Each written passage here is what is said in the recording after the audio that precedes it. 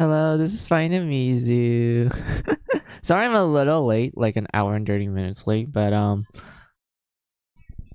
just had to eat and also I was told to watch over something that's being cooked right now, but it's not gonna be like until 10 minutes I need to go check on it. So I won't really like, be in and out of stream often. It's almost done cooking. I just had to check on it one last time and that's it. But so like the title said, yesterday in Japan, it was October the 13th, which was the 7th anniversary of Mary Skelter of the first game.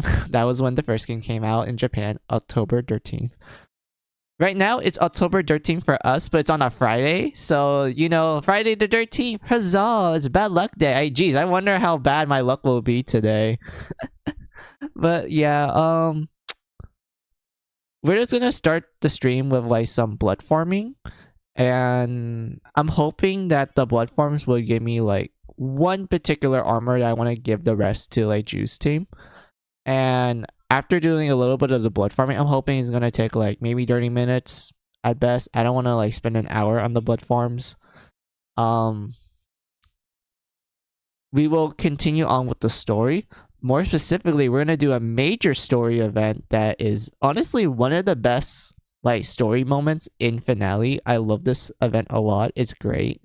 And it's also a bit on the long side too, so I have to like warn you guys, yeah, it's gonna be like a very long cutscene, well, series of cutscenes, and you're just gonna be like, man, this dialogue goes on forever. Like, yeah, it's like that, but it's one of the best ones in the game. I love it. I will like put a pin to like tell people that, oh yeah, this is like major story stuff, so spoilers ahead and such, but that's only when we will get to that like scene. When I start doing that series of events, that's when I will put that pin comment. But for now, we're just doing blood farm, so I'm just gonna like, be chillaxing and everything. That'll be it. So let's go on with the game. But before, yeah, let's go on with the game. Where is my mouse? Found it. All right, here we go.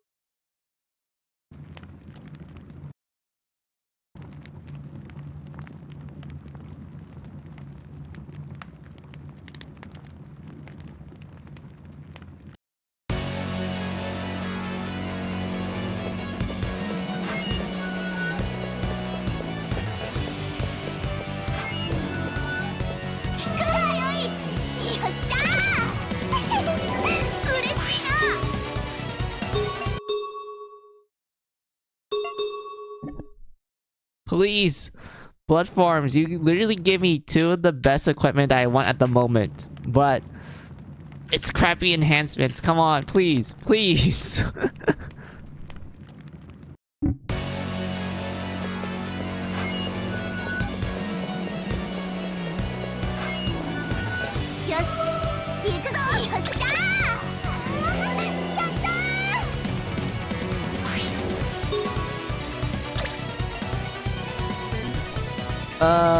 I mean, this is good, but I really want this one to also have enhancements too. Fuck. Oh god, this game hates me.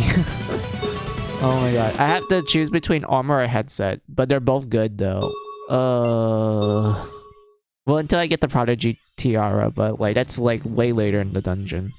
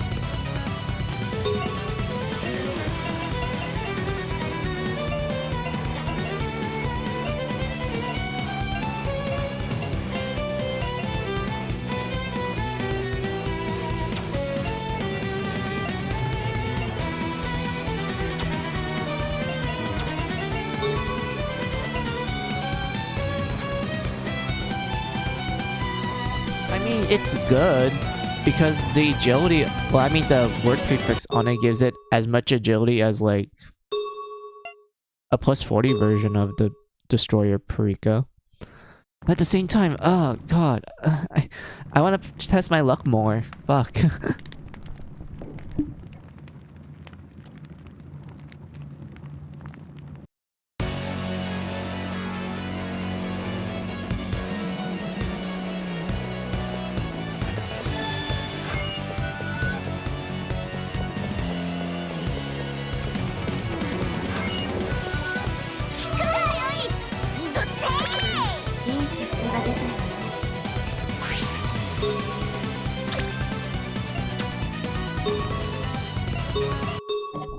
I don't like SL. SL sucks. Come on, game. Oh boy.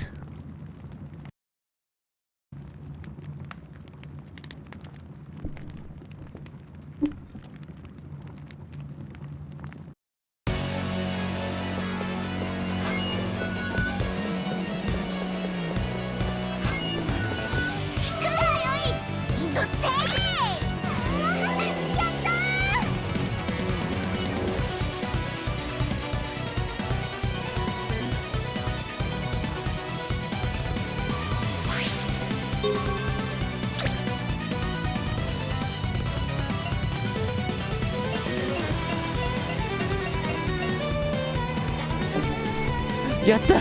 Oh my god, this is good. Oh my god. These are great. Okay, I'm happy now. Let's see. Hi, Music. Congrats on 100 followers, by the way. Hey, Gwen! Long time no see. How are ya?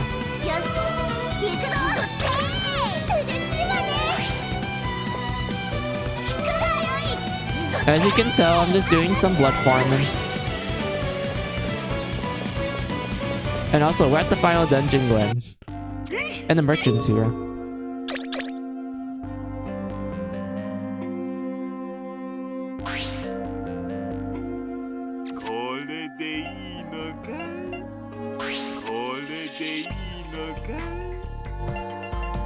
Long time no see. Yeah, haha.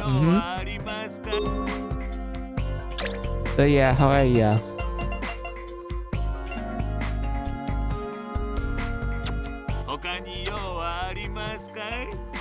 But yeah, we're at the final dungeon. We're at the Devouring Armada Tower. The giant tower in space. Oh yeah, I need to give these to Drew's team. Hold on. Actually, no, give it to Jack first, and the leftovers will get to Drew. Hold on. Doing good. Shame I missed most of the streams with this game. That's fine. We all have like our busy days. And besides, I always upload the VOD, so like you're not gonna miss much.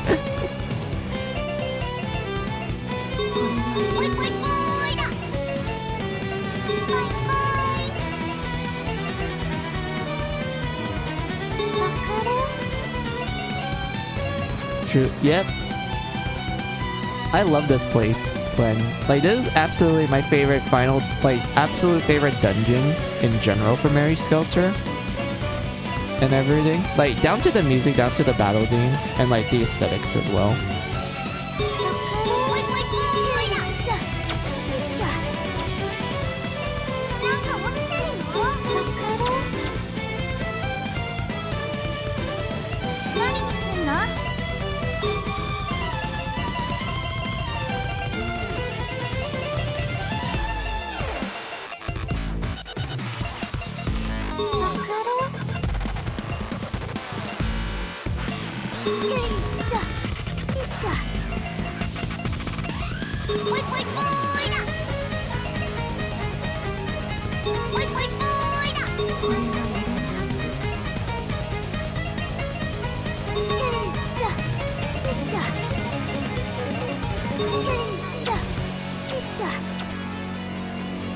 Alright.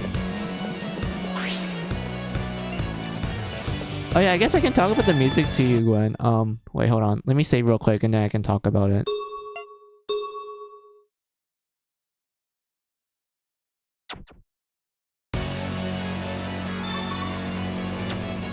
Wait. Let me do this.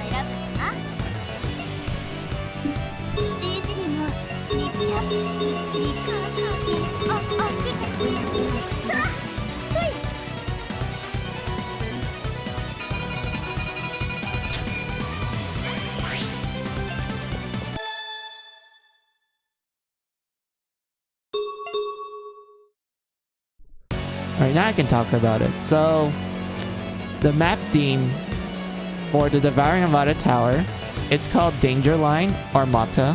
And if you're wondering, like, what's Mata? Mata is the Japanese word for again.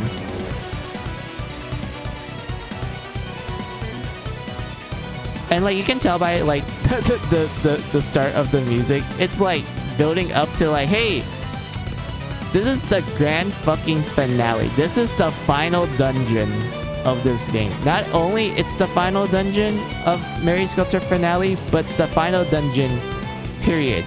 Because after this dungeon, there is no more Mary Skelter. So they might as well just go all out when it comes to this dungeon. Because this dungeon here looks great aesthetic-wise. Like, look at this. It's a brain monitor. And the cameras are actually eyeballs. Like, it's a security camera with, like, the eyeball as the lens. You have, like, the pulsing veins everywhere. You have a lot of electronical stuff, like CDs and floppy disk. And there's also, stereo mics. I'm looking for one particular thing real quick. Hold on. You have like a bunch of science stuff lying around. Actually, I can show you like the loading screen for it real quick.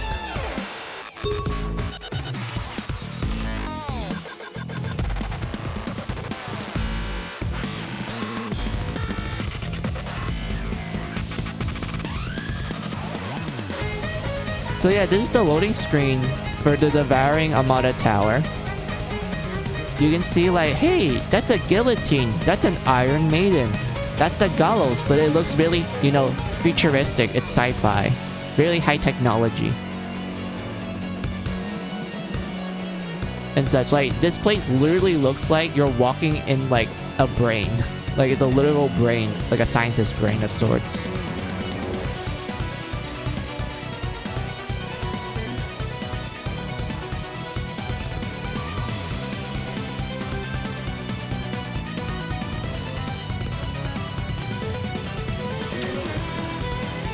And then we get to the battle music when, okay, I am so excited to like let you hear the battle music of this place. It's one of my favorite tracks of this game, like in general. Like, Skelter is like my favorite track of like the entire like series of Mary Skelter, but the battle theme for the Devouring Armada Tower is my absolute favorite track for this game.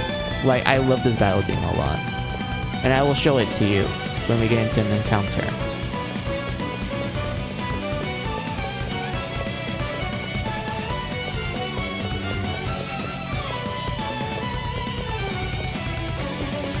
Oh wait, there's an encounter down there.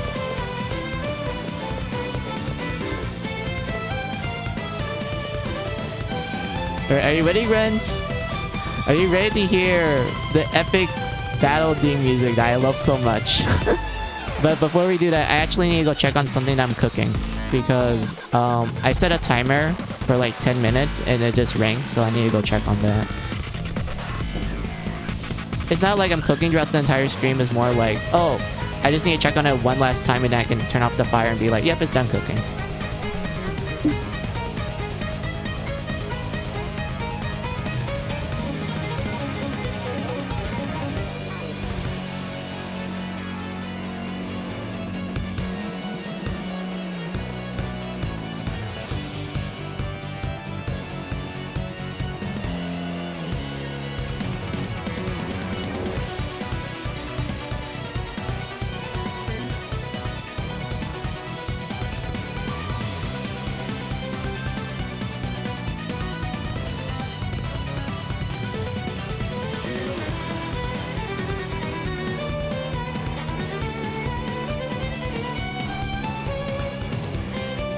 Alright, I'm back. Alright.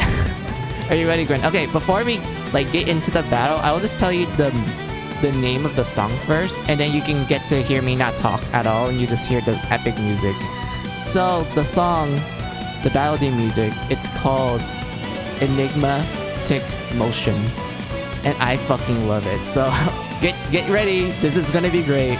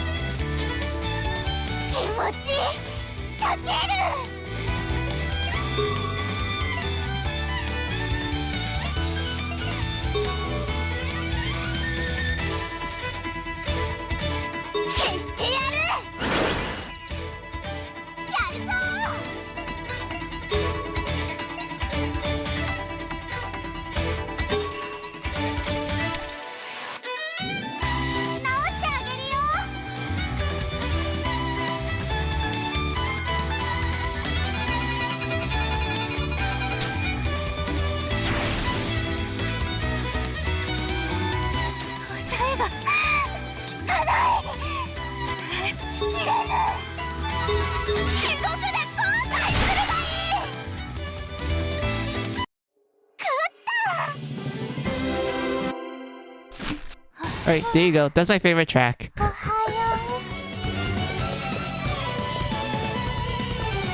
I love Enigmatic Motion. It is such a good battle theme. Like, you can kind of pick up several things about that track. One of it being like, okay, like, yes, it's the final dungeon. Might as well make the music, like, extremely good. Like, it's really obvious at that fact. But here's the thing about the song. The song is both exciting, but also soothing. Like, it's designed to make you feel really excited about the battle, but at the same time, it's like giving you a reassurance that, like, hey, you're gonna make it out alive. Like, this is the final dungeon. All the questions and answers you have from not only the start of this game, but all the way back in the first game is going to be answered right here. This is essentially the final threshold, because after this dungeon, after all the fights that you had to go through throughout the entire series, it's all going to reach its end here. And you will make it out alive. So don't feel tense and let your emotions guide you. And it's such a great feeling. Like, it really does make it feel like, yeah, I'm gonna live. Like, I'm gonna get my happy ever after all of this. And it's not gonna stop. And I'm, like, very pumped for it. Like, this is what I... Like, it's really great. I love it a lot. It's such a good battle theme.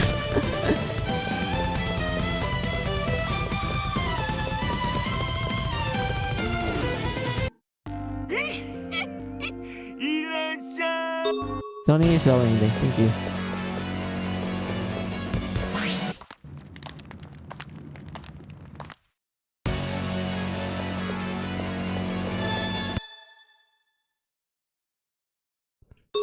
Also, I do have a fun fact about the battle theme, Gwen. So,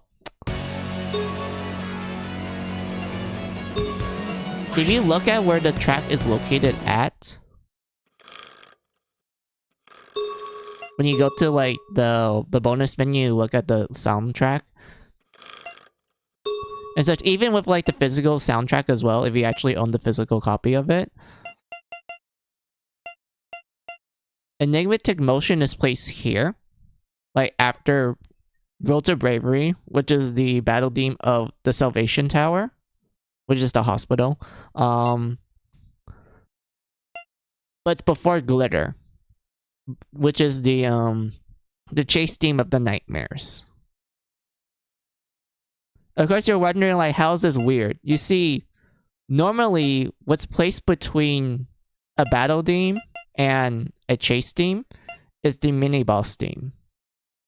But the thing is that Enigmatic Motion does not play for mini-bosses. The song Light of Strength, or Strength Makes Light, I don't like that name. We'll just go with Light of Strength, which is the better name. Light of Strength plays for mini-bosses instead.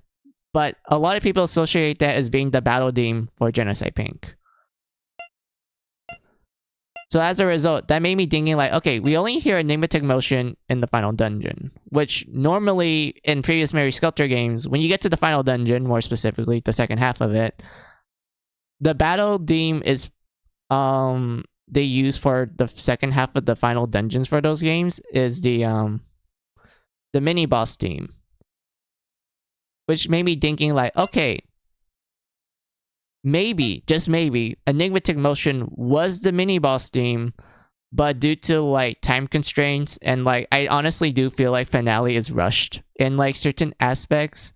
They just, like, used Light of Strength as, like, a placeholder, like a placeholder song for mini-bosses, while they were, like, you know, trying to work out the kinks and such, but, you know, they end up rushing it. And as a result, the only time you hear Enigmatic Motion is in the final dungeon. And whatnot. And if you're wondering, like, oh, that sounds like an interesting theory, is there, like, any proof in Mary's? Yeah, there is. So, every Mary Skelter soundtrack, from the first game to the second game, they always placed the mini-boss theme. Well, this one is a bit of an oddie, because I don't know why they... Yeah, this one's a bit of an oddie, but if you actually own the physical, like, soundtrack of the first game, they will actually place Urge to Freedom between Cimmerian's Fairy Dance and Encounter, which is the Nightmare chase theme. But in Mary Skelter 1 game is a little bit of an odd case where they accidentally put it, like, at the end of the music menu. But if you buy the physical soundtrack, yes, it is placed, you know, between a battle theme and also the chase theme. Then we get to Mary Skelter 2. Quantum Mechanics is the mini-boss theme of the second game, and it's placed between Sprint, which is a battle theme, and Raven Nightmares, which is the chase theme. This also applies to it, like, on the physical soundtrack as well. So yeah, because of that, that made a lot of people theorize that, okay, Enigmatic Motion was supposed to be the mini-boss theme, but because of, like, you know, it being rushed and such, which, I'm gonna be honest with you, yes, Finale does feel extremely rushed, because there's some balancing issues with it, but, they kind of, like, you know, end up placing Enigmatic Motion at the final dungeon, but they're like, oh, we need to put, like, a sound, like, you know, placeholder song while we're, like, working things out, and then, you know, they end up rushing the game and printed out the final version, which, you know, Enigmatic Motion only appears in the final dungeon instead of, like, you know, for the mini bosses. But yeah, that's, like, a theory. This is a theory that fans made, which I thought holds a lot of weight when you, like, actually sit back and think about it.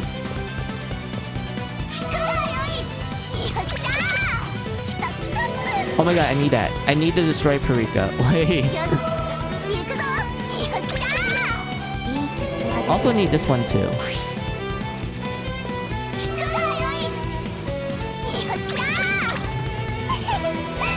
And this one too. Okay, so this place looks like it's giving me the equipment that I want to pass on. Excuse me, pass on. I don't know why I burped. Excuse me.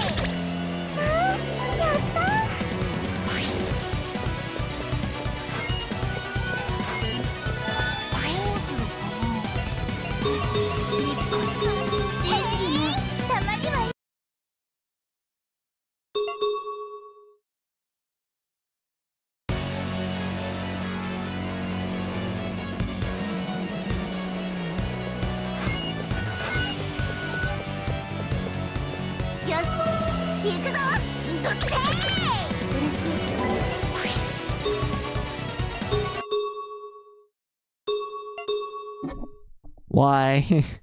Why? Blood farms, why do you do this to me? I just want the good equipment.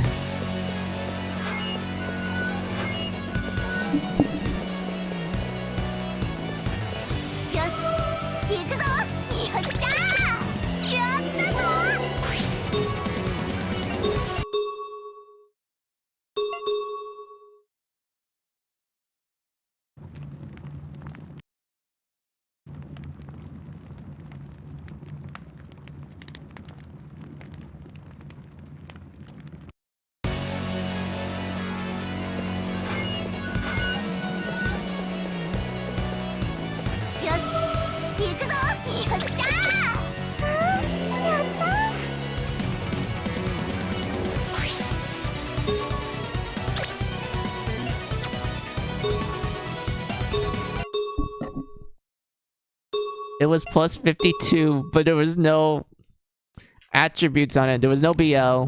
There was no ST. There was no SL. God damn it. Okay, game.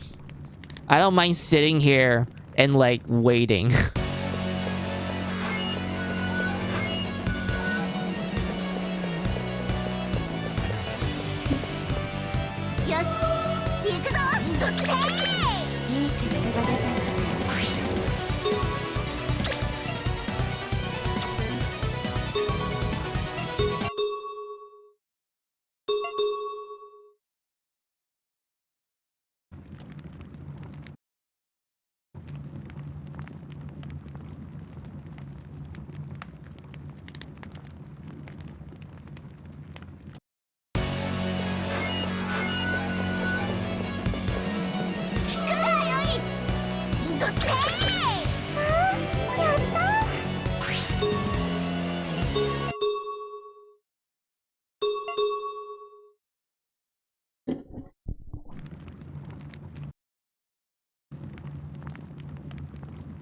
So what do you think, Gwen? What do you think of the music? Was it great?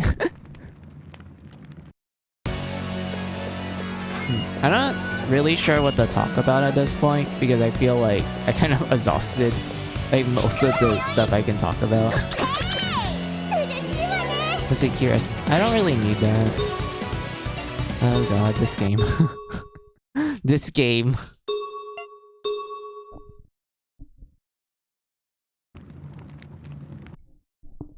Damn, this game might be more sadistic than Gretel. Yep, indeed. Hey Stella, how are ya? I'm just doing some blood farming. We actually got a blood farm that has like good stuff that I want from it, but I just wanted to have good passives. I can see why that track is your favorite. Yes, indeed. Fine. How about you, my friend? I'm doing quite fine. My day was fine. I just kind of woke up a little late, but like outside of that, my day has been normal. My day's been normal.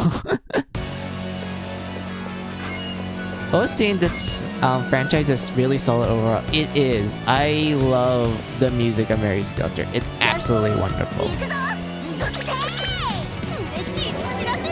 I see, that's good. Mine's too.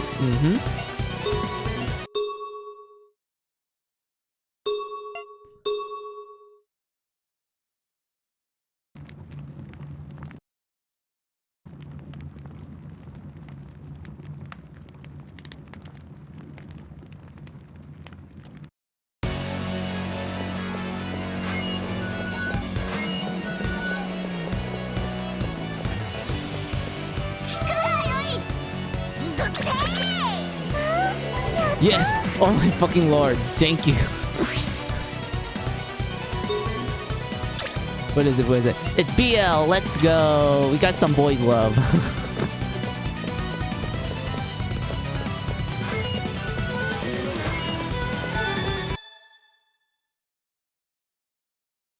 Oh yeah, I don't think I told you guys this, Stella and Gwen, but I bought some, like, electronic stuff that will make it possible for me to do, like,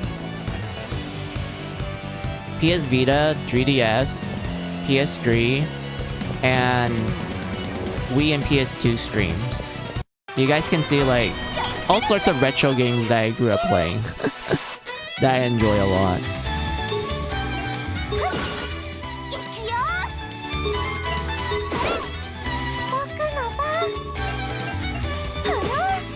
I'm more excited to show you guys, like, my PS2 collection, because that's the one that I spend, like, most of my time with growing up, other than, like, the DS and the Wii. Like, I play a lot of PS2 when I was younger. And I have all sorts of games on it, ranging from, like, JRPGs to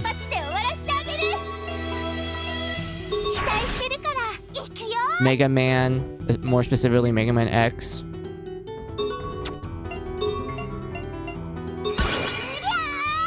And all other, like, stuff that I'm like, yeah, I remember playing this. I remember how it was, like, fucking garble, but it's, like, I love it, to me, like. I never had consoles except for portable ones, but I enjoy PS2 games even without the nostalgia. Those games are sick. Indeed, PS2 is such a good system. They have so many great games, ranging from, like, Persona 3, Persona 4, the SMT games like Nocturne, Digital Devil Saga 1 and 2, the Devil Summoner games, which I love to bits. There's also, like, the Final Fantasy games like 10 and 10 Part 2, and I know there's more JRPGs on the PS2. Like, I did play a lot of it, but I don't have my list on me. Oh yeah, I forgot Xenosaga Episode 1, 2, and 3. God, the Xenosaga games. I actually do own... Well, I don't own it. My uncle does. My uncle owns the physical copies of Xenogears and Xenosaga Trilogy. So I'm very excited to, like, stream those to you guys, because I do like the Xeno games a lot. I love the early games. And when it comes to Blade, I would say this. I liked the first Blade game, but I thought it was, like, okay. I didn't really think too much of it and such. Blade 2 is, like, my favorite. I love Blade 2 a lot. Blade 3, I did play it. I don't really have much of an opinion towards that, because it's, like, I played that one recently, and I'm not able to, like, form a, like, you know, good opinion on it. Like, my own personal opinion on it. I enjoyed it, but I don't know how I feel about it, though. And then we have Xenoblade X. Oh, I love Xenoblade X. It's so, like, so fun gameplay-wise. I love, like, riding a mech. That is, like, the funnest thing in Xenoblade X. Let's see. Looks like enemies are mostly wind, question mark? I can do fire instead. Oh. Hold on, there's a fly. Let me open the window so I can fly out. Hold on.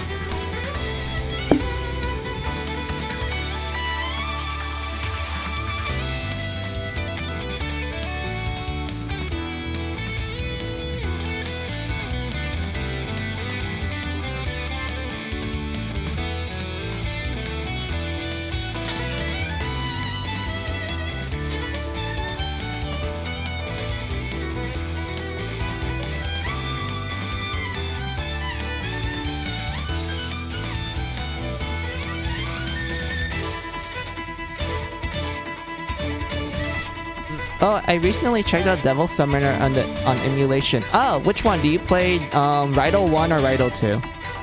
If you play Raido 1, I actually like the game a lot, despite, you know, the gameplay being very mixed. Let's just say that. It's very mixed. I'm just gonna say that. Like, it's... Like, I know most people say, like, oh, Raido 1's gameplay sucks because it's, like, slow and clunky. Yeah, that's Raido 1. Yeah, I love Raido 1 a lot. I love the story and the overall, like, environment and tone, because it's essentially the Taisho period of Japan. Well, an alternate version of it, because it says, like, it's Taisho 20, which is impossible because in real life the Taisho period was only like 12 years and everything. What do you say? It feels stiff, but I really like the presentation, so it evens out everything. Yep, indeed. I love Raido 1 a lot. Like, I will admit, gameplay-wise, it is really stiff. Like, you're not gonna be moving like a typical hack and slash person. Like, Raido moves slow, like a fucking tank. This boy, this 18-year-old boy, I think he's confirmed to be 18. This 18-year-old boy is like moving like molasses. Like, he can tank, like yeah, he can guard and whatnot, which is the best way you can dodge. That's the only way you can like block damage. But like outside of that, yeah, your demons are gonna do most of the work. And whatnot. Also, I love how you capture demons in that game, Glenn. Like, the fact that you have to hit them with like a weakness, and then you have to walk up close to them and literally spam the circle button to stuff the demon into your tube. That's like the most funniest thing about Raido 1. Like, how you capture demons. It's literally just you going up to the demon and just stuffing it into a small tube. Like, that's like fucking hilarious. I love it a lot. Also, I love the music too. Like, it's like jazz, like kind of like early jazz. I love like the soundtrack of Raido 1 a lot. Haha, yeah, it's easy to compare it to games like DMC. It is. Like, a lot of people, when they think of hack and slash, they think of DMC or God of War to an extent. They're like, oh, it has to be like fast-paced, it has to give you like a bunch of combo options and whatnot. I honestly don't see Raido 1 like that. It's more like very simplistic. It's very simplistic in how the combat works, but I do like it a lot. Just wait until you play Raido 2, Gwen, because Raido 2 was essentially like, hey, you remember how slow Raido moves in the first game? He can actually move like DMC now, and you can actually summon 2 demons at the same time. And Raido actually gets like a really fleshed out moveset to the point that you're like, damn, Raido is like kicking ass hard now. And also guns are still useful as always. And they actually added a lot of like customization mechanics, ranging from you can actually position your demons a certain way now instead of, you know, them always hovering behind you. You can like tell them like, hey, can you go behind that person and like, you know, smack them with like thunder and shit. Like, you can actually do that. And since you're controlling 2 demons at the same time, it gives you like a lot of I would say planning and whatnot. I would say that the story of Raido 2 is kind of on the weak side of things. I didn't really enjoy the story of the second game too much. I mean, the premise was interesting, like the first game, but I would say like the overall story wasn't as great. But it does have multiple endings and a lot of replayability, and the new game plus for that game is honestly pretty solid, because like it does let you carry over a lot of stuff, and you have like multiple what do you call it, oh yeah, the decisions you make throughout the game of the second game actually affects your alignment, which leads to like certain endings. And when you do New Game Plus, this actually unlocks more side quests that leads to like all sorts of bonus goodies. Like, oh hey, bonus bosses that are like very tough to like, hey, you want an overpowered gun? Here you go, bucko. Like, it's great. I love it a lot.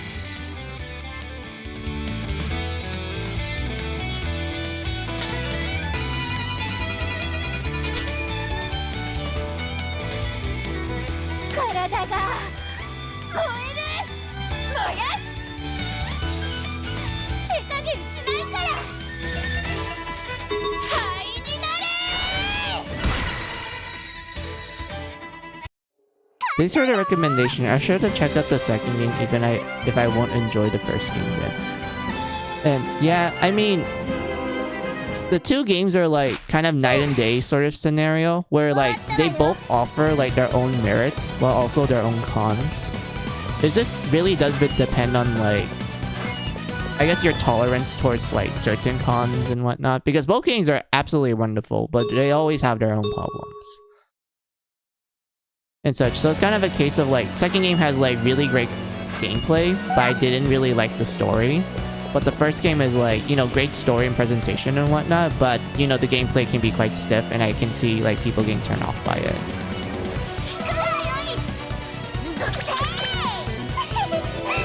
Of course it's like, thank you game, thank you for just making me get not the enhancement I want. Thank you. Alright. Oh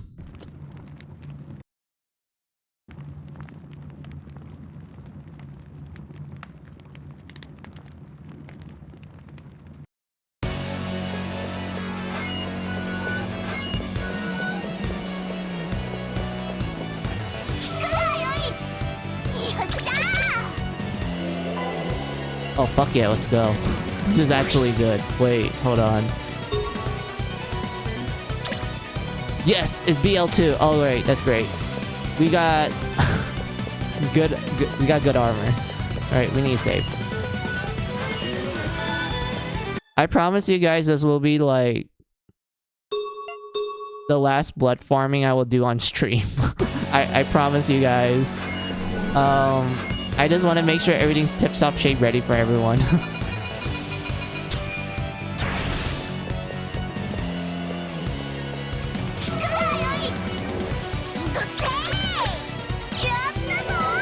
God damn it. Hold on. Yep. God damn it. Oh my god.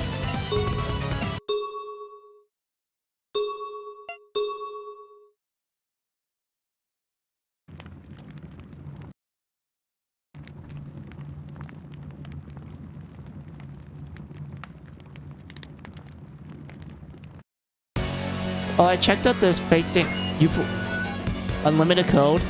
You play that one? That game is pog as fuck. I love that fighting game.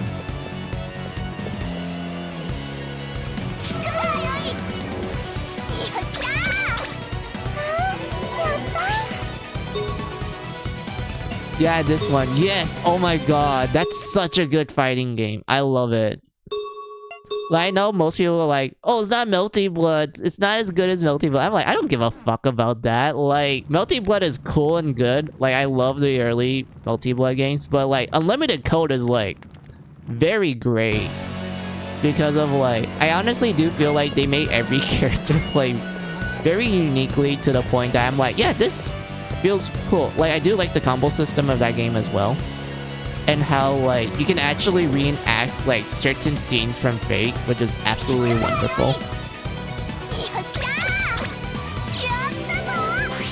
Like, the one character that I wish I can get good at, Gwen, and also Stella if you're there, the one character that, I want to try to get good at is Gilgamesh, because for the life of me, I can't do his special. I can't do his... like, you know, his grill special and whatnot. I tried my damn hardest to try to do that combination, but I just couldn't. I just could not do it. Like, Archer I can do, because that one actually requires a lot of planning. But, Gilgamesh, I can't do any of his inputs. It's hard.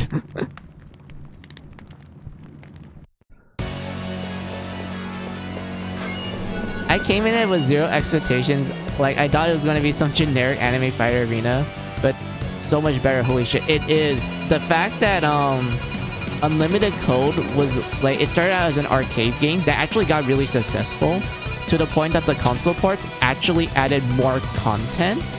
That includes adding characters from Fate Hollow Alexia as well, which who were not in the original arcade version. And they also added the maid that looks over like Ilya as well.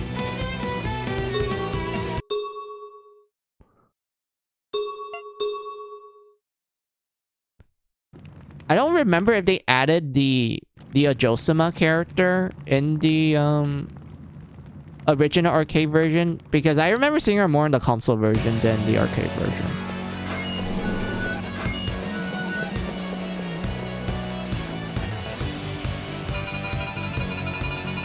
Still might kill you if you add a bigger MP before his rip, buddy. I miss you. Look, it's not my fault. The Archer is not only cool to pull off, but it's like one of the ones that I'm able to like understand how to do it, okay? Like, come on, who doesn't want to do Archer special? Like, the fact that you literally have to do the chant and everything is like absolutely wonderful. Like the full chant, mind you. I know it's like comes in snippets because they have to divide it into like certain parts and whatnot, but when you actually pull it off, it's like, yes, this is the unlimited blade works. This is good.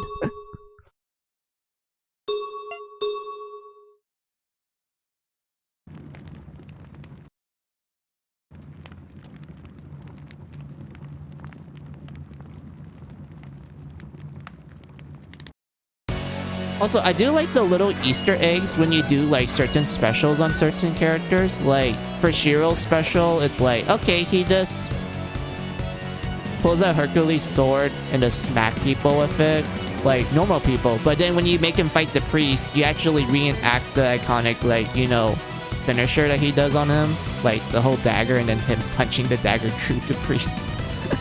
Like, I thought that was like a cool Easter egg. And then there was the one with Gilgamesh and Hercules. That one was also pretty cool.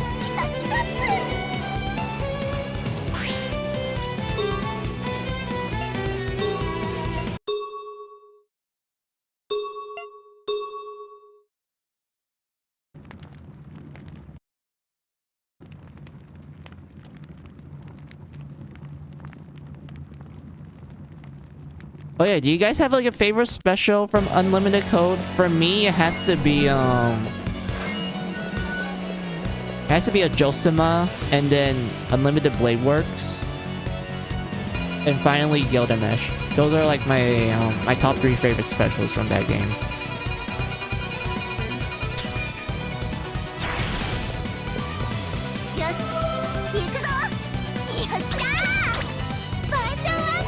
Yes, thank you. Oh my god. Let's see, ST. Yeah, I don't mind ST. ST is good. We want some crits. I should focus on accessory later.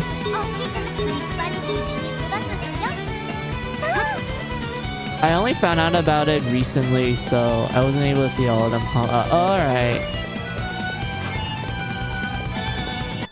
I think you might like most of them, Gwen, because they all, like, you know, are callbacks to Fate Stay Night. And if you happen to be a fan of that, it's like, yeah, that's cool. I like this. And whatnot. Like, the amount of small details that they added in that game is actually wonderful. Also, Gwen, if you ever do, like, Sakura specials, you're probably gonna be cracking up more than, like, being kind of horrified. Granted, you know, the material for Sakura is quite dark and whatnot, but when you actually see her specials, you kind of go like, oh, I get the reference, but the animation makes me crack up more. Like, you probably be like, oh, I get it.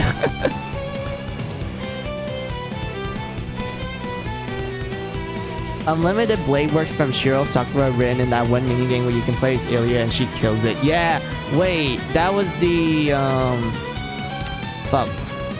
I forgot that minigame. I forgot what that minigame does.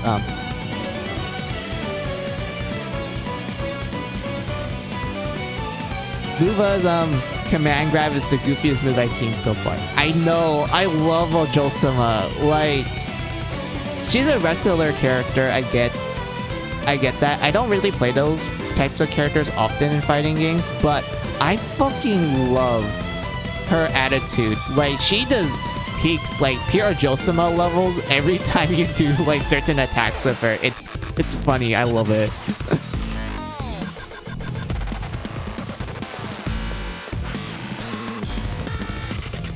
And whatnot. But yeah, let me pass these through, and then we can continue on with the story, because I do feel like I did enough blood farming for today.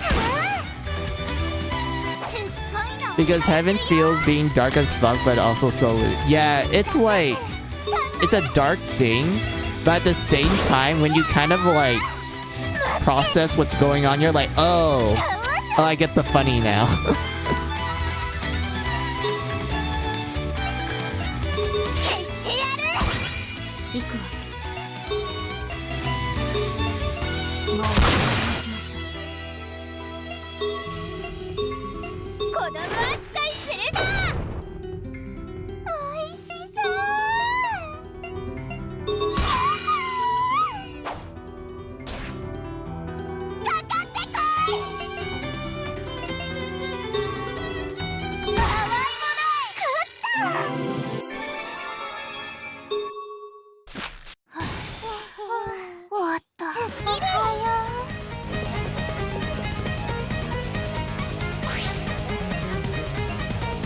Oh yeah, Gwen, I wanted to show you something.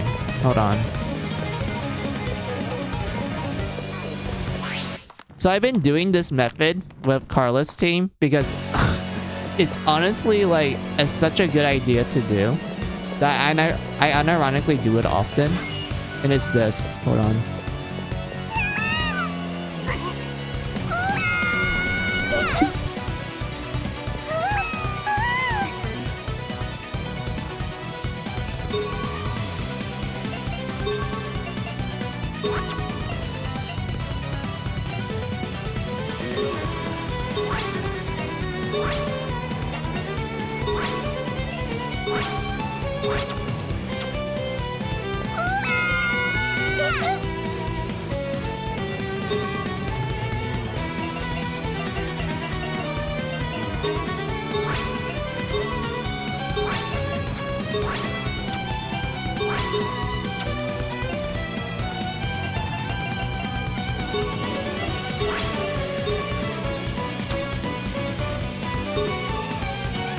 Okay, Gwen, if you're wondering why I'm letting Pyra be almost dead, it's because of this passive skill. I mean, her character skill. Passion. When Pyra's HP is critically low, if you're wondering what that means 5% or less, her whole team attack increase. And if you're wondering, like, what do you mean by attack? They mean, like, physical attack? Because that's literally the name of the physical attack stat, which is just called attack. No, by attack, they mean all attacks. This includes both physical and magic. And the boost that this skill gives you is insane. I'll show you when we get into an encounter. Like, it's absolutely crazy how much of a boost this character skill gives.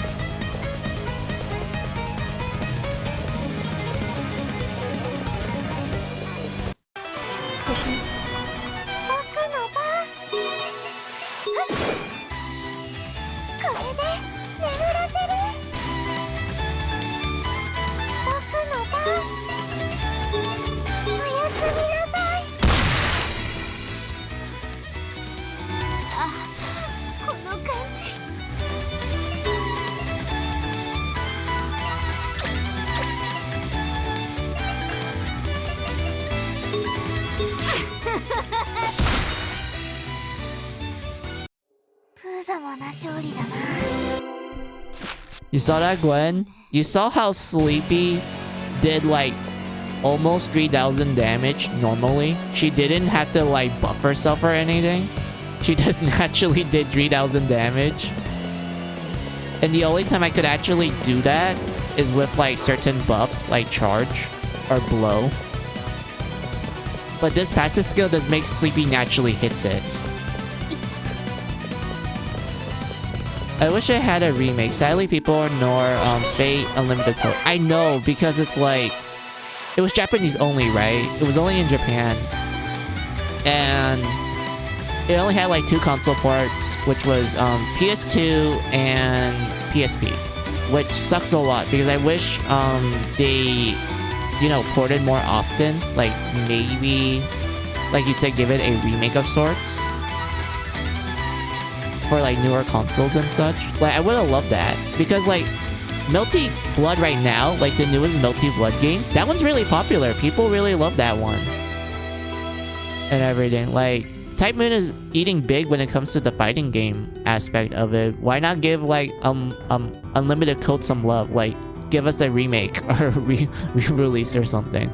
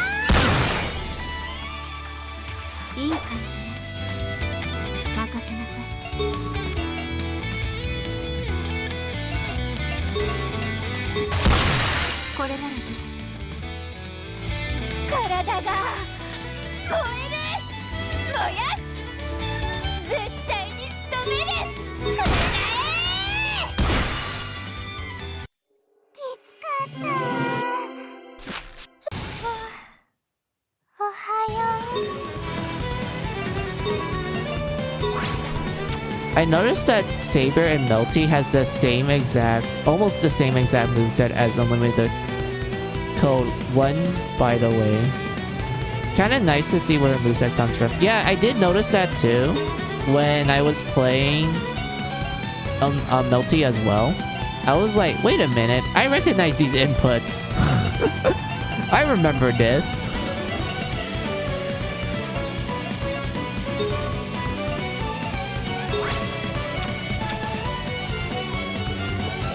Yeah, exactly. Yeah, like, it is nice that a lot of her movesets in Melty is pretty much like a callback to, like, Unlimited Code. But at the same time, I do know that Melty has some unique movesets for Saber, which is, like, that's cool. That's cool. It's nice that they change it up a little. Oh yeah, I can't progress more because we have to do the special story event, guys. The very long special story event.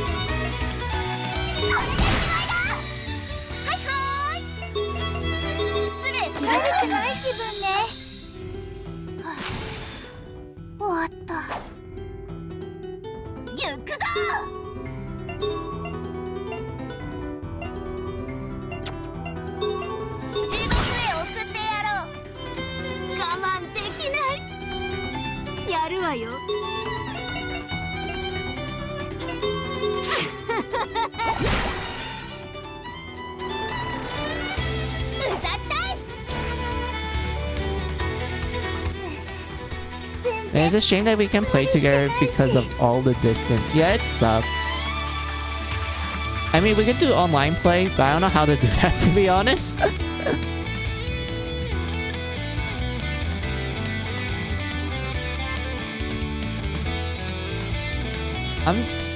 I'm amazed they never did a Type Moon game like Fate Unlimited Code where it's every character from all the series. They got me believing when I said this. They could have, you know, I mean, isn't that what Melty Blood kind of did? Like, they included like certain Type Moon properties into each other. Granted, like, I know some people argue that, like, well, technically these are the Tsukihime version of these characters and whatnot. And I'm like, well, yeah, that's true, but they do appear in other ones as well. So, like, Yeah, I do get what you mean, Stella.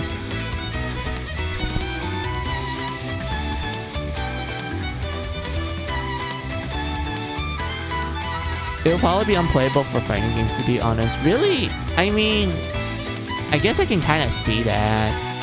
But at the same time, it'd be nice to actually see. I kind of wanted a, what do you call it?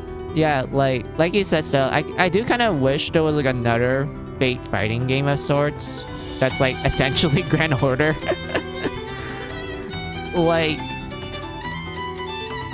I want to say like the arcade game. Like, you guys remember the Grand Order arcade game? Like, it's only in Japan and shit, and I really want to play that. And I'm like, and such, but like, I was kind of thinking,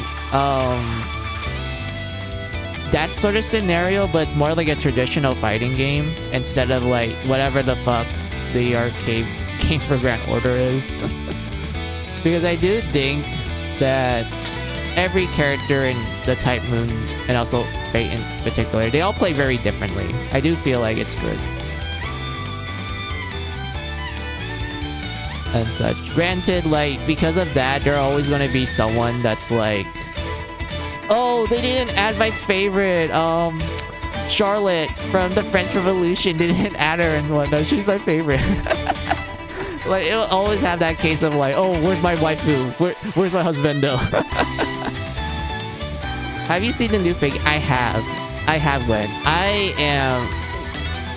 Honestly, when that was first announced, I didn't process the fact that it was a fake game until I saw Musashi.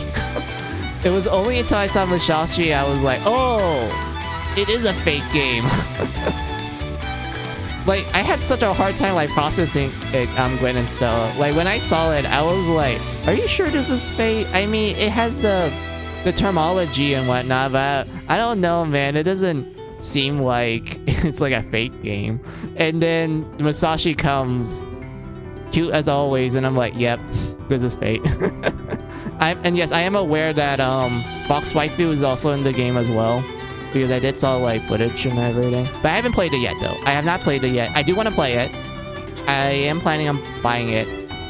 I don't know when I will like stream it with you guys, but I was like, yeah, this is pretty bonkers. I like it and whatnot.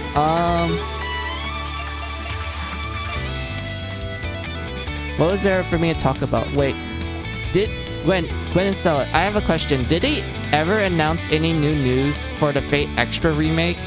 Because that's the one Fate game that I'm actually the most like excited about. Like, did they announce anything new about it? Like, any like confirmed release date? Is it still in development sort of scenario? Because like I am so excited to like play it and whatnot. Like, you guys can tell by how I talk about like certain Fate series and whatnot. I love Extra a lot. Like, that one's like my absolute favorite, and I am planning on streaming it to you guys. Like, yes, I do have a PSP and whatnot, but sadly I'm not able to capture it through normal means. So because of that, I have to use the quote-unquote legal way to actually do it with you guys. But like, when I get the opportunity to like, you know, stream Fate Extra, it'd be a happy day because I love that game a lot. And if you're wondering like, oh, are you gonna do CCC as well? I'm like debating about it, but at the same time, it's purely in Japanese. And I highly doubt you guys are gonna like let me sit here and spend like 15 minutes just trying to like translate everything. I highly doubt you guys are gonna enjoy me playing that. So like, because of that, like CCC is kind of like a debatable type of thing if I want to stream it or not. But regular Fate Extra, yeah, definitely, I am going to stream it with you guys. I love that game. Good timing, Cat. Wait, what happened, Gwen? Tell me. So, no, sadly, yes it is. Alright.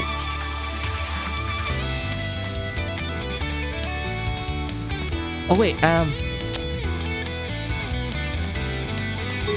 Are you guys ready to see how, like, how much damage Pyre can do now? Because of her, let's see, we have her character skill on.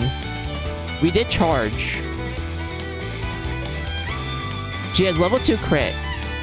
Her SP is at max. Which means she's gonna do, I think, 4 times damage with Blast since I maxed it out. And such. Are you guys ready to see, dumb damage with Pyre? Are you guys ready to see how much damage Pyre can do? Alright.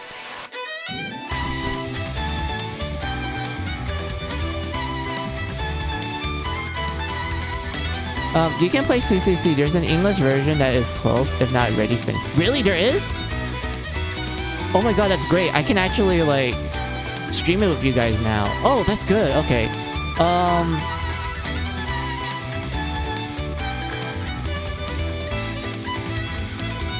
I'm not sure how... I'll check on it, Stella. I'll check on it to see, like, the progress of it. And if the progress is, like, very good to the point that I would say, like, yeah, I could, like, 100% stream it, I will definitely stream it with you guys. I will 100% stream it with you guys. You guys are gonna see me gush over, like, certain aspects of CCC, and more specifically, I actually unironically like, Gilgamesh in Extra. Like, I unironically like him in Extra. Like, I'm gonna tell you this, I'm not a huge fan of Gilgamesh. I thought, like, Fate Stay Night version of him was, like, okay. He's like the bad guy and whatnot. Like, that's fine. Zero is, like, before he's, like, you know, a super bad guy. He's still an asshole, but, like, he's not as bad as before. Grand Order Gilgamesh was pretty pog. He's pretty cool. Fate Extra Gilgamesh, he's absolutely goat. I love that version of Gilgamesh. And when it was you and Stella start talking about Fate Extra at the same time, thought it was kind of funny. It's all... Oh, okay, I get what you mean, Gren. I was like, wait, what do you mean by perfect timing? Yeah, it looks like we both share the same mindset, Stella. We both share the same brain cells. Gilgamesh being an arrogant piece of shit is exactly why people like him, though. Look, I know people like Gilgamesh for that aspect, which is pretty accurate to his mythology, but I just thought Fate Stay Night version of him, he was just way too much of a bad guy for me to actually unironically like him. And such. Like, I felt like Extra was a lot more, like, better. I wouldn't say, like, better in terms of, like, you know, overall character. I just felt like the Extra version of Gilgamesh, I feel like he's still arrogant. Like, he still has his negative aspects of it, but you can tell that there's a lot more positive sides to him, which I think they did a good job at blending them two quite well for Extra, which is why I like that version of him more. Also, it does help that, like, he literally is like himbo energy in Extra. Like, the guy is like, hey, I don't give a fuck if you're like a guy or a girl. I know that I'm king, and I want to make sure you're king as well. And like, don't get me started with, like, the mini scenes in CCC where Gilgamesh is just letting his dong out, and it leads to one of the most funny interactions with Elizabeth Bathory, which I remember to this day, and I remember laughing at it a lot. Man, I'm actually enjoying this talk right now. Like, I know I'm, like, distracted from the game and shit, but, like, I'm actually enjoying, like, talking about Type Moon, because I do like Type Moon works a lot. Like, Tsukihime is, like, my favorite series overall, but Fate, pretty high up there. And whatnot. And, no, Gwen and Stella, I did not play the remake of Tsukihime yet. I don't have the money on me at the moment. I do want to play it. I don't even remember if there's, like, an English version for it yet. Or did someone made an English patch? Because the only, like, exposure I have to Tsukihime was, like, the original visual novel.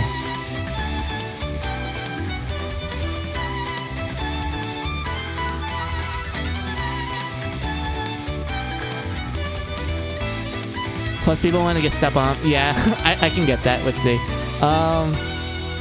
Extra female MC Haku Non is the true MC of the series. Man, I should finish CL's route eventually. No official translation yet. It's coming out next year. They announced it though. Okay, so next year there's gonna be an official translation for English. I'm assuming based on what you guys said. That's cool. All right, that's cool. And whatnot. Wait, what was I doing? Oh yeah, I remember. I was gonna like show you guys the huge amount of damage Pyre can do now. Look at that. It's a delete button. Instant like damage cap. Does instant damage cap. Pyre, you. Good job.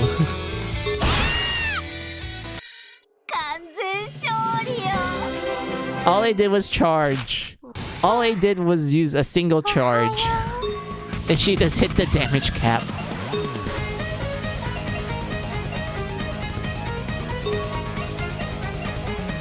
New nuke found, let's go. I mean, Rapunzel can also do that too. Because they both have blast.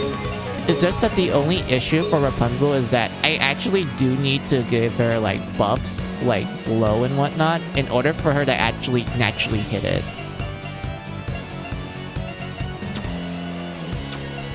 Actually, now that you guys made me remember that, I should actually get that. Do I have blow? I think I do have blow. No, that's crit. Where's blow? Wait a minute. Hold on. Disinfection. Let's focus. Prophecy. Wait a minute, who has blow? Who has blow? Oh, you have blow, Hamlin. New nuke, let's go. Yep. Okay, Hamlin, you have it. So what I can do is that I'll make Hamlin buff up my damage dealers, which is practically everyone.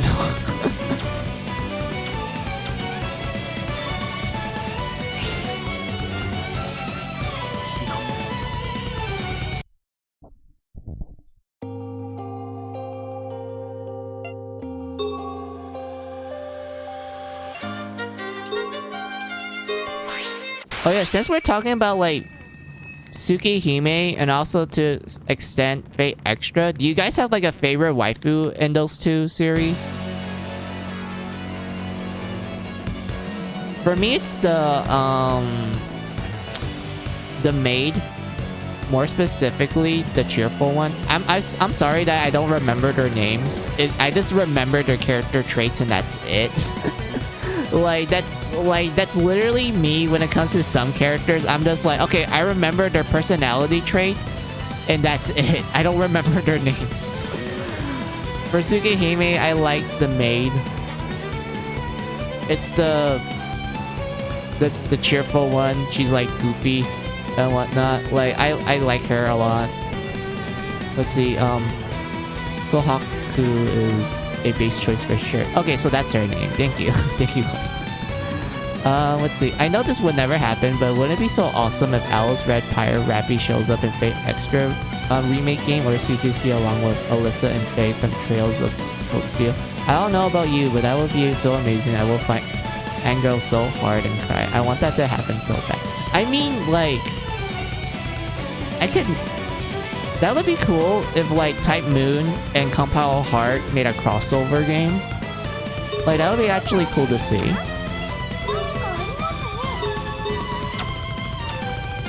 Oh yeah, since I already showed Stella this, I want to show you this one. So remember how Tiny Princess was like really good in the first game? And I already showed you like aspects of how good Tiny Princess can be in Finale. So here's some other ones you can do. So here's the Nameless Sword. 51 attack and dirty agility.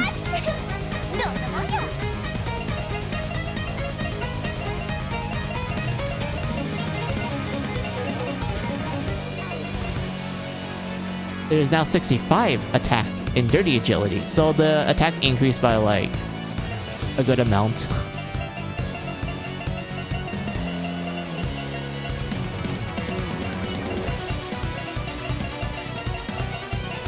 Then we get the heavy sword. So look at the heavy sword. It has 111 attack, minus 32 magic defense, and minus 30 agility. Watch what happens when we shrink it.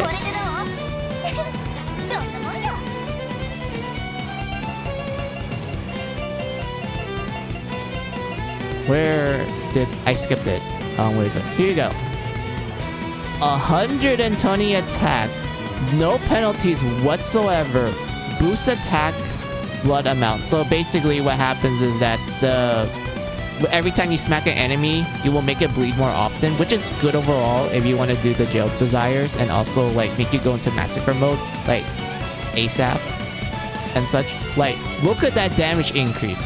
It's 120. That's big.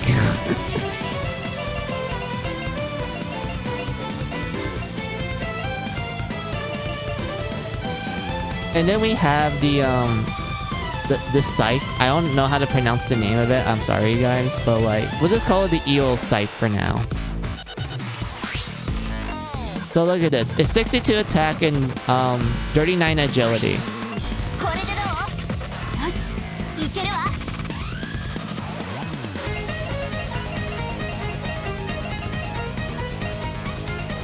It is 72 attack and 45 agility.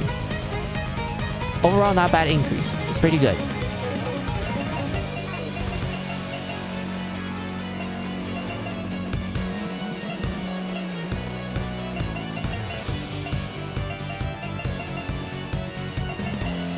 Then we have the Desire Whip When. So the Desire Whip is basically a magic whip. This is designed to give to like your magic users. So the tech is 47, which is not bad. The agility is 64, which is pretty great. It's really high boost in agility. And if you were to shrink it, it becomes this.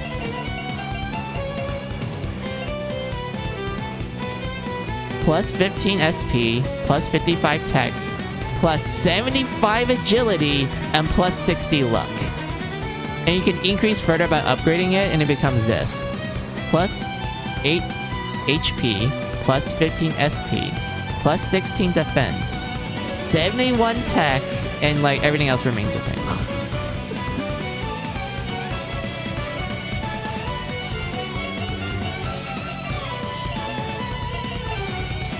But we get to the best weapon to use for melee fighters, Gwen. This is the one that I've been looking for a very long time.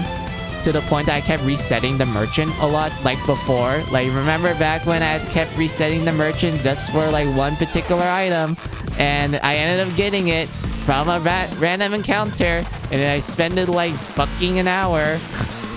The longsword moment, yep, it was practically dead, but I actually spent more than 1 hour on it. I was actually getting really pissed off by the merchant, but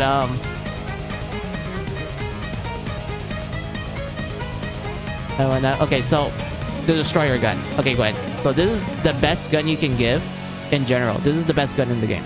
So look at the stats. Negative 40 SP, 131 attack, negative 42 tech, minus 62 magic defense, 61 plus agility, and plus 9 luck. If you were to shrink it, it becomes this.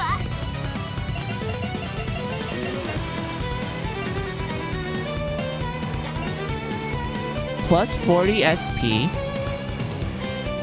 141 attack, no penalties whatsoever. The agility and luck remains the same. This is the best gun in the game, because not only it takes away the weakness of guns, which is essentially low magic defense and like overall low SP, this one actually gives you a lot of SP, and this takes away all the penalties. So as a result, you're left with a really strong gun. And of course, you can upgrade it to make him more tanky, and also like have some like tech points in it. But your gun users aren't going to use magic. They're just going to like start shooting everything with like absolute physical powers. Like they're just going to wreck everything.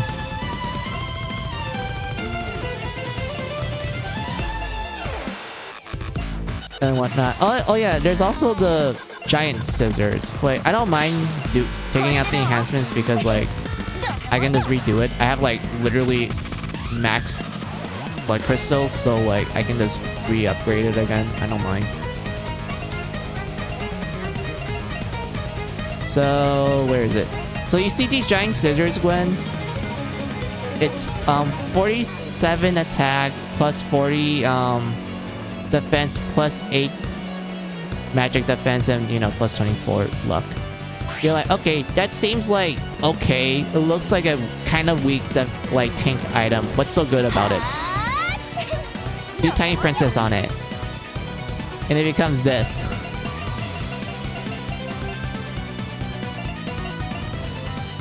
Plus 100 HP, plus 100 SP, plus 68 attack, plus 60 defense, plus 22 magic defense, plus 42 luck. And you can increase the tankiness even further beyond. And this is what it looks like when you max it out. Yo.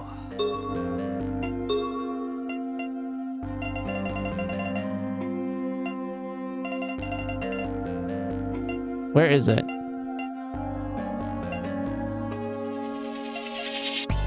Oh, found it.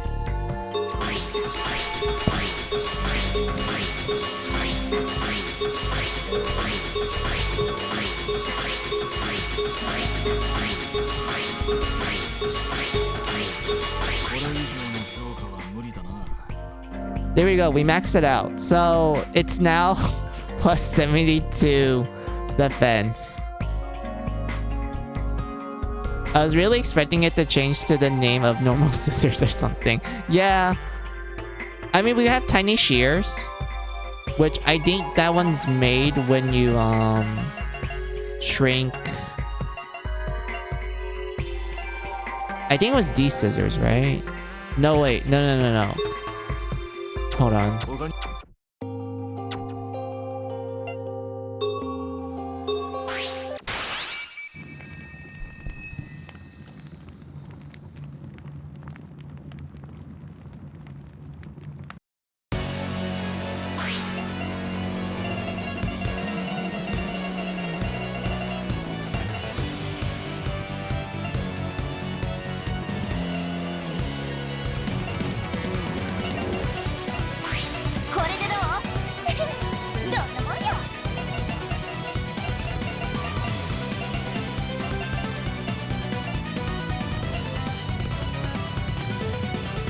I believe it's when you shrink the pruning shears is when it becomes little shears.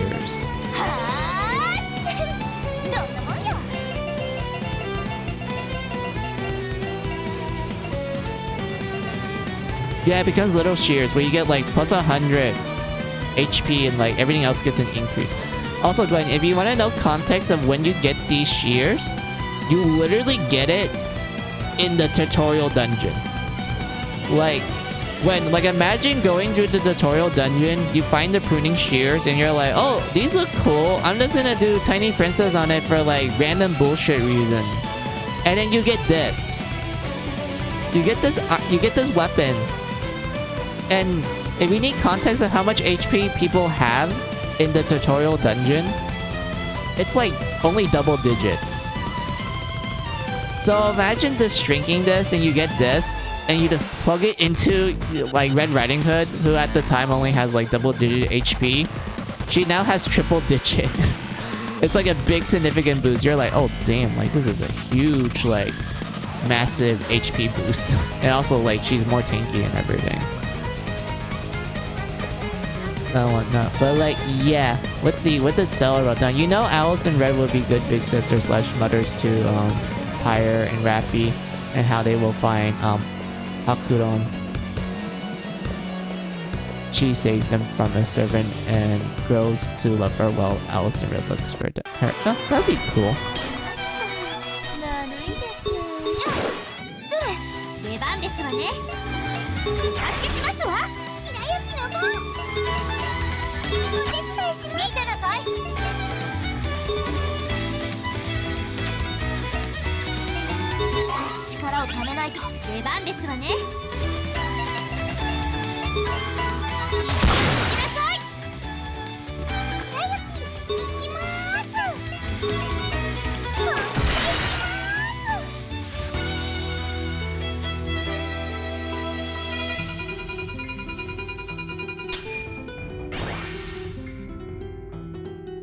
方ないですね。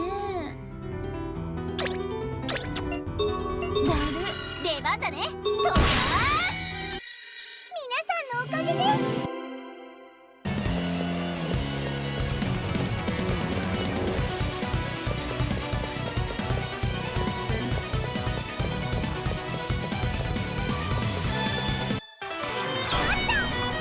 出番ですわね。サポートいたしますわ。お手伝いします。覚悟なさいませ。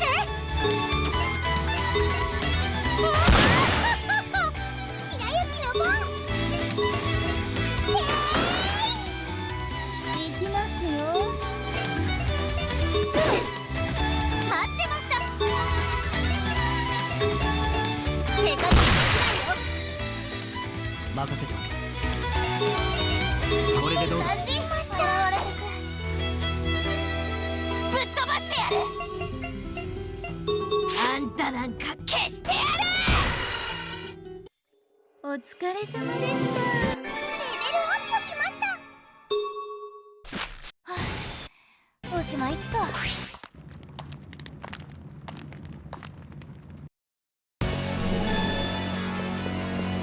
い、ゲット。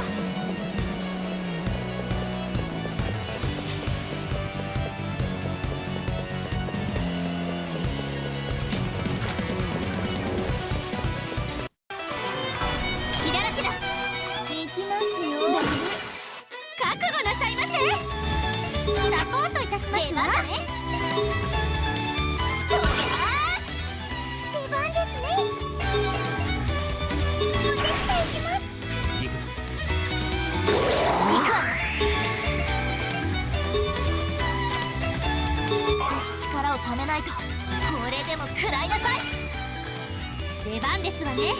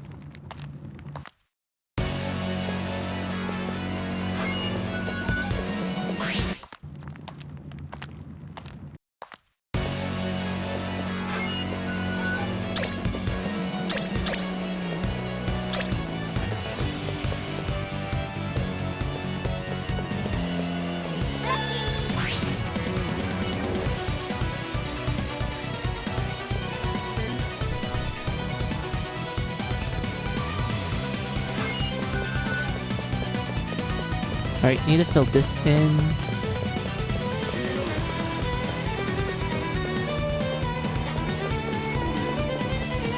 Oh yeah, if you guys are curious why this is like a room that's like, you know, does this glass, there's a good reason why.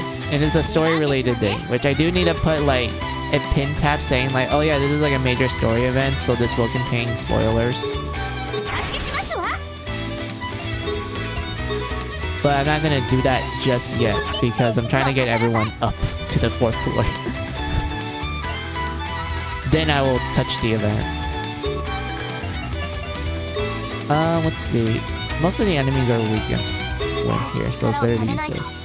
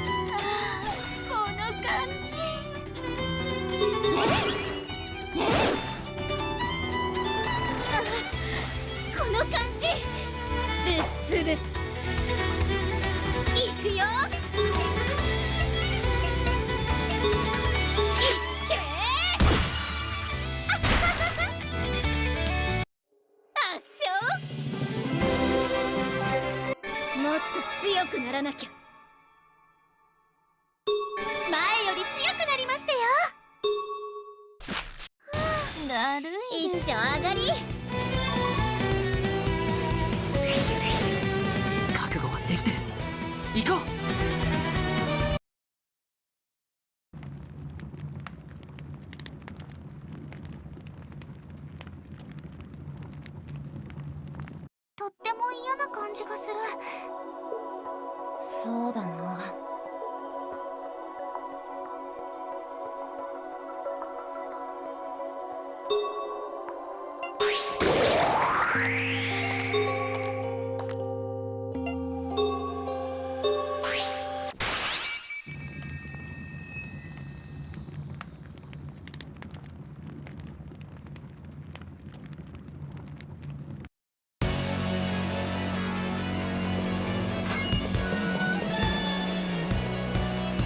何かあるぞ。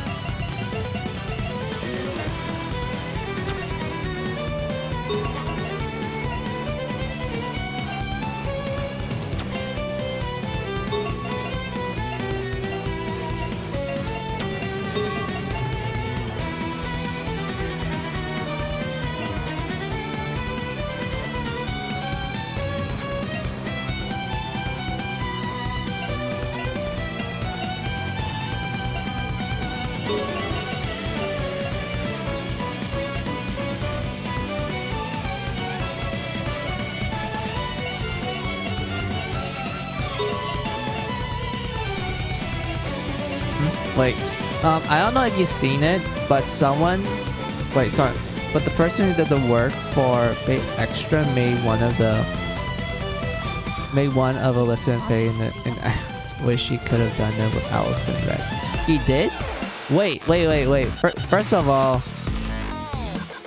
I thought the artist for Fate Extra was female. I didn't know they were male. And second of all, that's pretty cool to see. Oh yeah, there's the wedding dress. I completely forgot about this armor.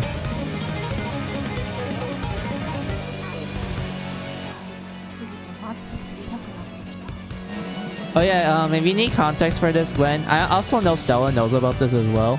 The wedding dress is a armor that appears in the second game. And it's considered the best armor in the game because of like the amount of benefits you get from it. Like, it offers like pretty high stats in general. I think the only downside to it was that you couldn't get it in the blood farm, so you can only upgrade it to like plus 20. But it has a nice passive of like reduced physical damage, which most of the enemy does in the game. Like all the enemies mostly do physical attacks, so like, yeah. This is a really good armor. Good, like, balanced overall stats and whatnot. I don't really like it too much, to be honest, because I prefer my equipment from the blood farms, which provides way more better benefits. And what do you wrote down, Stella? I believe they're female, so I made an error. And yes, that happened. I wish I could link it to you. You can link it to me, Stella. I don't think I don't think Twitch is gonna be like, oh, you can't show it and whatnot. I'm pretty sure I didn't have like any mods or auto mods to like, you know, ban any links. So it's fine if you want to send it on chat, of course.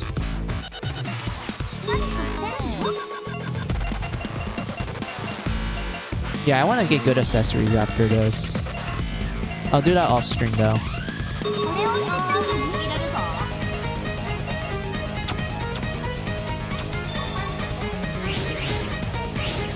Wait, Carla, did I... May you sent stuff already? I mean, I know I may you sent the destroyer armor, but I don't remember if I let you send some of the other armor. Let me check.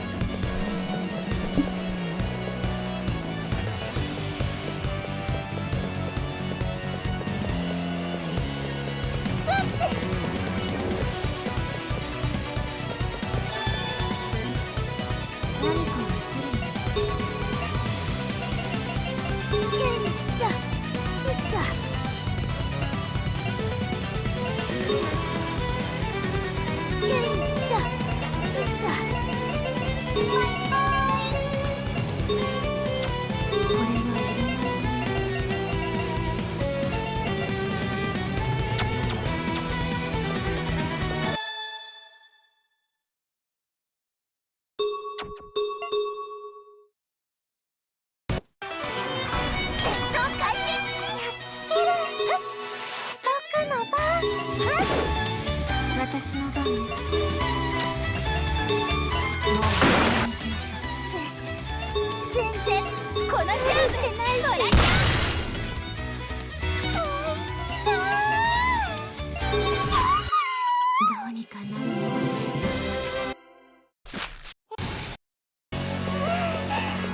急にゾクゾク。よし、行くぞ。よっしゃー。嬉しいわね。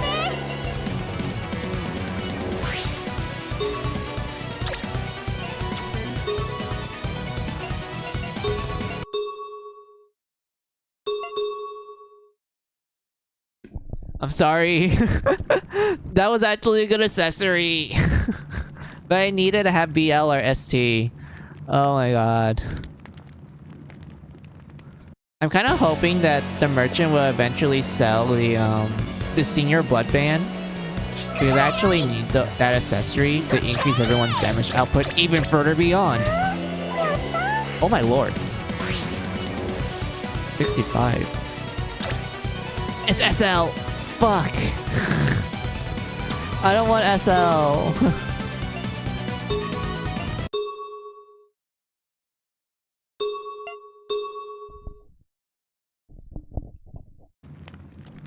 So I have a random question, you guys. Is there like any Fate news on like Grand Order? I don't remember. It's been a while since I played Grand Order.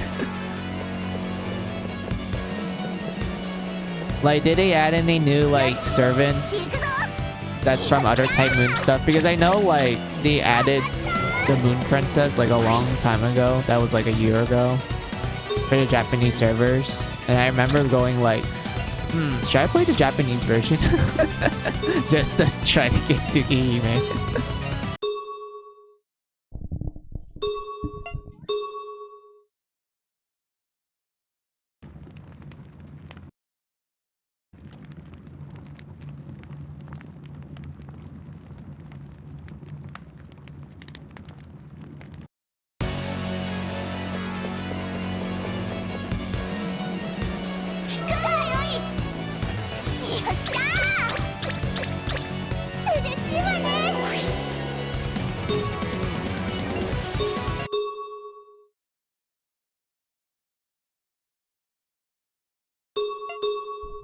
Have no idea. Not a fan of Faco. Oh, okay, okay, I see.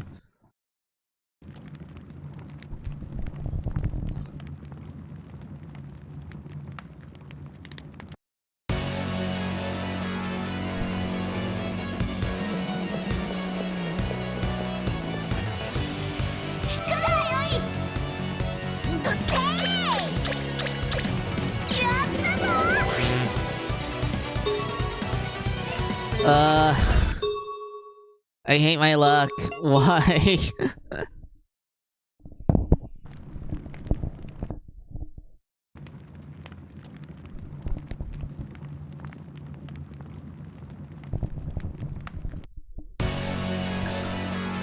Also, ow, my leg.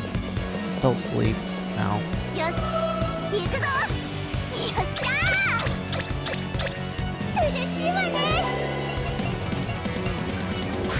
Okay, I can work with this. Yeah, I can work with this. Okay.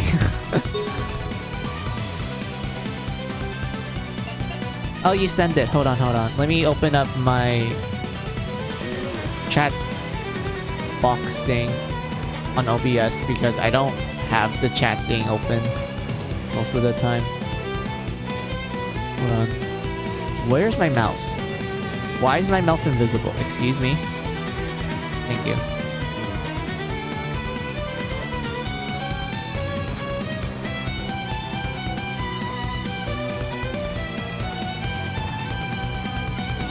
Why is it not load? Okay, it's loading. Alright.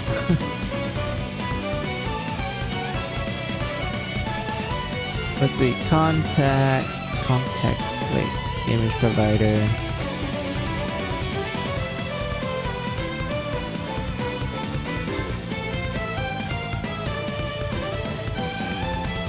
Was it give it a try recently, by the way. Got SSR Musashi. But I didn't. But I don't think I will keep playing even with the cute characters I got. Alright, that's cool. I mean, honestly, the only reason why I play Fate Go is just for the story. Like, that's honestly the only reason why I play Fate Go, to be honest. I only played it for the story. I didn't really care about the gacha, to be honest. I'm like, I'm not gonna get the broken characters because that's like fucking hard to do. So I'm just gonna ignore that.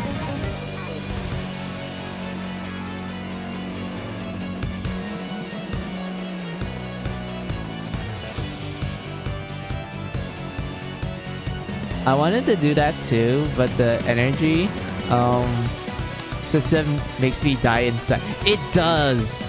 It really does make you feel dead sometimes. Like, you can agree with me, Stella, right? Like, the energy system for, like, Fate Go, sometimes, you're just like, oh my god, I don't have enough apples for this. I need more.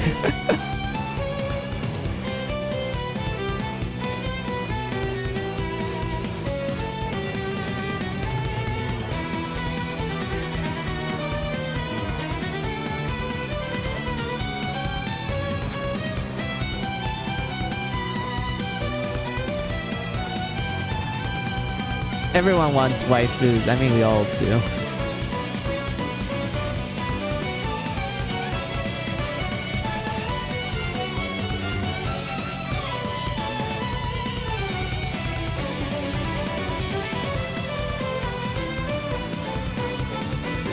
Huh. The link is acting weird. Hold on. Okay, the link is acting weird. Hold on a minute.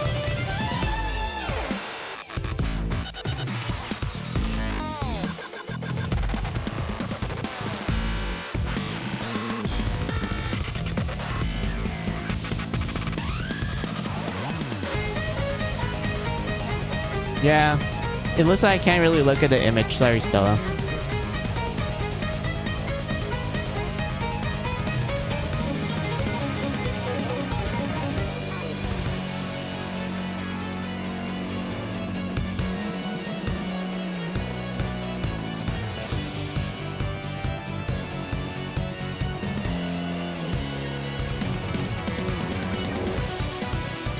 Let's see, I can agree if I started out. I say my apples. Yep. Oh, they gave away free 5-star too, so I got Lancer Toria. You wait, they are? Oh my god, I need to do that now. I'm assuming that the 5 stars they give out are like not the good ones. Like, they're good, yeah, but they're not like the busted ones, I'm assuming. God, 5 stars. Every time I think about getting 5 stars in Fate Go, the more I'm like, yeah, there's no way I can do this. Like, there is no way I'll be lucky enough to get the character I want. I have to face facts. There's no way I'm gonna get them.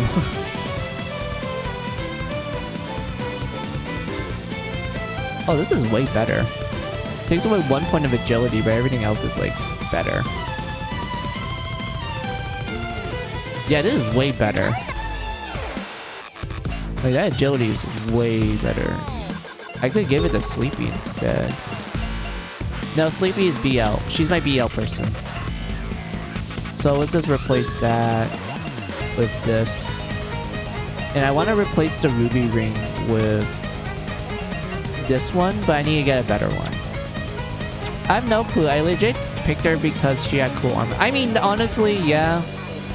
Lancer Toria, the 5-star version one, pretty cool servant.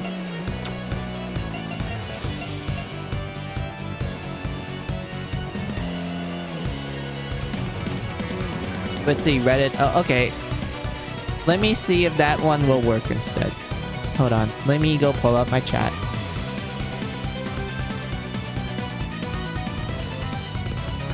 Why are you invisible? Come on. Work with me.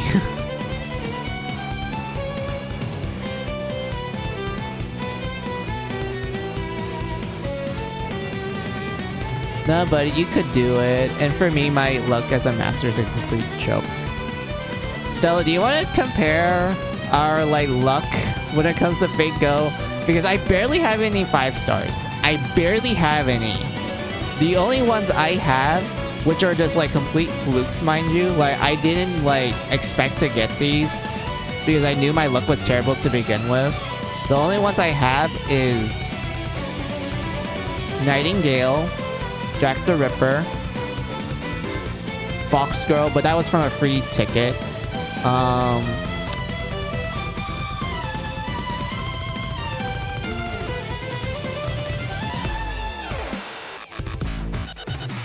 Voyager, and the foreigner, the Chinese one of the ancient beauties of China, and that's it. Those are my only 5 stars. I literally have nothing else, and that was like from my time playing Fate Go for like a good 5 years, or was it 4 years? Everything else is just 4 stars, 3 stars, and 2 stars and 1 stars. Wait. I just forgot. I absolutely forgot, guys. I have, Ruler, Atoria. I have Ruler, Bunny Girl, King Arthur. Yes, I actually do have Bunny Girl, King Arthur. I completely forgot about that. Because, I rarely use rulers at all. But because of me, like, listing out the 5 stars that I have, I was like, wait a minute. I have the Bunny Girl. I completely forgot.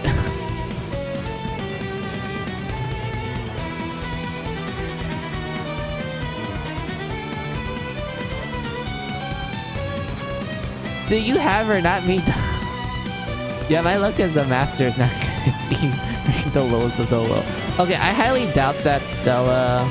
I'm pretty sure there's like 1 5-star that you probably don't have that I don't. Wait a minute. Wait.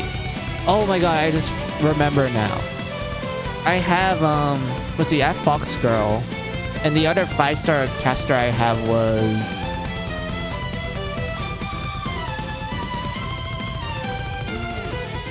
I'm trying to remember. Skahat. Wait, no. Skahat. The meta caster for quick cards. Yeah, I actually have her. I remember now. I remember getting her because there was like a Thanksgiving event like last year. And I was like, oh, okay, like I'll try my luck to get like a meta character. And then I ended up getting her.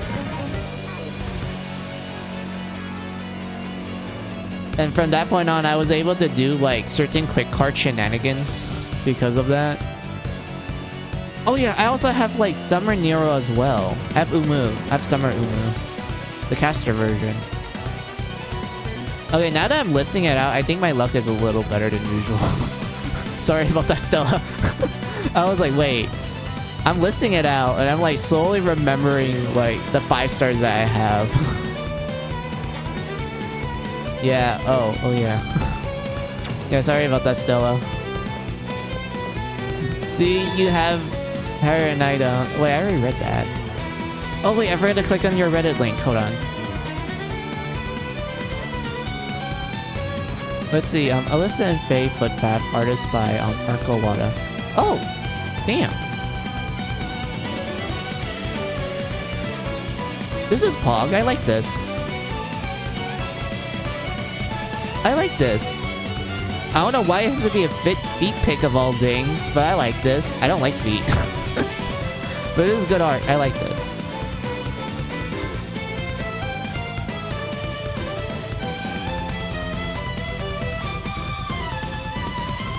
The more I hear, the more I know you have good luck.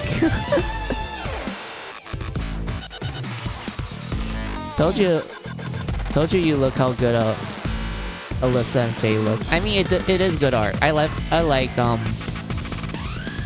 Faye Extra's artists a lot. They have a really distinct art style, I feel. Like it's very like, I wouldn't say unique in a sense, but it's like it's enough for you to kind of be like, oh, I recognize that art. Like, it's enough for you to like instantly point it out. And whatnot. Also, the fact that you got Musashi, I'm a little salty about that, because for the longest time, I wanted to get Musashi because I know that she's like one of the best sabers in the game. Like, she is considered one of the best ones because of like certain mechanics and everything. And I don't even have any good sabers. Like, the only saber I would say is like decent is like Fairy Knight Lancelot. Oh wait, not Fairy Knight Lancelot. It's her Fairy Knight Gawain. I know she's considered one of the good ones. I have normal Lancelot, Saber Lancelot. He's actually considered good for like quick team aims. I have the Japanese Saber guy. He's like a 4-star. He's Japanese. Wait, there's a bunch of Japanese one now I'm thinking about. It's the old man. It's the old looking guy. Not the one that looks like Virgil. Even though I do have him. But it's the old guy. With the really cool noble phantasm that's like, you know, quick draw and everything. Like, you know, it's like the nice black and white outlines and such. Like that one I have. That's 4-star saber. I like that one a lot. So yeah, like my saber count is like very low. It's very low. Oh, that's cool. Is it because of her double attack? Yeah, it is. It is, Gwen. That's like literally one of the best things about Musashi is that. Also, she does like a lot of damage in general.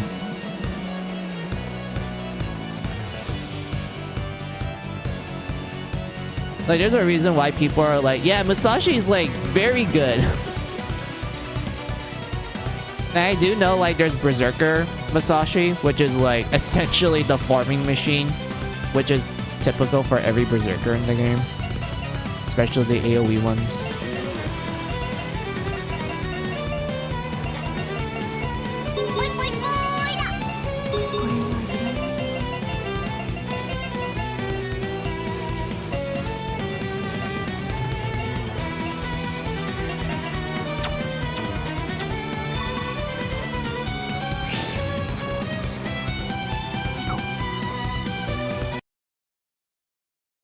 Who cares about some stupid BS? All I care about is Alyssa and Faye. Like, I think how good Alyssa and Red will look.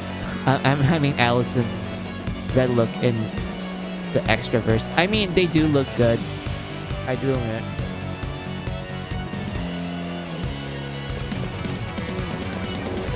Every time you say Alice Stella, I keep thinking of Alice from Fate Extra. Because that's essentially what it was. Like, Alice in Fate Extra, to some extent, nursery rhyme, is pretty much like fairy tales, which is exactly what Mary Skelter is. So every time you say that, my brain is like, oh yeah.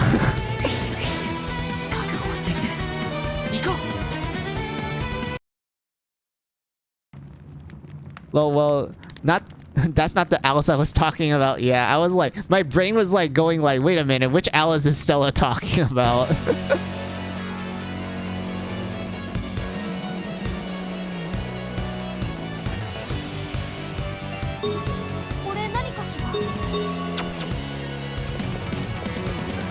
Oh yeah, Gwen, is there like a character, like from your experience of Fate Go? Like, is there a character that you like?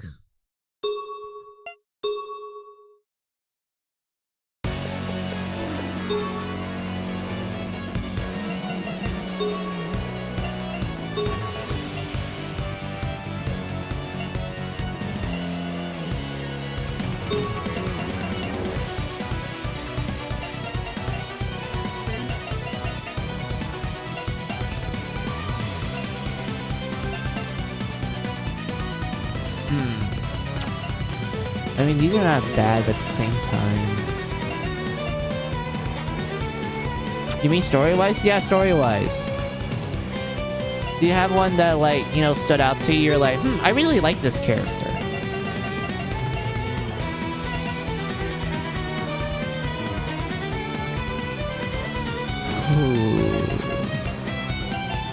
I mean, these are like good regardless, but I don't know how to replace it though. That's the problem.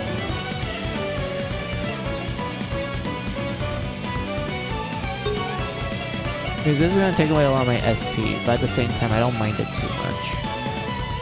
Yeah, it's gonna take away like a lot of my SP. Yeah, I don't mind sacrificing some of my defenses.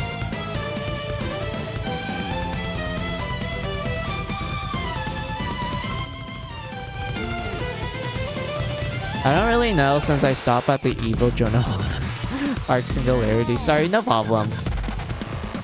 Jean Alter looks cool though. Yeah, she is the cash cow of Fate Go. Like, a lot of people really like Joan of Arc Alter a lot. But I know the reason why is because like she's one of the more damage hitting servants. Like as a Avenger. She hit really hard. I think she had like the highest like attack stat for like the longest time before other servants came. Like when they released Joan of Arc Alter as like a playable servant, she had like the highest attack in the game. And then she got like, you know, power creep slowly after. Should I give this to Alice? I mean, Charlotte is like... Charlotte is good at the moment. Yeah, Charlotte's good at the moment. I feel like I need to boost up Mary's potential.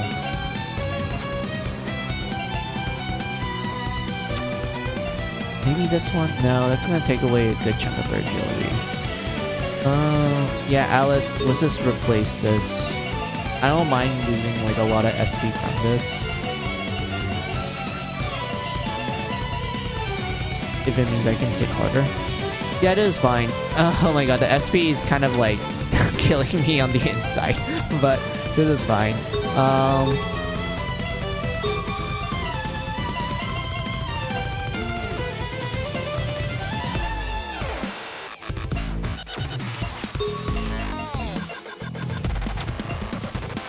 I should watch the Babylonian anime, I guess, since I don't really care about Fate Go spoilers. I mean, to be honest with you, after the Joan of Arc Singularity, the second one was like meh.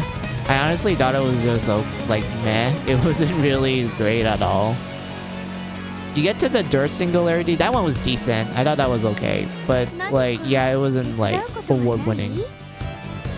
The fourth one, which is the American Singularity, I thought that one was cool.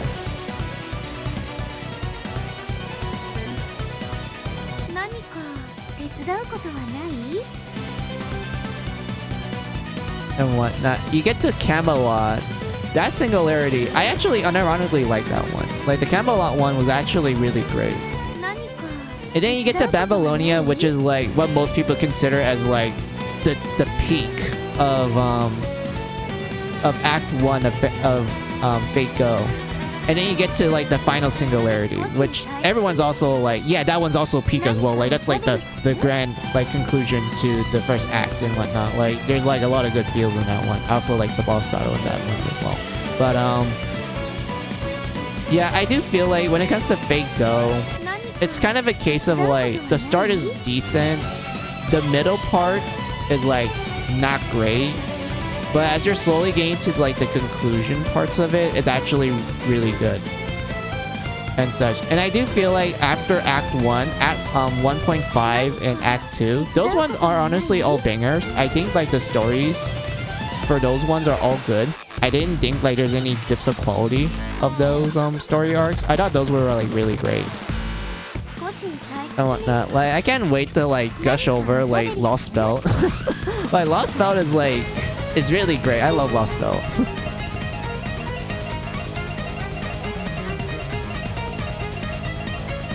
Wait a minute. There's nothing for me to give you.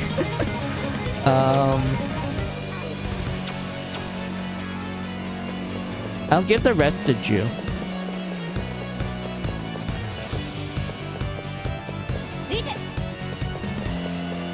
Same friend told me Hakuno is perfect as the MC and extra, and I agree. Sure, I can work with that. I honestly don't really play as like female MCs often in Fate. I always play as the guy. It's really rare for me to actually play as a girl. Like other games where it's like, oh, character customization and whatnot, yeah, you will definitely see me play as a girl most of the time. But like when it comes to Fate in general, I only play as a guy. I rarely play as a girl.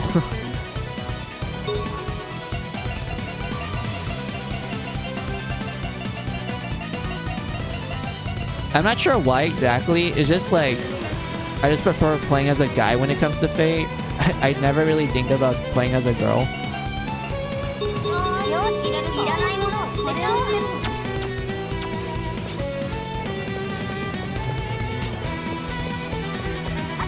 There was a moment I laughed hard and I couldn't believe what she did.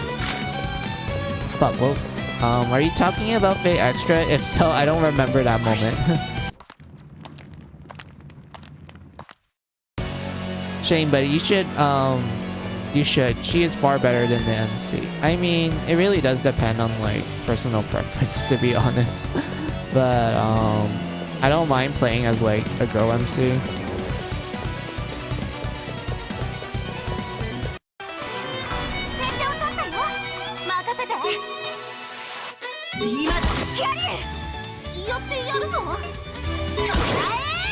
Now that I think about it, Stella, the only time that I actually played as the female MC for Extra was when I was doing like either Archer, like I choose Archer as a servant, or I'm doing like Gilgamesh in CCC. Because I honestly find the shenanigans the female MC gets into in CCC to be a lot more hilarious compared to like if you play as a guy.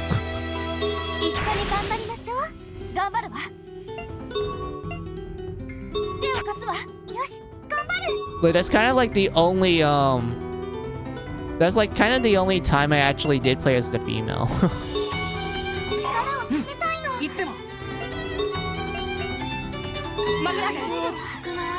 In CCC, Gil asks her to give him her panties, and she does, and the look on her face is so good. Oh yeah, I remember that. I remember that scene now. Yeah, that was a great scene. I remember laughing hard when I saw it. Yeah, we had to focus on the behemoth to hit everything.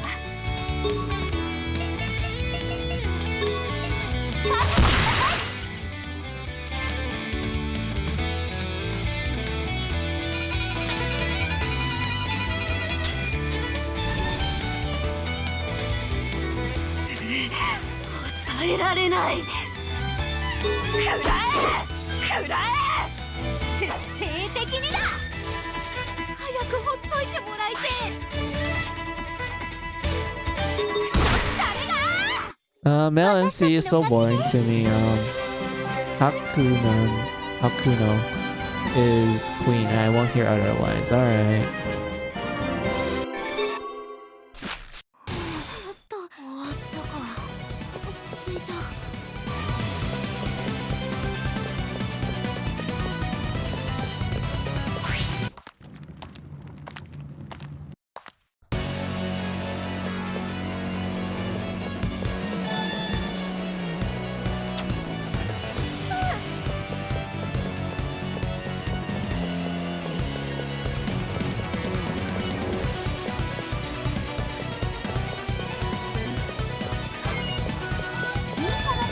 You don't have to agree with me, buddy. Believe what makes you happy. Oh, I don't mind that.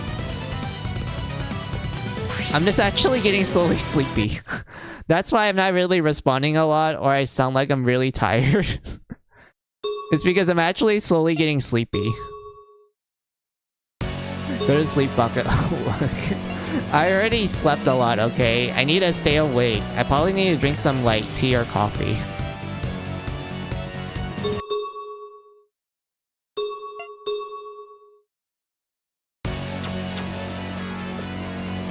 Oh yeah, we're getting to the event. Wait, hold on.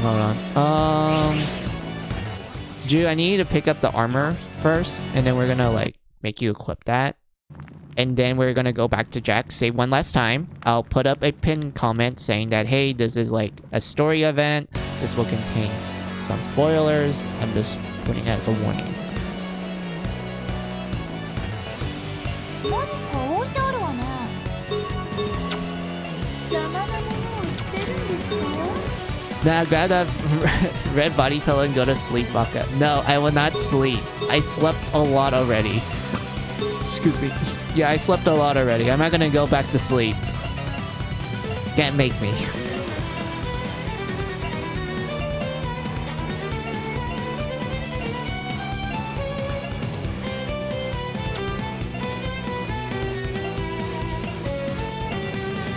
Yeah, these are good armor.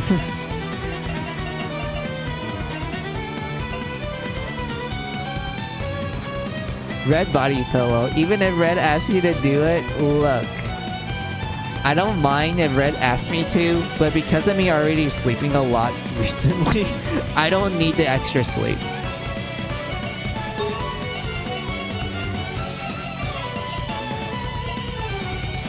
Yes, he has a red body pillow. I do have a body pillow, but it's not on red because I don't know how to make a custom one.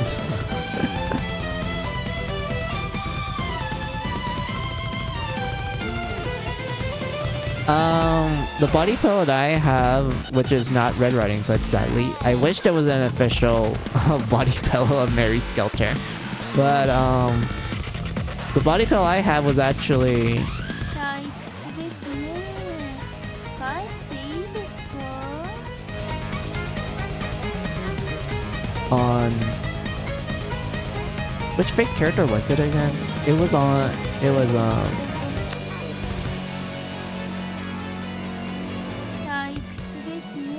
I think it was like Rin. I actually have a Rin body pillow. Of course, I don't really hug it to sleep, let alone do stuff with it. I just use it as like a back pillow. Because I don't feel comfortable sleeping unless there's something on my back. よしですか？何かしてください。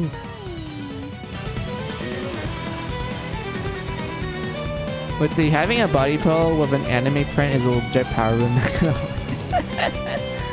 Honestly, I wish I could do that.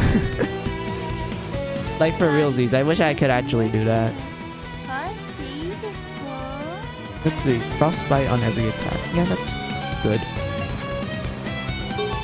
Stun on every attack. I don't think she needs that to be real.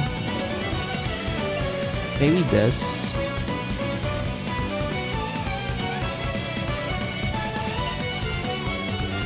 Yeah, that's poison for every attack. Frostbite.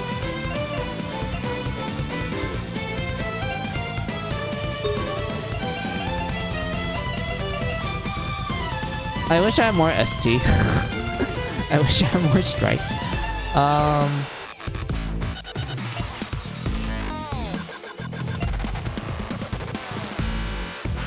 I think this would be good. Yeah, that's good.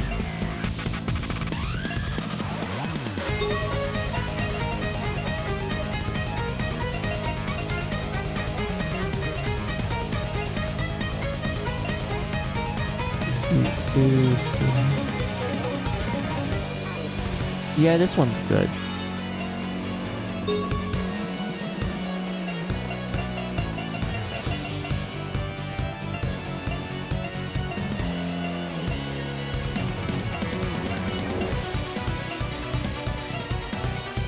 More HP or more?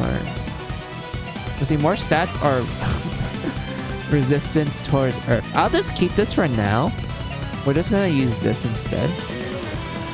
And I wish I had like better accessories. Yeah, I really wish I had better accessories.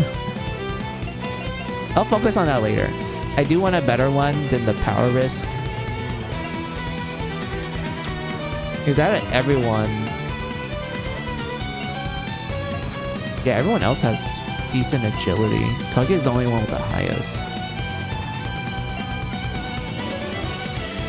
Having a body... Oh yeah, I read that already. I know I would get one of Alice first. Which Alice, Stella? There's a bunch of Alices.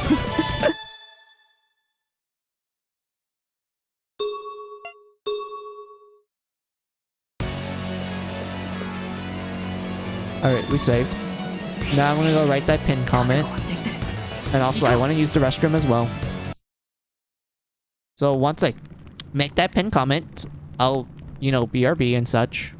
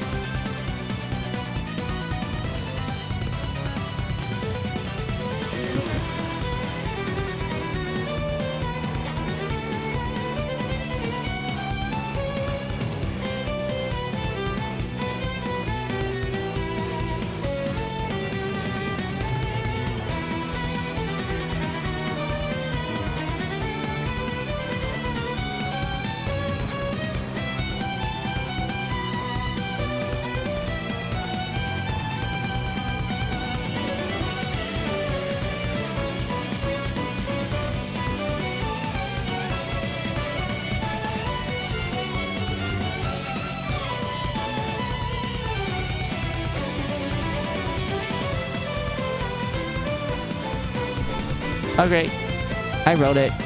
This looks good. Alright, so I'll BRB you guys. Just gonna use the restroom.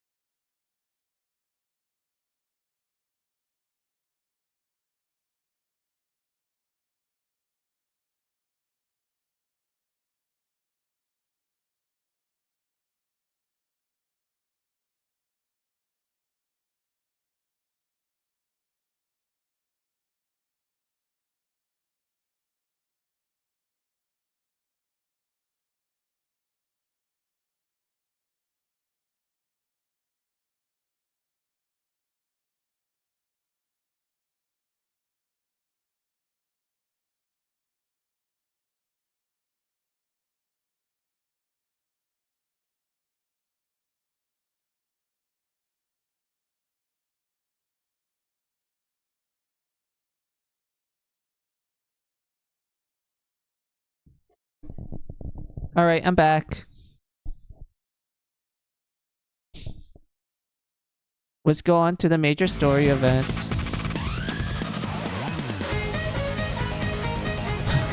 Alright. I really like this event a lot, guys, because it's like a really good feel moment.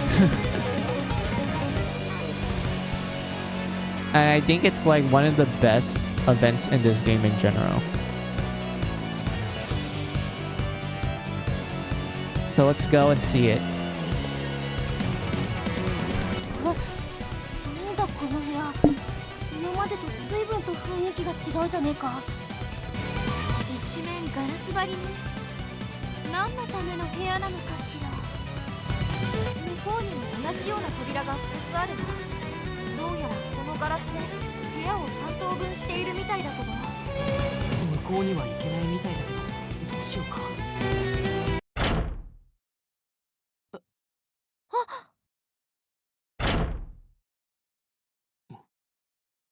みんなジャックさんたち、それに姉貴たち。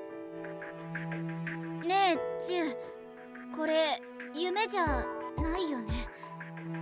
現実だ。そうか、こいつらが赤ずきんが言ってた。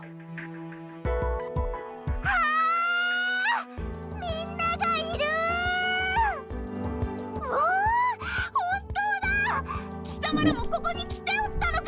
Look at that. Everyone's finally reunited with everyone. それに皆さん無事でしたのね。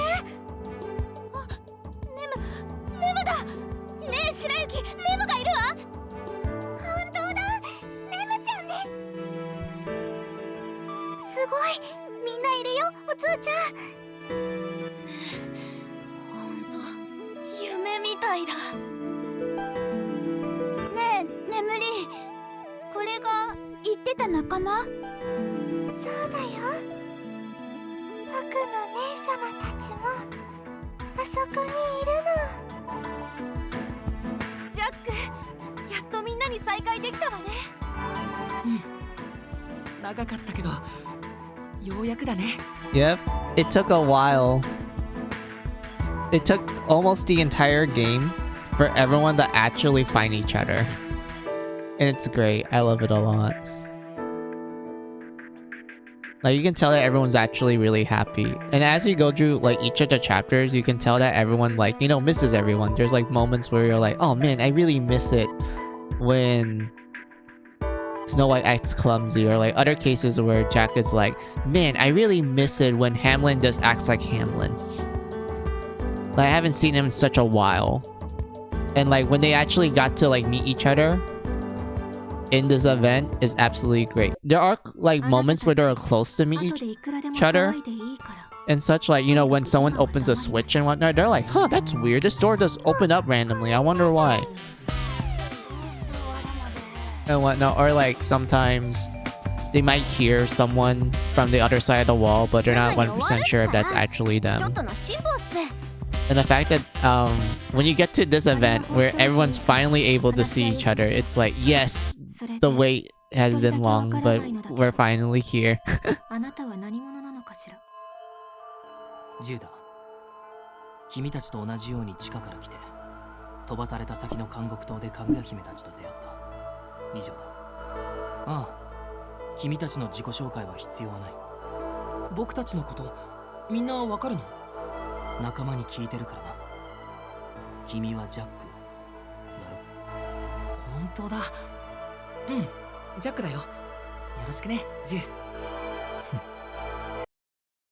大人げない人ですね。ああ、めんどくさい。まだお互いをよく分かってないからね。それよりかぐや姫も久しぶり。元気そうでよかったよ。こっち側は窮屈でめんどくさいです。今も赤ずきんや白雪が興奮しっぱなしだから、なぜかわらわが出席する羽目になりましたし。ああ、ジャック、何度そなたに早く合流してほしいと思ったか。Yeah, Princess Lazy couldn't be lazy anymore because Jack wasn't there. 姫が一番しっかりする羽目になってサボれなくなるのね。あ、ジャックさん、その説はどうもっす。僕、何かしたっけ？って、クララ、どうして君がメアリガンを持ってるの？なーにとぼけたふりしてんすか。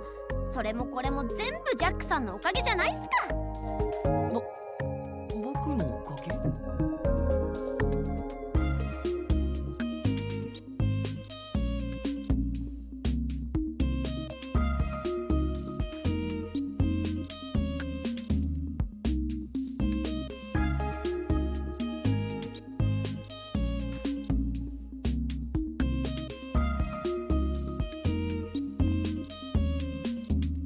じゃあ、あの時いきなり道が開けたのはジャックさんたちかジューさんたちのおかげだったってことっすね。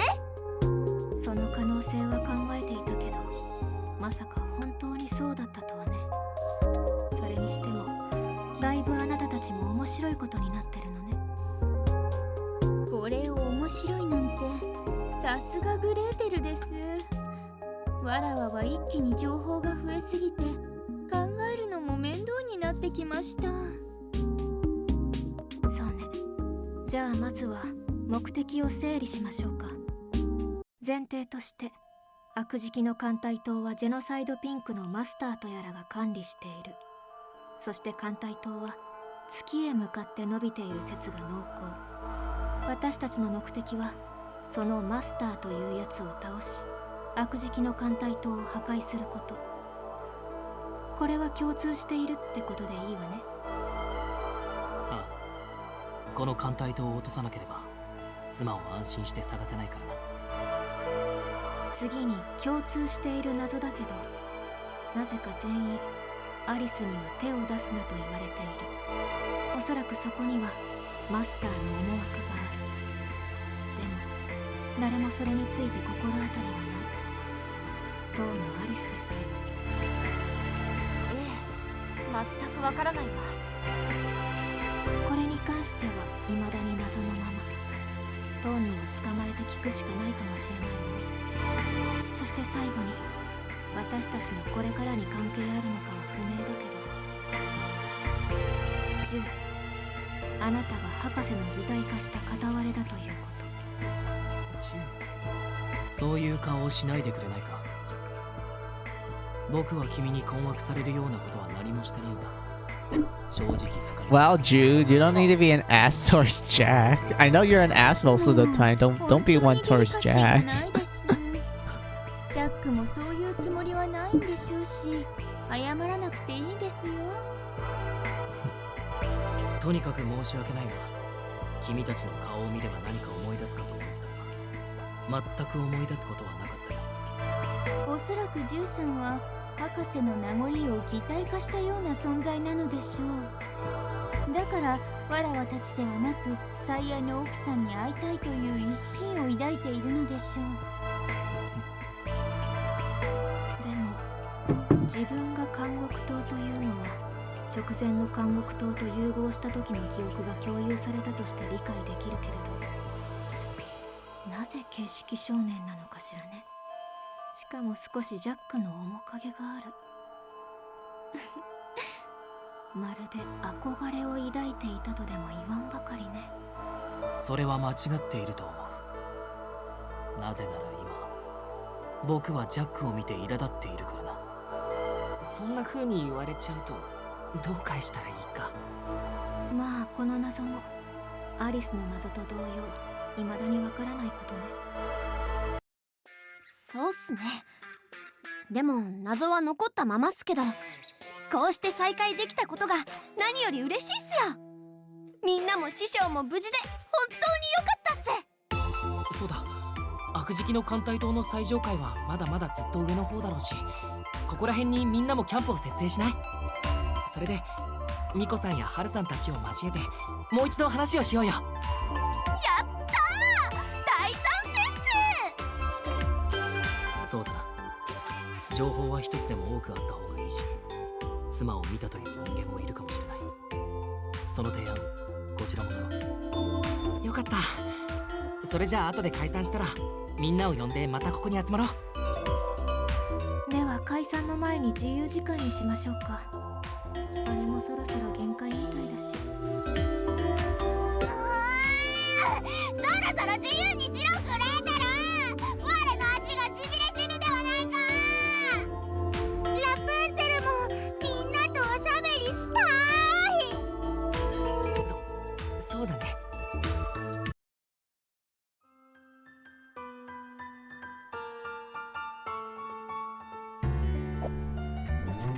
Aw, look at that. 無事で本当に良かったです。きっと生きてるって信じてたわ。頑張ったわね、レム。親指姉様、白雪姉様、僕頑張った。 The three sisters are united. 元気してた？もちろんですわ。ラプラプも変わりありませんわね。 I do like how Rapunzel and Cinderella are interacting because, like, you know, it's kind of a reference to the second game where the two got along quite well. ちょっとラップ、その紹介の仕方やめてよ。恥ずかしいじゃない。この方がさっきクララさんが言ってたジェノサイドピンクに。そうよ。シラはどうせ。シラはとっても優しい子だよ。だからね、今はラプンツェルととっても仲良しのお友達なの。ラプラプのお友達ならいい子に決まってますわね。よろしくね、シラさん。よ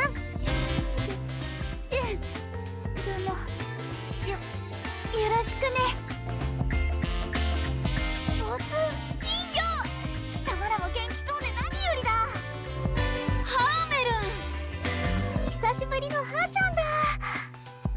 貴様らとは短い付き合いだが、なぜかこの中で一番長い気がしてな。だからずっと気がかりだったのだ。僕たちもそんな気がしてるよ。 Aw. ねえ姫。 Hamlin misses her buddies from the ずっ second と前 game. から友達だったんだよ、きっと。それにしても本当にお互い生きててよかった。心配などいらぬ。なんせ我は無敵だからにゃ。激しく噛んだな。盛大に噛んだね。噛んでなどないわ。我は大魔王まで上り詰めた存在であるぞ。はーちゃんはいつも元気だね。皆さん本当に元気ですね。わらわはもう喋り疲れました。休んでるので後で声かけてくださいね。ジャック、アリス、本物だ。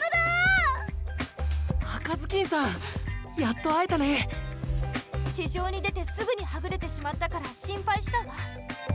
でも変わらず元気そうでよかったよ。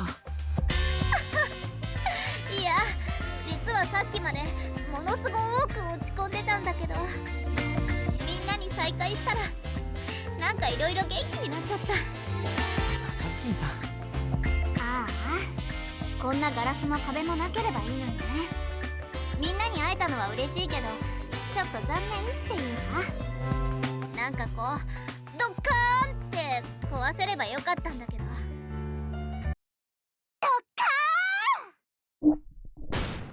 Oh, look at that. ーン。 Look at that, Rapunzel. どうしたの？や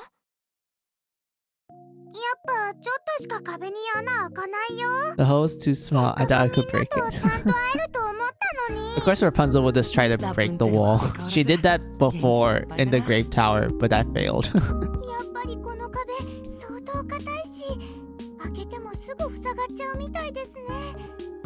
ラプンツェルさんの力でもダメでしたか？そうね、傷一つつかないしね。ネムも寂しいでしょ。こっちに来られればよかったのにね。あら、メンバー交代は拒否させてもらうわよ。え、それってどういう？ネムちゃんをこっちに来させるのはダメなんですか？ええ、だって今の私たちにとってはこれが最適解のメンバーだもの。今の構成が最も強く最も効率がいい構成なの。 Look at that. Gretel's acting smug. She's like, nah, you can't swap party members, not because of gameplay reasons. No, it's because we're the best team. We're the ideal team. Having the strongest and efficient members. I don't know about that, Gretel. Your team is considered the debatable team compared to Jew and Jack. Like the absolute debatable.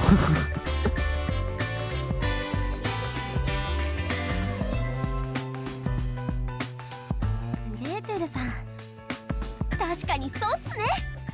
自分らこのメンツが最強メンバーっす。ネムちゃん。そうだ、我らこそが最強なのだ。どうだ、羨ましいだろう。ラプンツェルたちは誰にも負けないんだから。そっか、離れしちゃってるのね。いつの間にか強くなって。なんの白雪たちだって冷静なジュンさんと頼りになる茜様がいるんです。負けませんよ。I agree with you, Snow White. You guys are the best team because you have Red Riding Hood. でも白雪たちもすごいんだぞ、心配いらないぞって伝えたく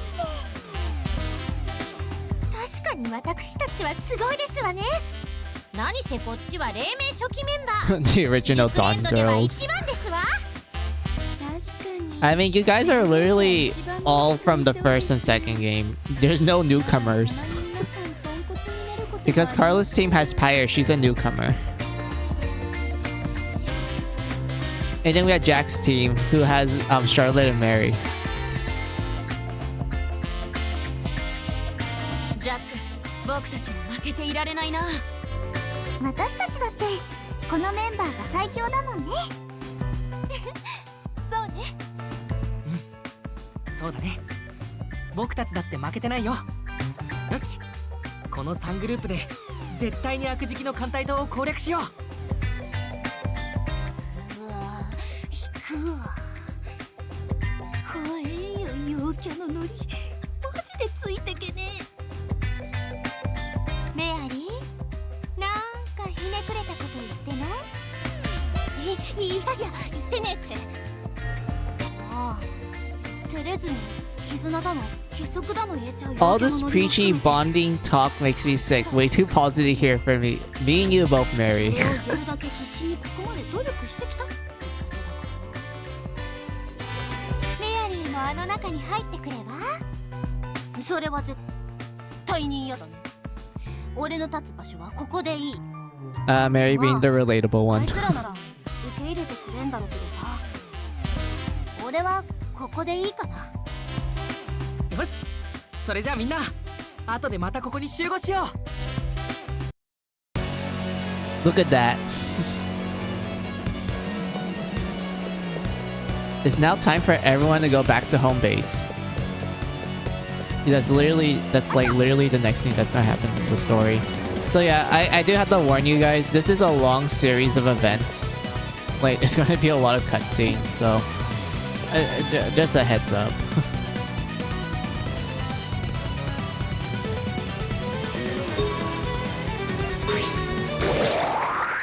そうか、みんな無事だったか。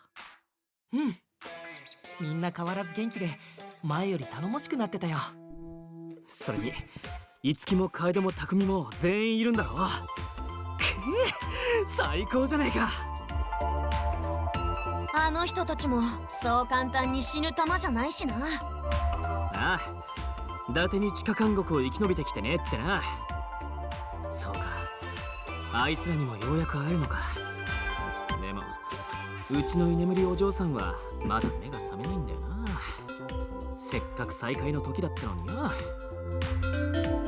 おい光、このままじゃお前が起きた時にはびっくりすることだらけだぞ。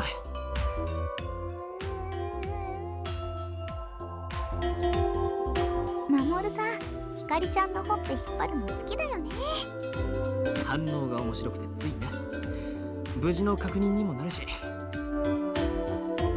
それにしてもあの親父や門脇くん、区内も生きててくれたとはね。赤ずきんたちのグループなら安心だわ。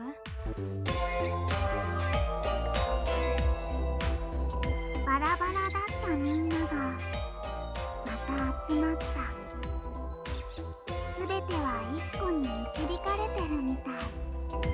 まさか私たちの信者にも無事な人がいるなんて。そうか、救いさん生きててくれたか。それでさっきも話しましたけど、明日にでもみんなに会いに行こうと思うんです。可能であればキャンプ地も移したいですね。いいと思うぜ。善は急げってやつだな。でも明日とは随分と急だね。確かにそうなんですけど、僕たちも一刻を争う状況ですから、バタバタさせちゃってごめんなさい。いや、仲間との再会だ。気持ちが流行るのは仕方のないことだよ。じゃあ明日早速みんなで行きましょう。にかして合流できないか道も見つけたいわね。確かに嬉しいけどもどかしいよね。それにしてもそうか。ジェノサイドピンクの子はいるのか。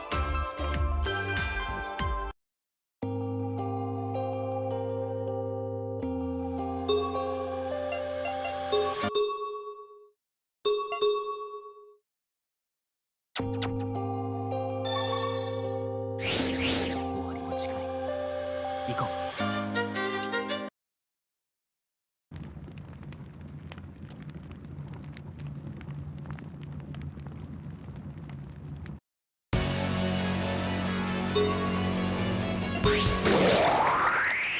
みんな生きてた。本当か？もちろんだ。This is great. Everyone's morality is like getting boosted up because of everyone being united in the 彼らも classroom. 無事か。そいつがお前の言っていた弟子か。ああ、本当いつだって心配 Look さ at せられる Haru. んだ He's really あいつは happy. ジュ教えてくれてありがとな。情報の共有は当たり前のことだ。いちいち礼など言わなくて。またこの人は大人げないですね。なあ、他のやつはどうなんだ？俺たちみたいなキャンプ組もいるんだろ？ミコやミチル、ママレたちも生きてるって。やっぱ他のみんなもキャンプ作ってるみたい。そっか、そうだよな。いやー、人間は俺とドジっ子だけだと思ったから他にも生きててくれて安心したよ。ちょっと門脇さん、そういうのはよろしくないですよ。え、そう？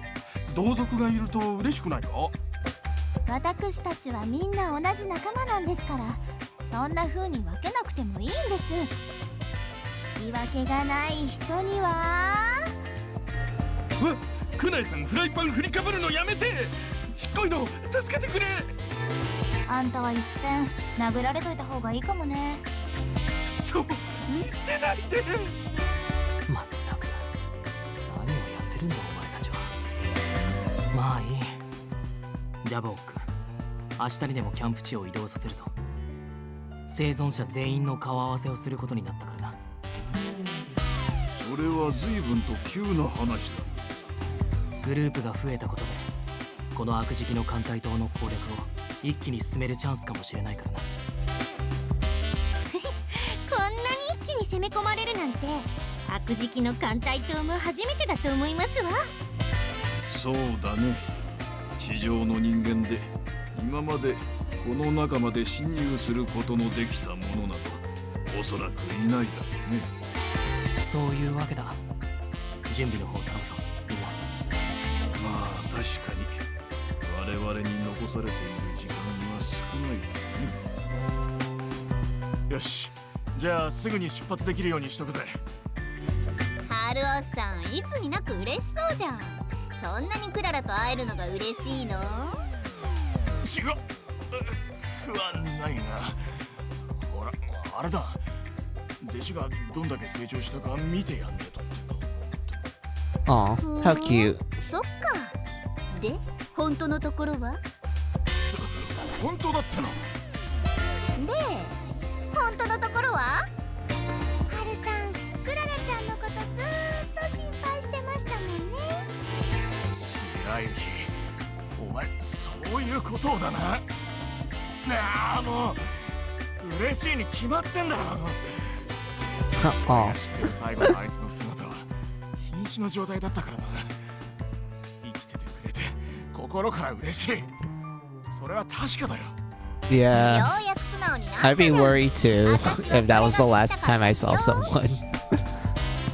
でもすごく恥ずかしそうですわね。別に普通に言えばいいと思いますわよ。そうそう、おっさんのベレとか誰が得すんのよ。私、もしかして見てはいけないものを見てしまいましたか？そこまででは。このグループは素直じゃない面倒くさい男の方が多いです。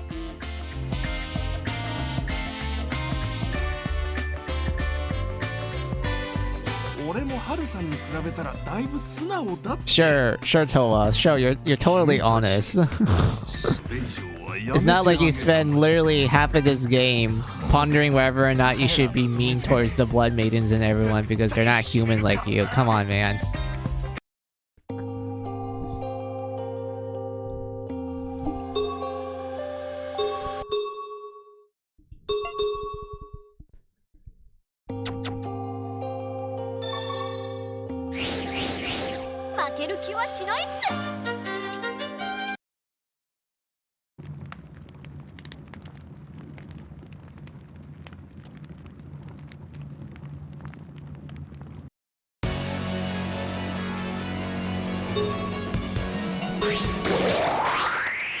An event involving a battle will happen. Are you ready? If no is selected, you will be sent to the entrance. Oh yeah, so this is where we're gonna have a boss battle. And I do like how the game warns you about it. It's like, oh hey, like it's gonna be a boss battle. You need to make sure your tip shop shape ready for it. I like how if you say yes, you know, you continue with the event. If you say no, it just plops you at the entrance, which I do like a lot.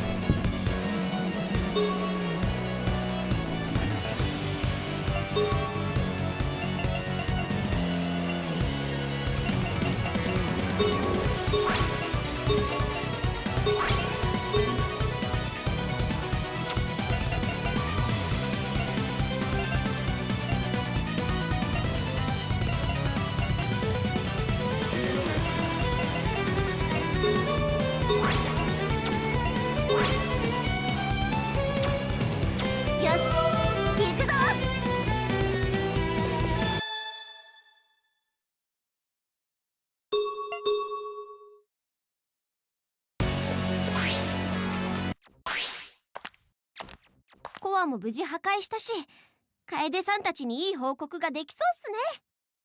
ただいまーす。おかえり。探索お疲れ様でした。ご無事で何よりです。あれ？皆さんどうしたんすか？なんだか様子が変っすよ。いや、君たちが不在の間ににわかには信じがたい話を聞かされて少々混乱していてね。詳しくはレイチェルちゃんからお話を聞いてちょうだいな。レイチェルの話だと？皆さん帰ってきたんですね。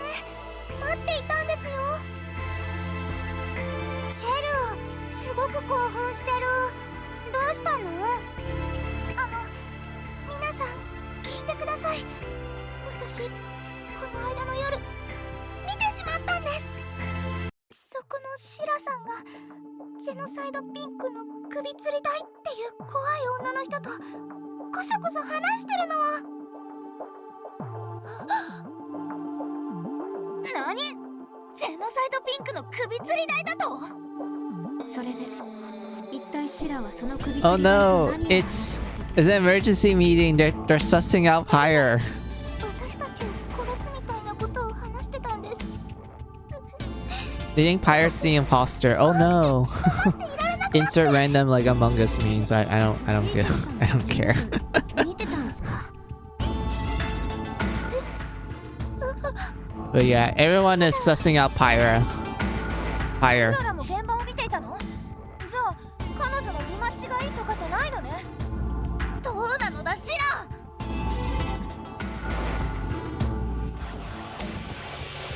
確かに首吊り姉さんとは会ってたけど、でもやっぱり認めましたよ。この人はこの間も泥棒と一緒だったし、きっといつも悪い。 Pyre's a good girl. Do you have evidence, Stella? Do you have concrete evidence in this court? じゃあ私たちを殺すって話は絶対してなかったって言うんですか？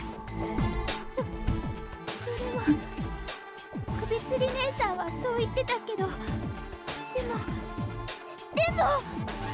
ほら、やっぱり言ってたじゃないですか。シラ、彼女が言うようにそれは事実。 Damn right I do. Didn't provide said evidence. やだやだ、怖いよ。この人を追い出さないと私たちきっとみんな殺されちゃう。シラはそんなことしないよ。でもラプンツェルさん、シラさんは Oh, look at that. Rapunzel's defending Pyre. もともと悪い人たちの仲間だったんでしょ。しかもここに来てみんなを殺すとか、もともとそれが目的だったに違いないです。でもそれでもシラは絶対そんなことしない。ラプンツェルはシラを信じる。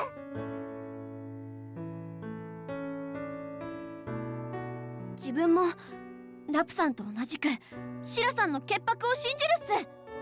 今まで自分たちと一緒に命がけで戦っていたシラさんが、大事な仲間がそんなことするはずないっ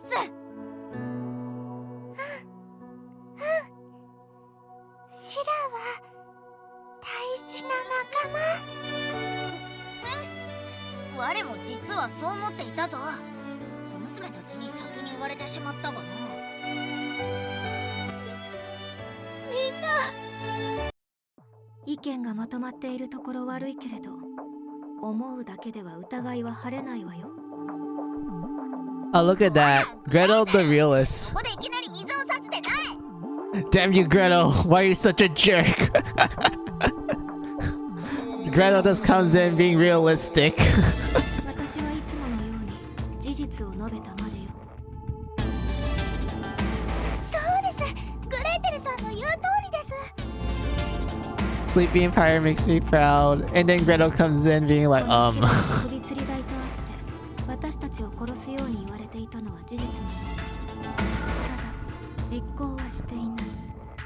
そもそも本人にその意思はあるのかしら。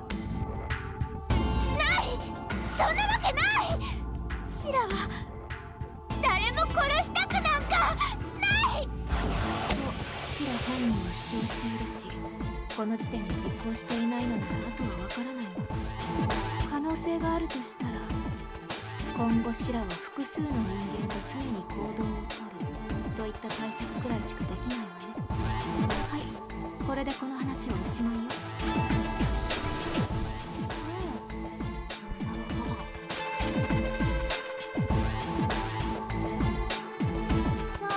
じゃあ yep. これからも私たちを殺すかもしれない人と一緒にいろってことですか？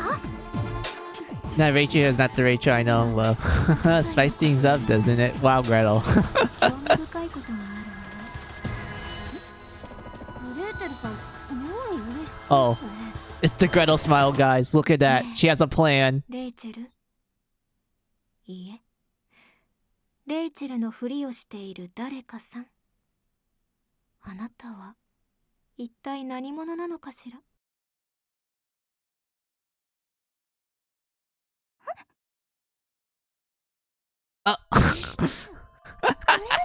That cut to black. 何を言ってるんですか？私をからかわないでください。ひどいです。 You saw how surprised everyone looked and then it just cuts to black. Oh god, I love this. からかってなんかいないわ。私はあなたがレイチェルという人物ではないと思っているから聞いたまでよ。でも皆さんは私の姉と妹に会ったとおっしゃってました。そもそもそこからして違うのよ。私たちが会ったのは Gretel's cutting the BS, she knows. Yeah, like Gretel doesn't mind teasing Pyre for a little bit before actually, you know, going straight to the truth. クララさんも私の姉さんと Because that's Gretel for you. 確かに自分はそう言ったっすけど、あれで違ったんすか？ Wait, hold on. But that's the rub. It can't be true. We haven't met Rachel's older and younger sisters. They're just her two older sisters. Oh yeah, the whole reason why Gretel was able to piece together that Rachel isn't Rachel is because of Carla slipping up the information. I completely forgot about that. 小娘、それは間違いであるぞ。Like, guys, imagine the reason why everyone was able to solve the mystery was because one person gave out misinformation, which turns out to be the proof they needed to prove that, oh, this Rachel is fake. Like, imagine, like, that's literally how the mystery gets solved. Like, someone was accidentally gets misinformation, like, they didn't do it on purpose, they accidentally did it, which was actually what they needed to prove the evidence. Yep, she fucked it up, but yet saved the day. She did. That was like the funny thing about this whole like revelation. And you can actually see it too. Like when you have Carla talk to like Rachel in that one story event, Carla's like, oh yeah, we met your siblings. We met your older and younger. Even though like both of them explain that they're actually the older siblings. But you know, Carla messed up the information and this Rachel's like, yeah, I remember them. I'm glad to hear that they're safe. And then Gretel's like, you fucked up. Yeah, she fucked up, yet saved the day. Yeah.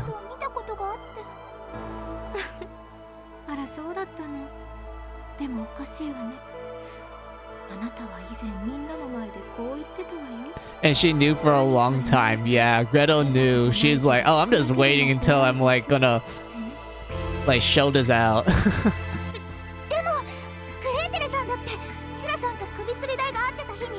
Oh, look at that. This Rachel is losing her confidence.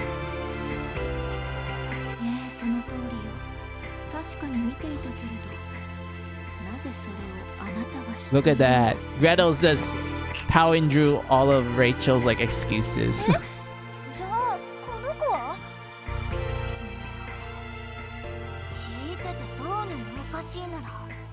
Even Hamlin knows. Hamlin's like, wait a minute, this makes no sense.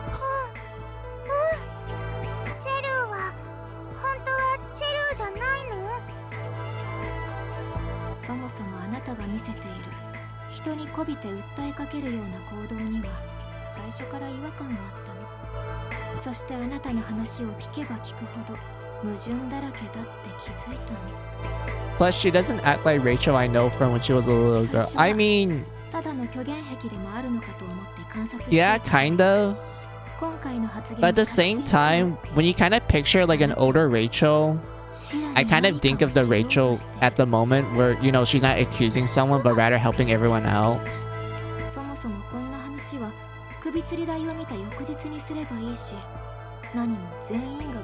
Because like, let's be real, like Rachel, when we first saw her, she's like a really young child. Like the only thing that we know about her is that, okay, she's really young, she's really innocent, she doesn't really understand the world that much.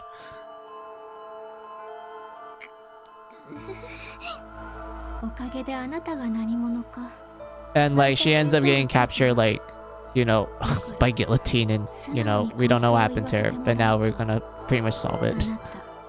I have to go now. Thanks for the stream music. No problems, Gwen. It's nice to see you again. It's been a while. I'm glad that you're able to like, you know, catch my stream and like just watch me gush over finale and how much I like it.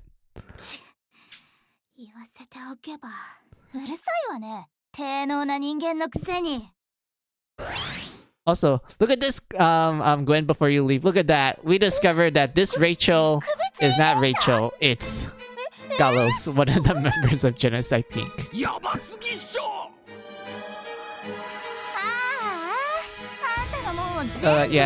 thank you for stopping by, Gwen. I hope you have a good night's sleep and everything.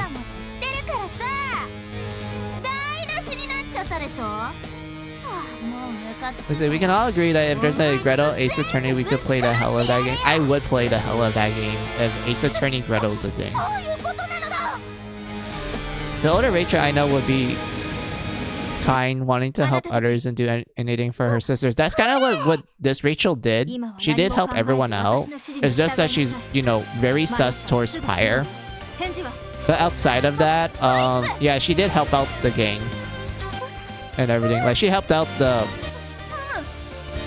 people in camp with like chores and cooking. This bitch. And whatnot. But yeah, like, I would say at least her mannerisms is like something I could believe would be like what older Rachel would be.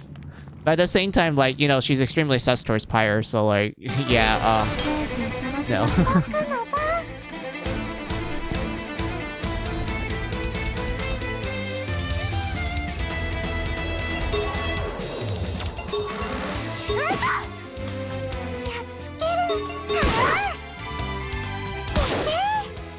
行くわ。私の番ね。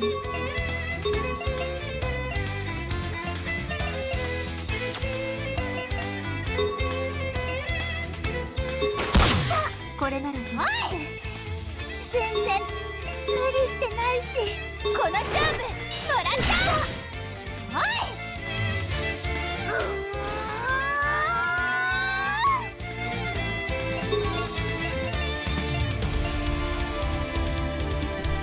No, she didn't care for her sisters and wanting to find them. I mean, let's be real. That's like the only flaw to that. The fact that she didn't know that the real Rachel had siblings. And whatnot, but even then, like, given the nature of what we learn later on, I don't really blame real Rachel for not remembering that she had real siblings. But we will talk to that when we get to that point, Stella. Just wait.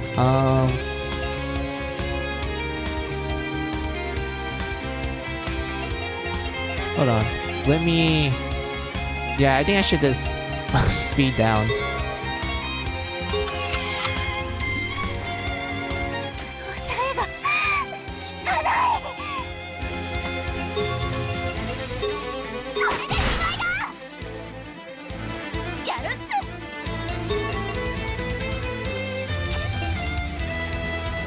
Oh god, hold on.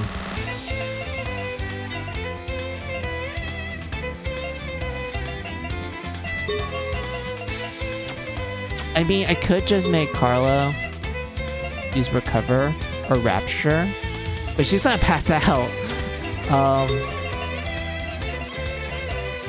Okay, let's just do this instead. Oh, she's distracted. Oh my god. We got lucky. We got lucky. Alright. Let's buff up higher.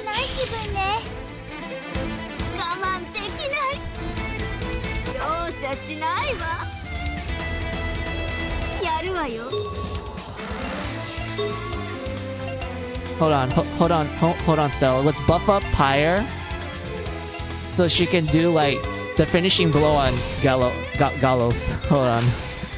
We need to buff her up. We need to buff up this girl.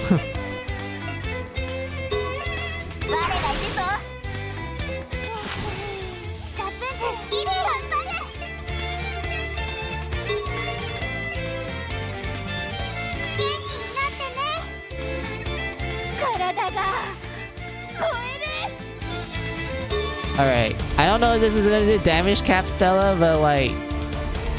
we all know it's game over. We all know it's gonna be game over. Are you ready, Stella? Also, I need to read what you wrote down real quick. Let's see. The real Rachel would be like 3 to 4 years old. Someone that young would wait, wouldn't or would? Someone that young would forget unless someone erased her memories. I'm assuming you wrote down wouldn't forget unless they erase her memories. If that's the case, then like, yeah, that's probably what would happen. You know, she went through some kind of stress which caused her to forget things. You kind of have to like, you know, poke in her brain a little bit. You better let my baby get the final kill on this bitch. We are going to. Wait, how many buffs are on Pyre right now? I need to look at this. Hold on. Let's see. Wait, no. Where is it? Strengthen. Defense down. Blow. Speed up.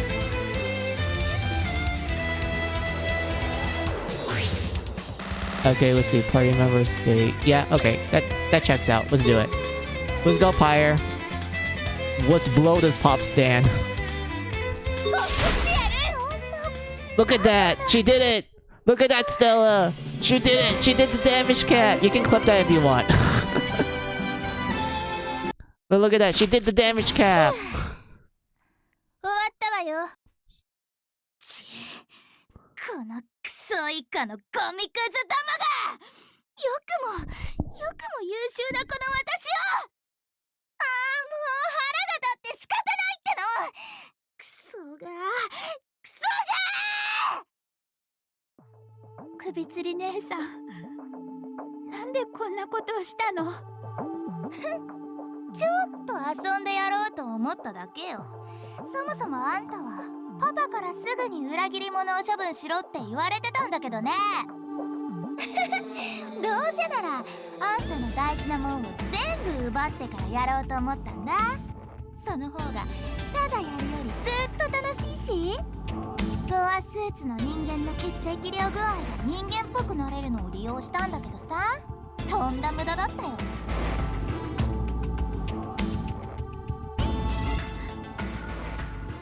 首吊り姉さんはいつだってそうだったよね。いつも人の大事なものばかり欲しがって無理やり奪って手に入れたら踏みにじって捨てる。何よ、それが楽しいんじゃない。人の趣味にケチつけないでくれる？そもそもなんでレイチェルって人間になりすましてたんすか？ライリーさんたちがいなかったらもしかしたら気づかれなかったかもしれないのに。あれは正直計算外だったけどさ、そもそもレイチェルって誰だと思う？ Oh, look at that. あんたのことだよ。 Rachel's actually higher. あんたはギロチン姉さんに連れられ、パパにジェノサイドピンクに改造された被験体第1号。ただの実験用のモルモットだったんだよ。それがまさか姉妹が生きてるなんて。さだ、予定が狂ったじゃない。シラが本当はレイチェル、ジェノサイドピンクの被験体。そもそもアリスなんて女に縛られなければあの時こいつらをまとめてすぐにやれたってのにさ。ああ、もう最悪。胸クソ悪すぎだっての。許せないっす。シラさんを本当の家族から奪った上にそんなひどいことまでしてたなんて。これ以上は何一つ。 I mean, it kind of makes sense why Pyre wouldn't remember anything. Because, you know, guinea pig slash live experiment, a lot of stress equals, yeah, you're not gonna remember shit. You're gonna forget everything.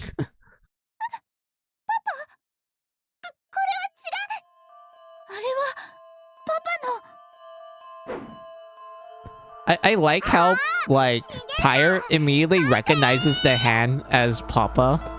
Like, it just immediately took Pyre just to look at some random hand, just to be like, oh, that's Dad.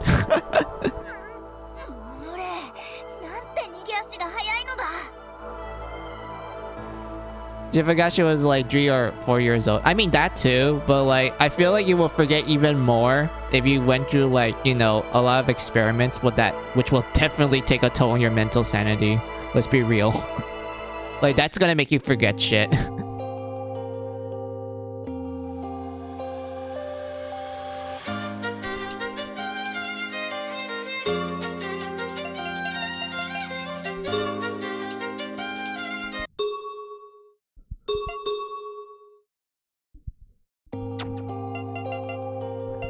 Which will give you PST. Exactly, that too.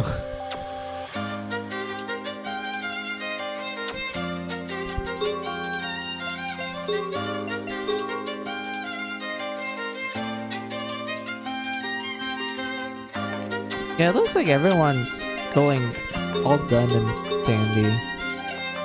I got all the skills that I want on everyone. Well, most of it. I want to max counter out and also auto defense. Also get magic counter as well. And resist all. Also max this one out.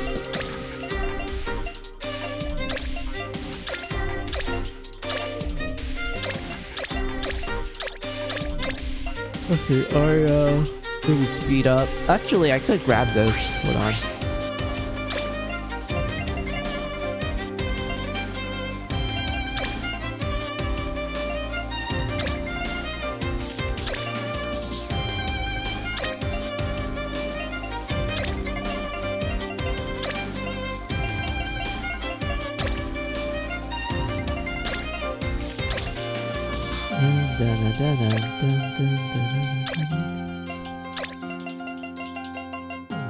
Wait. Does anyone know seal recovery? Wait, that's recovery. Really? No one knows it? I mean, I know Gretel knows it, but really? Nothing else?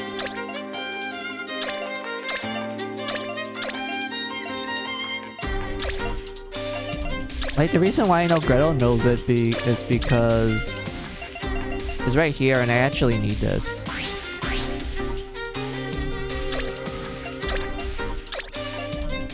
And then for Pyre...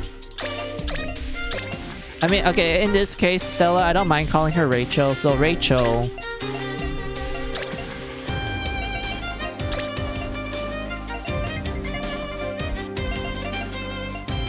Let's see, Rachel has nothing for me to learn for her. She actually maxed out all the things I want her to know. Yeah, this is fine.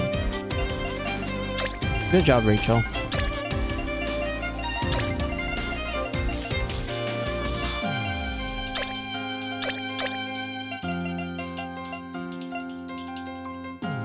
Also, still, I really like this move right here, Dead Poison Trust. Because, like, okay, normally I hate single target physical skills because I find them to be useless most of the time. But this is the one exception. Because heavy poison is really great. I love heavy poison. Other than, like, you know, stunt and sleep. Heavy poison is such a good, like, status effect. Because it's pretty much poison, but since heavy poison takes away a lot more HP, you can actually do some funny shenanigans with it. But I know for a fact that someone actually beat the final boss of the second game with just heavy poison alone. And it took away so much HP. Like, geez Louise, it took away so much. It was just pretty much a stalling, like, tactic. They just stalled it. And the boss didn't stand a chance. Also, you wrote down something. Hold on.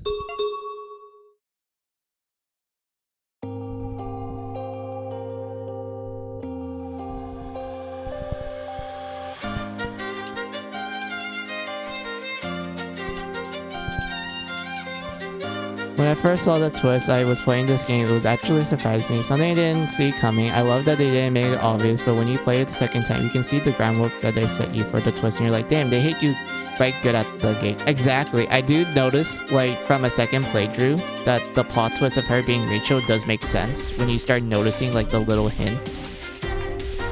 And honestly, it was handled in a way that I was like, yeah, this isn't too obvious. I like how it's just like a little small detail that you wouldn't really notice until you actually pay attention to it.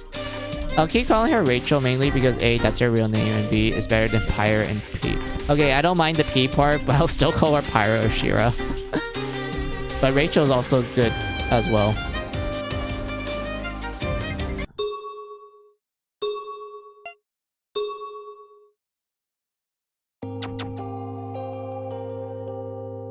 Oh wait. Yeah, okay. This is what we're gonna do.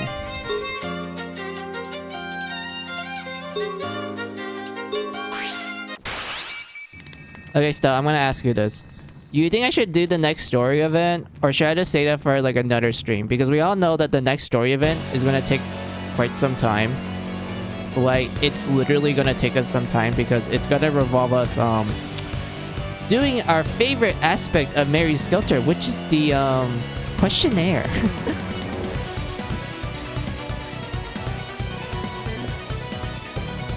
And I know that's gonna take a little bit of a while too, even if I were to rush it and such. So, like, yeah, I'm debating whether or not I should just, like, you know, say that for, like, another stream, or should I just do it right now?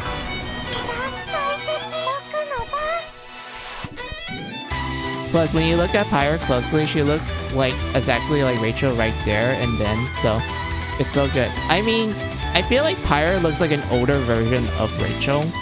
like an older version. And whatnot, because like you see the fake Rachel and your brain's like, yeah, that would definitely what Rachel will look like if she's, you know, if she grows up and whatnot.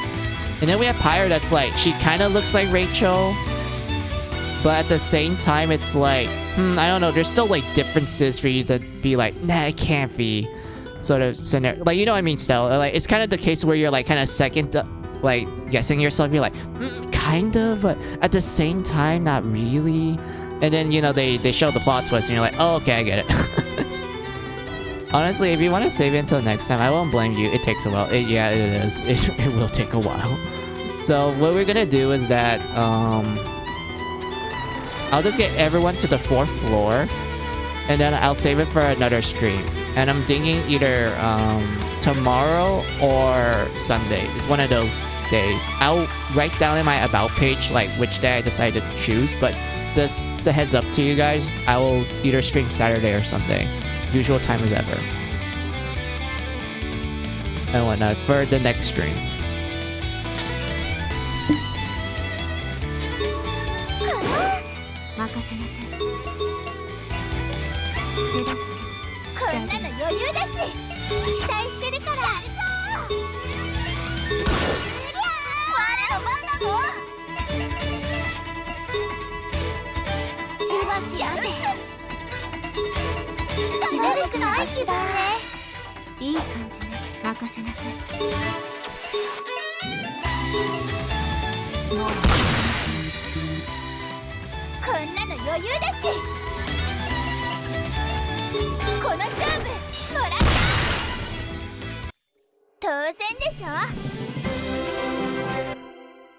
Let's see, that's exactly what I mean, buddy. Exactly. I think we both have the same brain cells, to be honest. Stella, like we both understand like the same thing.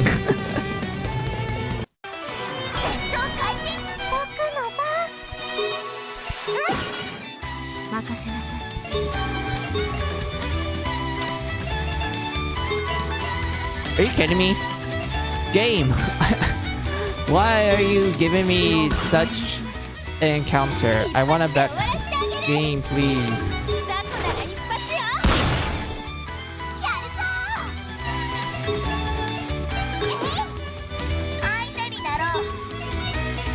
At least we can just use fire on that, and then we can just burn them all to smithereens. Okay, Hamlin. Yes, thank you. Honestly, I was surprised that Hamlin literally tanked 3 hits without breaking her chant. Way to go, Hamlin. You are truly the Demon King.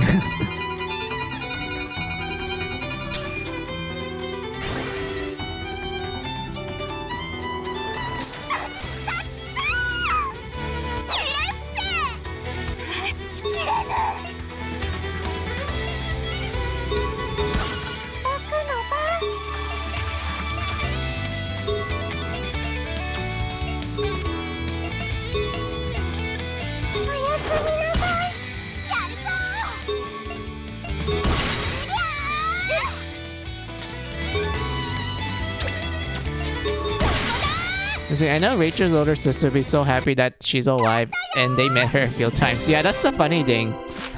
Like, they actually did meet, you know, real Rachel.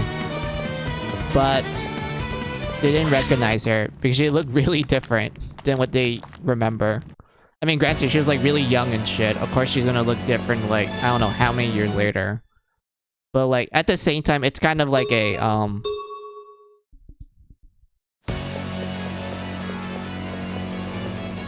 it's kind of like a, well, she does look physically different. Like, it's really obvious that she looks really physically different.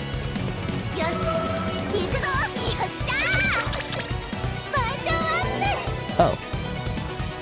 Oh, look at that, Stella. We got 69. We got 69 enhancement on something that I would say it's not that great.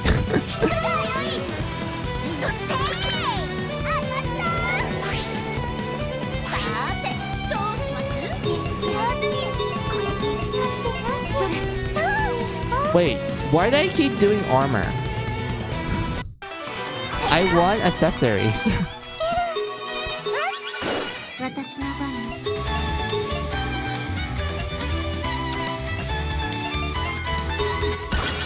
これならどう？こんなの余裕だし。手伝ってあげる。やるぞ。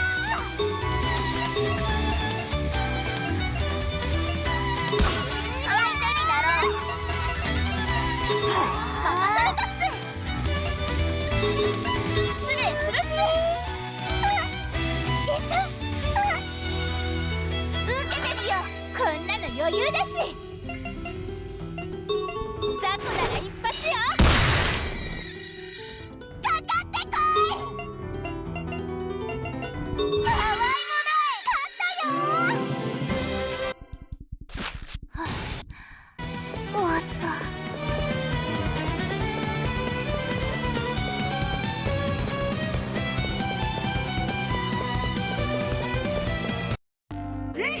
Hey, it's the merchant. Hey, my man. How are you? Don't need to buy anything from you. 他に用はあり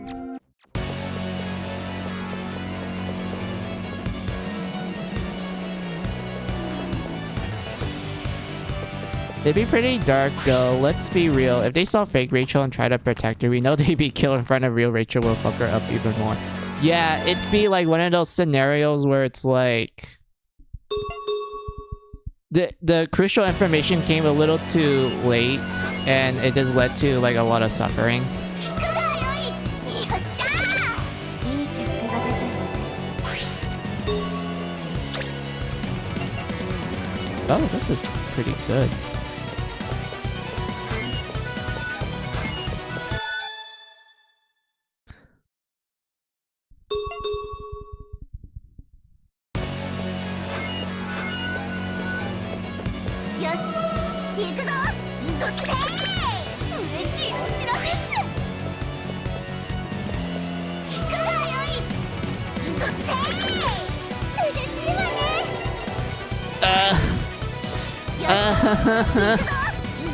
Why? That's actually a good one. Oh, these ones are good too. Fuck. Why?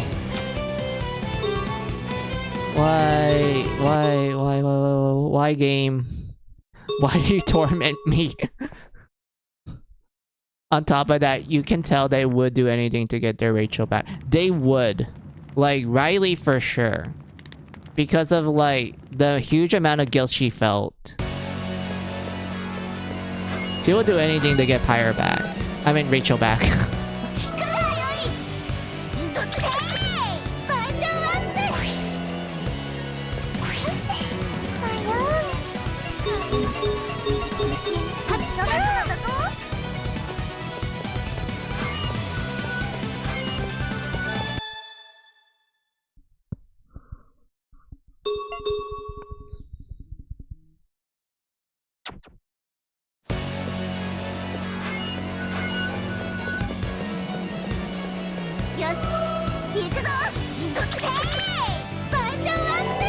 Oh my god.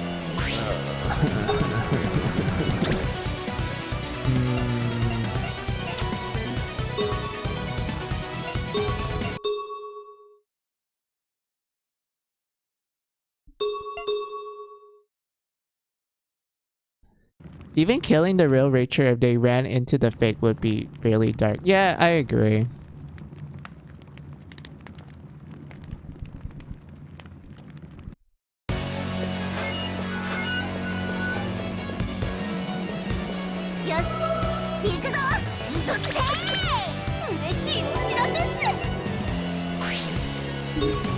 Let's see, hold on.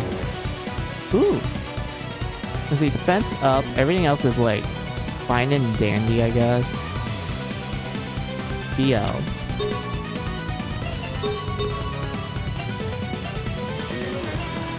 Hold on.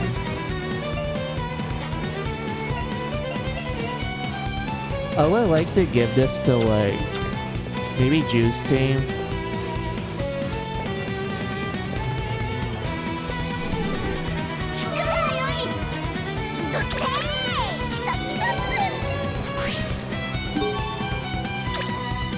Fuck.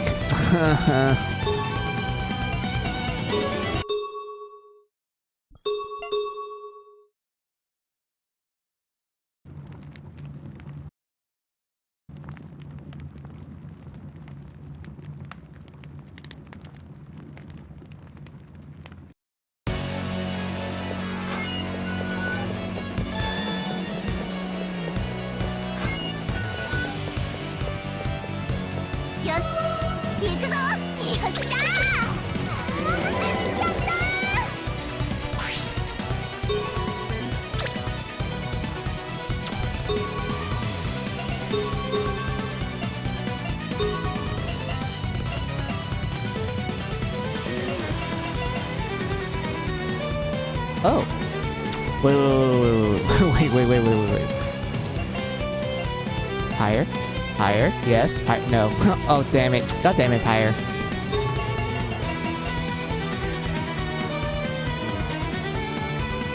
Rapunzel, why? I mean, takes away 2 points in luck. I don't think it's too much of a downgrade, if I'm gonna be honest. I mean, this one's also good for Sleepy, more speed, but I don't really need that for Sleepy at the moment. Rapunzel, yeah, I would like some more points in agility. So I guess this is like what we're gonna do. 201. Gotcha. I say, honestly, it'd make me glad if there's no ending like that in the game. At the same time, I kind of want it, if you know what I mean. I do think what you said is very interesting. Like, it makes the story of finale a lot more darker. Which, honestly, let's be real, that's honestly gonna fit well into Mary Skelter. Like, let's be real, like, Mary Skelter can get really fucked up sometimes. Especially when you read the prequel novel. Like, let's be real. Like, let's be, like, completely real. But it will fit. Like, 100% it will fit.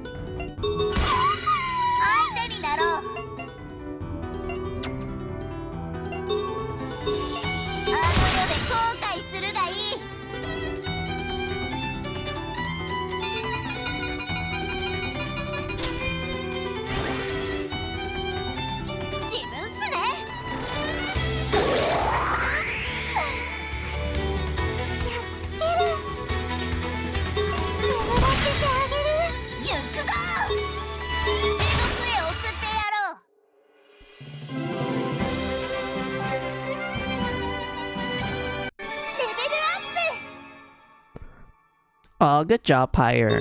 You leveled up. You too, Rapunzel. You guys actually got... Yeah, these are decent level ups. Holy shit.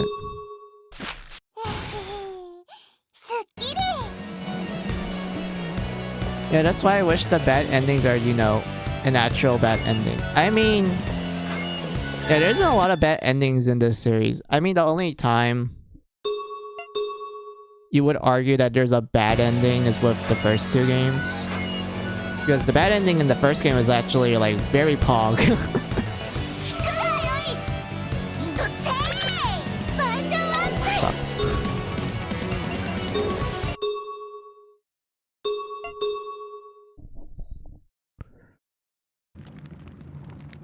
For this game, the bad endings are like... Let's say the first one that you get from the questionnaire one, that one's like typical, like, okay, you fucked up, bucko. Like, that one's just the typical, like, what you did, that dumbass. Like, that's a fine bad ending. Another one is with the whole, like, when you do a certain group.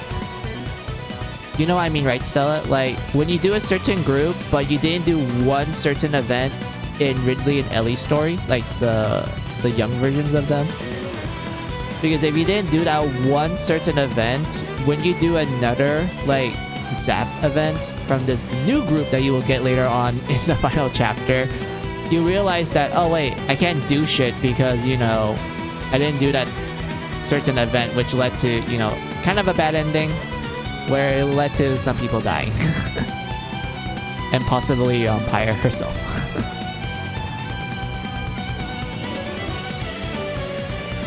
And then we get to like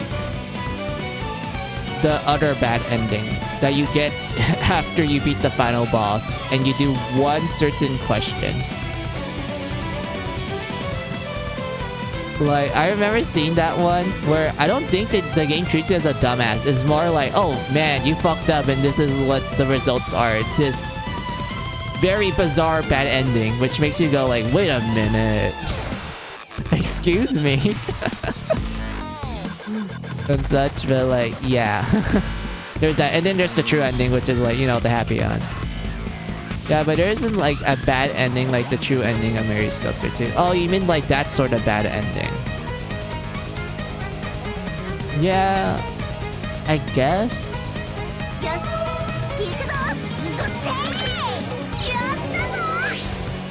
Like the closest thing I can think one Stella is the one for the final boss. Like that's the closest like one I can think of like a bad ending. Because technically you didn't really solve anything.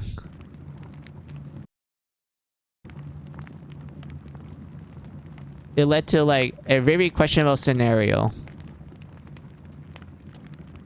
And of course you're wondering like, oh Mizu, how is that considered a bad ending? Because it's like, you know, kind of an interesting one, which leads to a very interesting spin-off game.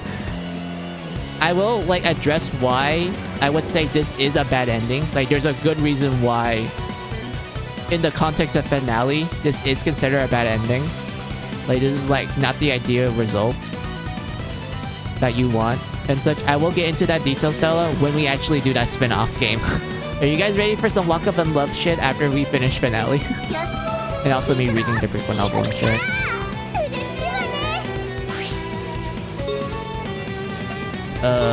Why? Why is this a thing? Why is my luck terrible? Come on.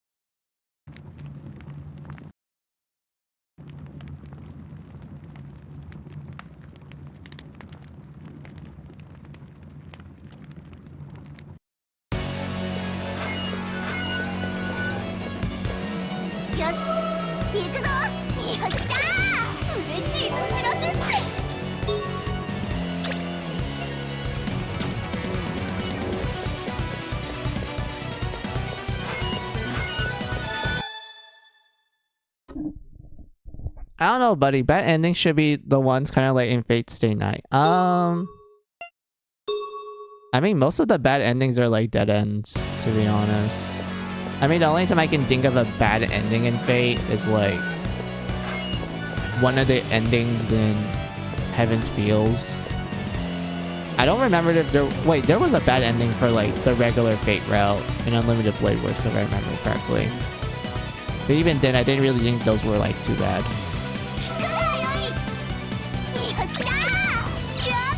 Of course, like, I picked the wrong one.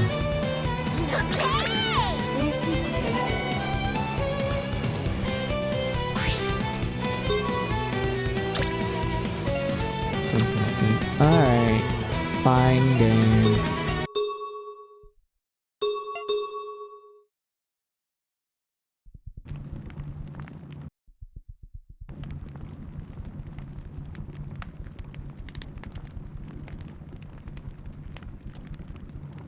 Also, Stella, I just realized something. It's like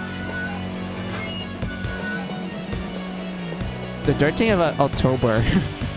And I realized that, wait a minute, it's slowly, like, the month is slowly going faster than usual. Well, for me. I feel like...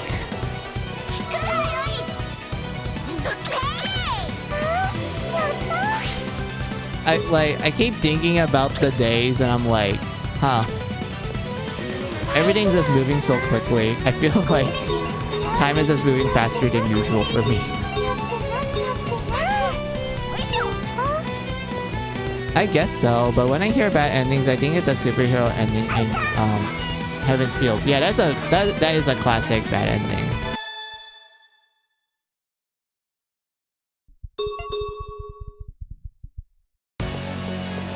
That's a very classic one. I don't need anything. Thank you, Merchant.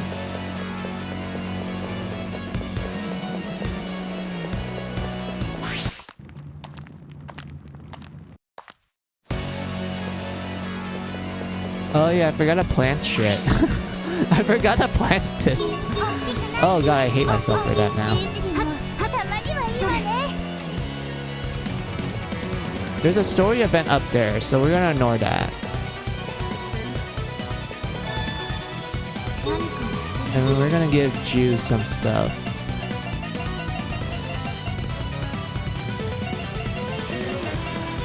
I wish Mary Skelter would have some endings like that. I mean, it would be cool to see.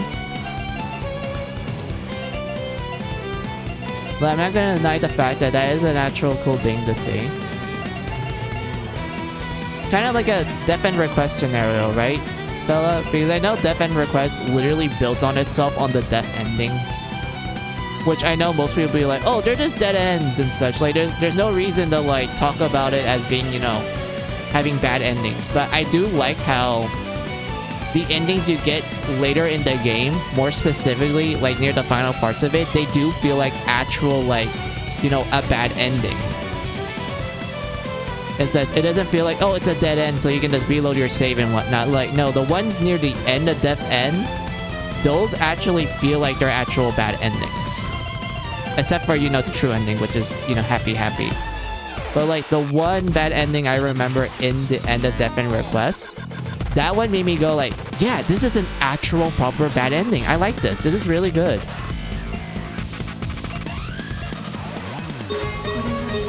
Same thing with, like, Death End Request 2. I like how those games handled it as well.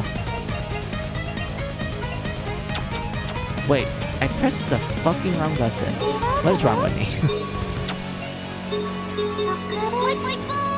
What we got is great, don't get me wrong, but something, but it's still something that makes you feel like, damn, I really messed up. Yeah. Yeah, I get what you mean.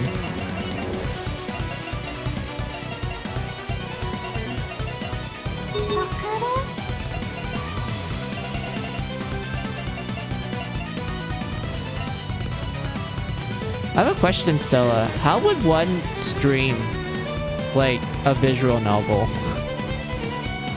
Like, something like Type Moon. Like, does Twitch even allow that? Would Twitch actually let me stream, like, Type Moon visual novels? And if that's the case, I have to go buy the, like, the all ages versions because, you know, I literally only play, like, the R18 ones. Like, the adult, rated visual novels.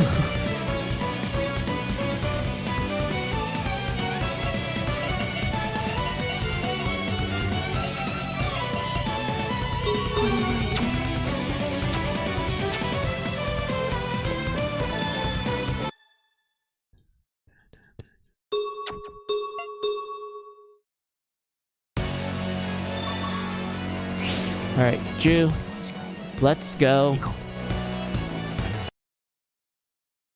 From what I've seen, yeah, they allow you to it only if it's the all ages version. Yep. I thought so. Because my brain was like, I kind of want to do Type Moon visual novel streams. Where I just, like, you know, sit back. And, like, we can just uncover the brilliant minds of Type Moon. And, like, the lore and shit. But at the same time, I'm like, wait, I only play the R18 versions. I had to go look for, like, an all ages version if that's the case.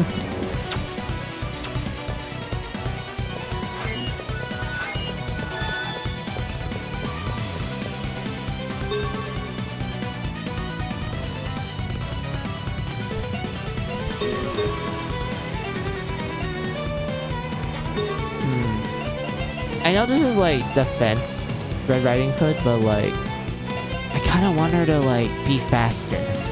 This Hayaku Hayaku.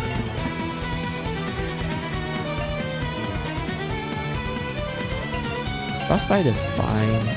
Poison is like surprisingly good in this scenario.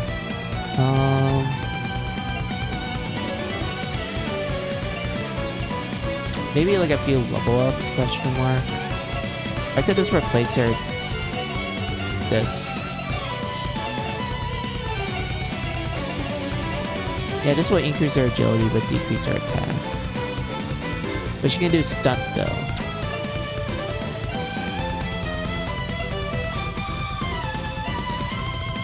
Wait a minute, wait a minute.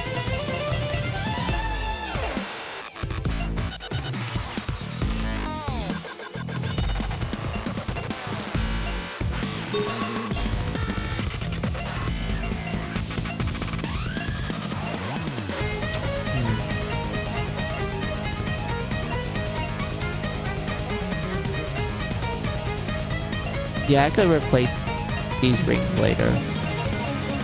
They need better rings.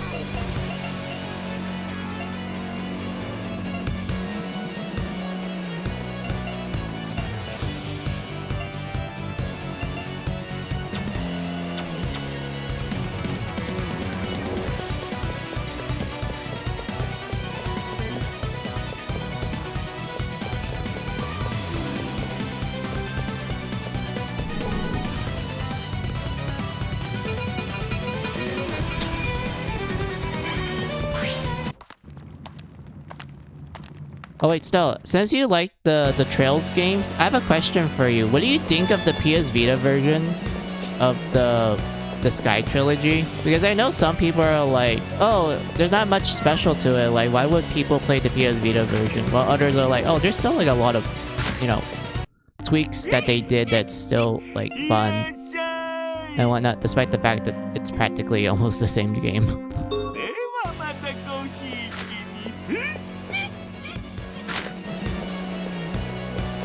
And whatnot. Because I did play both the original trilogy on PSP and also like the PS Vita version of it as well. And like from what I gather, I was like, I like both versions equally. I think they both are like fine games. 行きますよ。あっち行ってくださいよ。千雪もいます。任せなさい。ちょっと待って。出番ですね。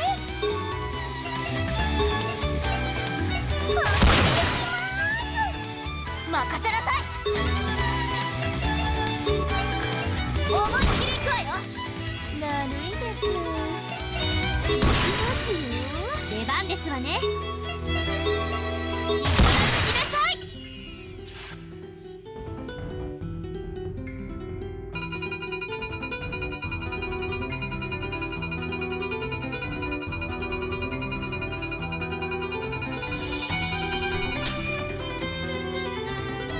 出番だね。サポートするよ。行くぞ。大丈夫だ。助かったよ。出番です。痛いの行きますよ。たわいもないですわね。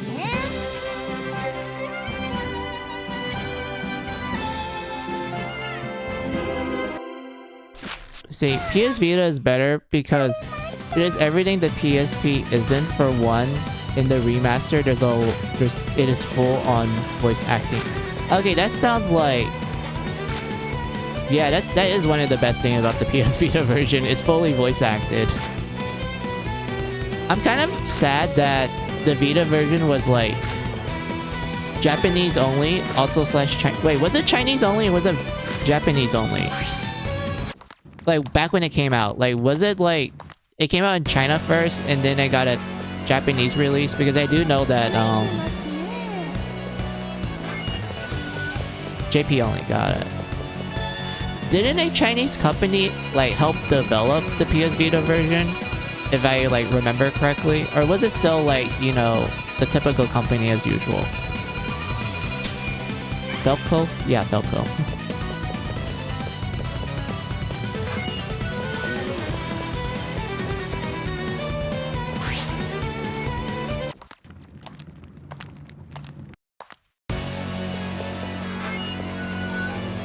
It's the same one, not China. Gotcha. Because I remember like seeing like a Chinese language version of the game, and I'm like, wait, was it like made for like the Chinese market in mind if that was the case? But judging by how you're like explaining it to me, it looks like that's not the case.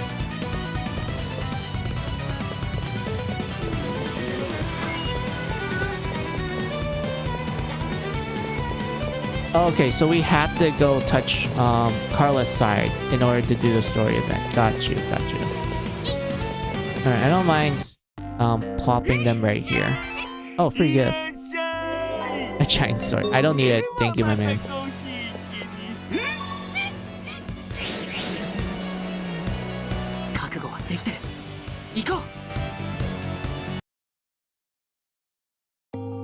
Oh wait, Stella, didn't the PS Vita had like new CG cutscenes?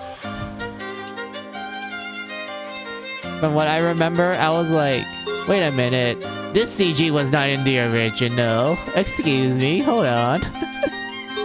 I do know that the opening's different though. I do know for a fact that the PS Vita version of the Sky Trilogy has a different opening. And everything. Yeah, new openings, I think. Yes, we both agree. Yes, I got that right. Honestly, still, I'm like debating between if I like the new openings or the classic opening. Like, I was debating about it, Stella. Like, when I thought about it and when I first played the PS Vita trilogy, I'm like, I like the original more, but this new one's pretty cool too. Like, the original just hits me in the nostalgia. Like, I honestly thought the original was great. But at the same time, the new one is not that bad. Even though I do feel like they kind of spoil certain things a little too early.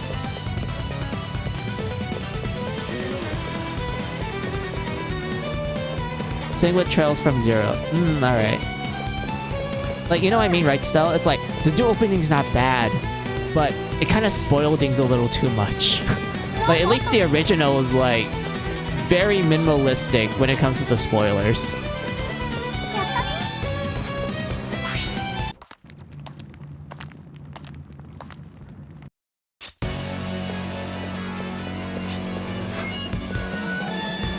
I hope Trails of the Cold Steel can get that new opening too. I mean, that makes sense, yeah. Like, I was debating so hard. I was like, it spoils stuff though, but at the same time, it's not that bad.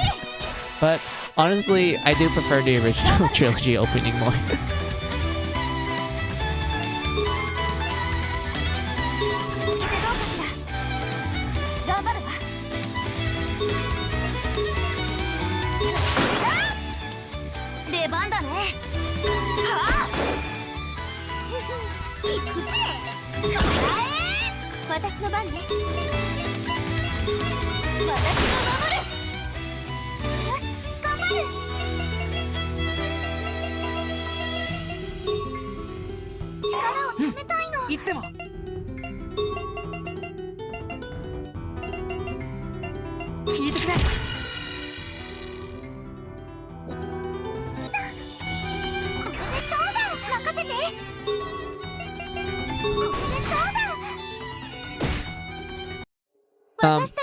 But it's them saying that you know what this is. Who cares about spoilers? I don't care about that, Stella. There are people out there that's like, oh, I never played a Sky Trilogy before. Which version should I play? And some people will be like, oh, play the PS Vita version.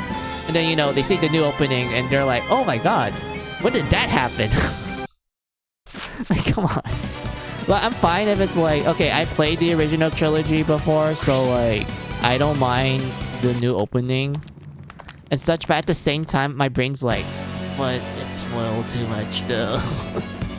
But yeah, Stella, when I do stream the Trails games, I will play the PSP version, because that's literally the version I like played first, and I want to like, you know, show you guys how I was able to play these games and such, like from the consoles that I played it from and everything. So yeah, for the Sky Trilogy and also Crossbell and such, I'm just going to be playing the PSP versions, because that's literally how I was able to play those at the time. I know most people will be like, oh, just play the PC port because, like, you know, more convenient. You don't need to use a PSP and whatnot. I'm like, nah. I want to show you guys how I played these back then, so I'm gonna stick with like the version that I like started with. きっとうまくいくわ。 That also applies to like 出番ね。 Cold Steel as well, Stella. Well, I mean the first two Cold Steels because Stella, you already know how I feel towards 3-4. You already know how I feel towards the English localization for Cold Steel 3 and 4. Like I'm not gonna touch that until like someone actually patches it.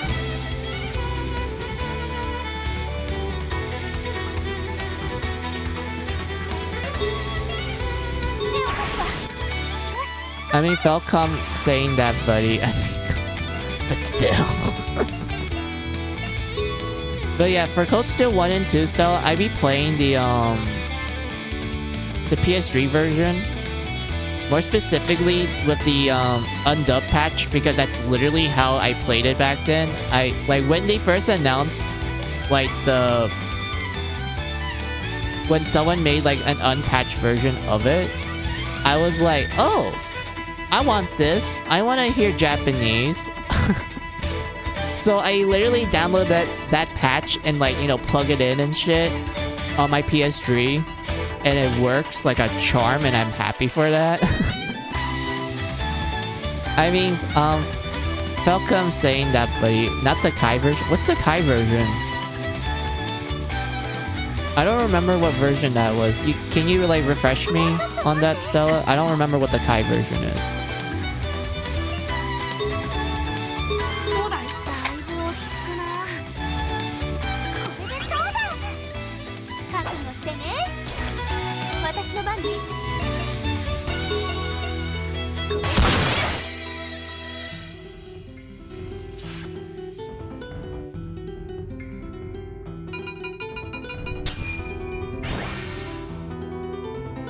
私の本気見せてあげる。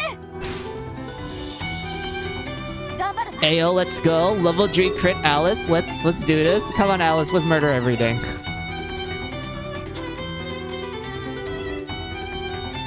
Let's see. The Kai version is you get all the DLC, more voice moments throughout the game, mainly the English dub. Is that the PS4 version for Cold Steel 1 and 2? Is that the version you're talking about, Stella? Yep. Oh, okay. No, I have not played the Kai version because when they first announced it, I didn't have like money at the time, like most of the time.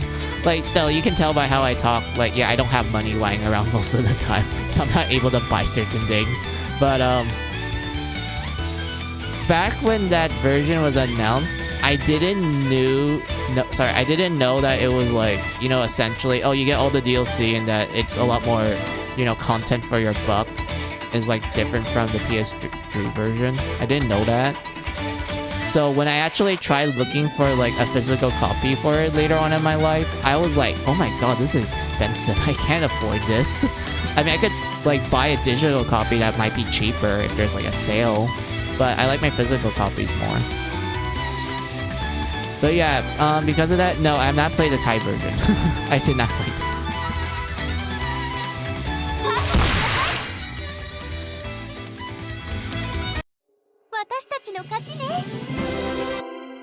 Oh yeah, Stella, since you mentioned the Kai version, is that the version that they use for the PC port for Cold Steel 1 and 2?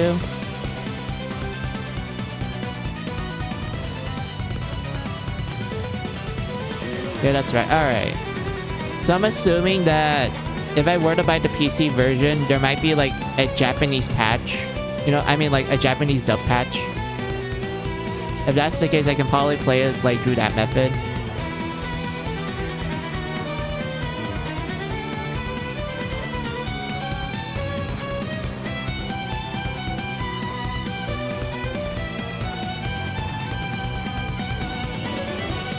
And yes, there is JP voice mode. So wait, so they actually include the Japanese dub as like an option you can switch to like immediately instead of like the original PS3 version, which is only English. The fact that the fact that the PS3 version, they're like, oh, English only. I'm like, I don't mind that. But after hearing the performances, I just wanted to listen to Japanese. I'm not saying that it's terrible. It's just that there's certain characters in the English dub that just grinded my ears to the point where I'm like, yeah, I kind of just don't want to listen to it. I'm not saying that it's bad, Stella. I'm not saying that it's completely bad. I do like the voice work of Ryan, Alyssa, Elma, Crow. What was that one girl, Stella? She's the energetic one. She's the one that's like constantly pogging most of the time. Like, she's the one that goofs off the most. Like, I don't... Like, what was her name again? She's the one with the blue hair. The light blue hair. I think that's the color of her hair. Was it Millie? Milena? I don't remember. But, I did like her voice work. But everyone else is like, not a huge fan. That's why some people say Kai is the best version of, Trails of the Coast. Okay, gotcha. If I remember correctly, if you have a save file from Cold Steel 1 and 2 for the Kai version, doesn't that like give you bonus stuff if you were to import it to Cold Steel 3 and 4?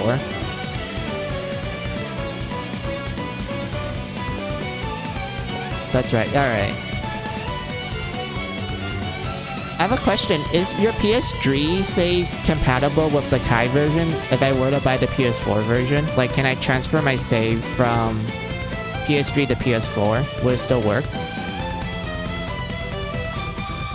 Also, it's Lilium. Alright, Lilium. Yes, you can. Alright, so if I were to buy... Sorry, Stella. So if I were to play the Kai version, I'll probably play the PS4 version. And I'll transfer my PS3 save to it. I guess that's like a good compromise, I guess. But I will play the PS3 version for streaming, Stella, because, like, you know, that's literally how I got into the game. That's literally how I played the game. So I just want to show you guys how I was able to play it.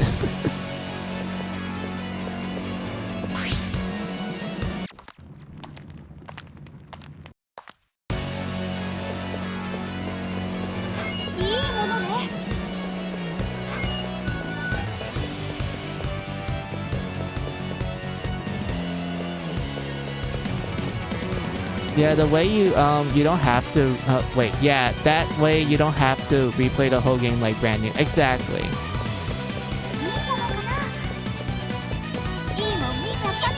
Yeah, that's true. Like, I could technically like play the whole game on PS3 and then I buy the Kai versions and I just transfer my save to the Kai versions and it's like, there we go. Look at that, guys. I'm able to like, look at this. I'm able to like, you know, play the Kai version without playing the whole goddamn game again. That's such a convenient. I want games to do that, Stella. Like, I wish games nowadays, whenever there's like, you know, a certain version and whatnot, they will have like cross-save. I miss it. I miss when games did that, Stella. I miss it when games used to do cross saves because that's like one of the coolest thing about it. Like, I remember back when Cold Steel 1 and 2 were a thing, there was also a PS Vita version of it and people were like, oh yeah, you can do cross save where you can transfer your save file from PS3 to PS Vita and vice versa. And I thought that was like one of the coolest things in the world. I was like, yo, this is Pog. Like, I love this shit.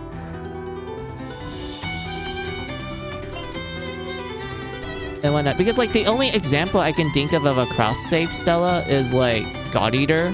Because God Eater always had cross-save for every single game. Which made me like it a lot. Same here, to be honest. Yes, you know what I mean, Stella. I'm glad that we both, like, agree on this. Like, we're shaking hands right now. We both agree that that's, like, the coolest thing in gaming. Cross-saving.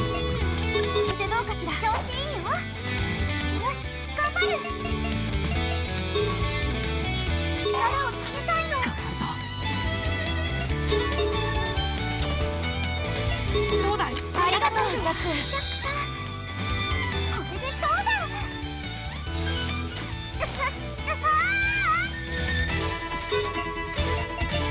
渾身の一撃だよ。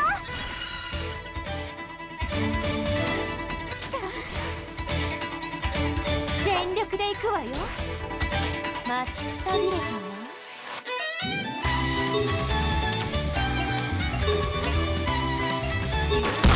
見なさい。もうぶちのめす。 Oh. Oh. Alright, Alice. Can you murder this? Can you murder this robot? Because I fucking hate fighting the robots. The robots are a pain. Yes, you can one-shot it. Thank you, Alice.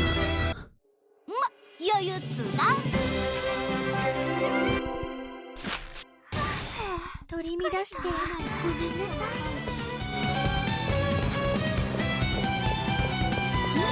いいもの見っけ。 Wait, Stella, have you seen the localization changes that they did for Tales into the Ravine? Wait, Tales of Ravine? Fuck, I don't even think I said that right. But yeah, have you seen those?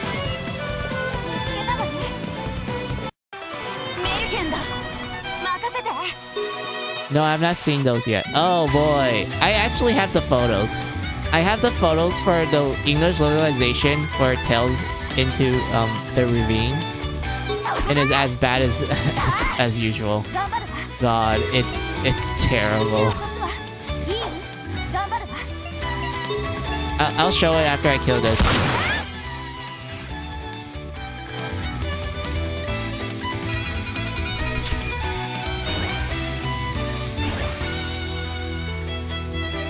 やるぞ。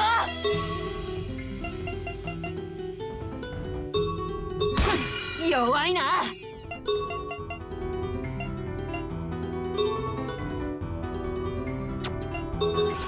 きっとうまくいくわ。みんな下がって。頑張る。これでどうだ。僕の番だね。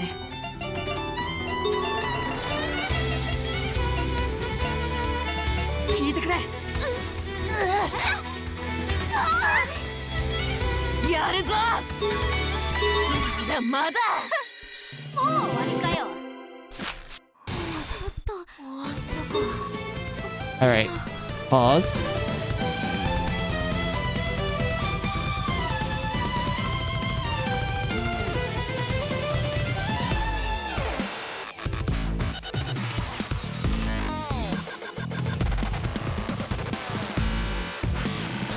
Alright, Stella, are you ready to see the wonderful localization of Tales into the Ravine by good old Nessa, which I do not like nowadays because of what they did with the localization of...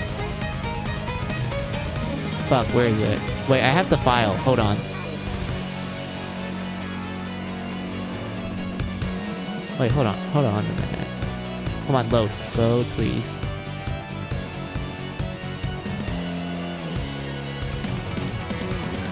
Alright, I found it. Alright.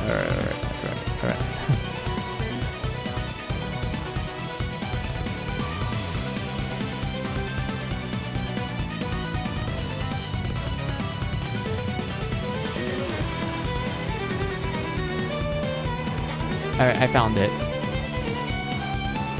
Example 1.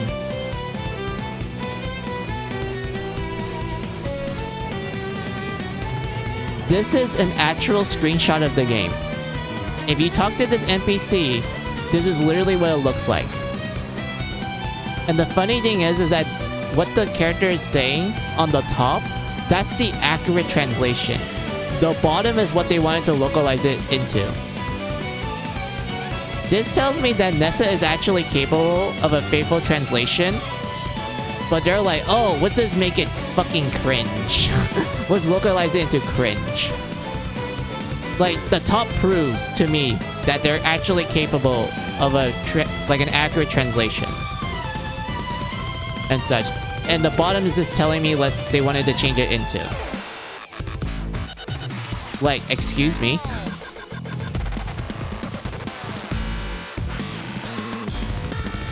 And remember, Stella, this is in the game. This is the final product. Imagine buying Tales into the Ravine. You go to this NPC, and this is what the text box looks like. And how many years did they spend on this game? I think they localized this for like 5 years or something.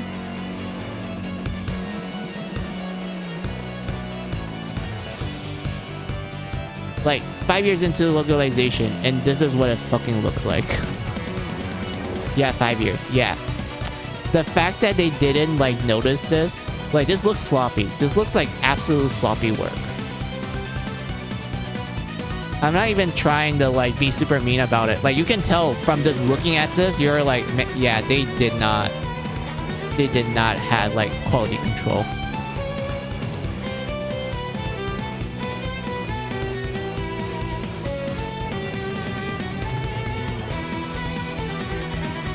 And that's not it, Stella. Are you ready to see more? Are you ready to see more? Oh wait, that's something else. No. Ignore that. That's something I was planning for like a later stream. This is something that I was planning on showing when we reach the end of Mary Skelter. Ignore that. Ignore that, please.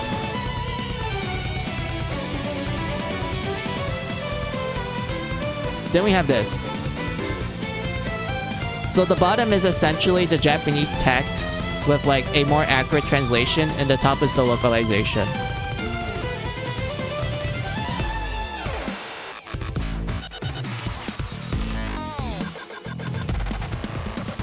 So you can tell that there's a difference immediately.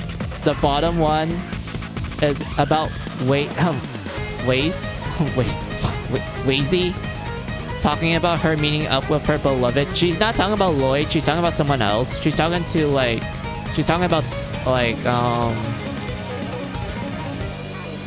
who you call. I don't remember the name of that character. She's talking about someone else. She's not talking about Lloyd.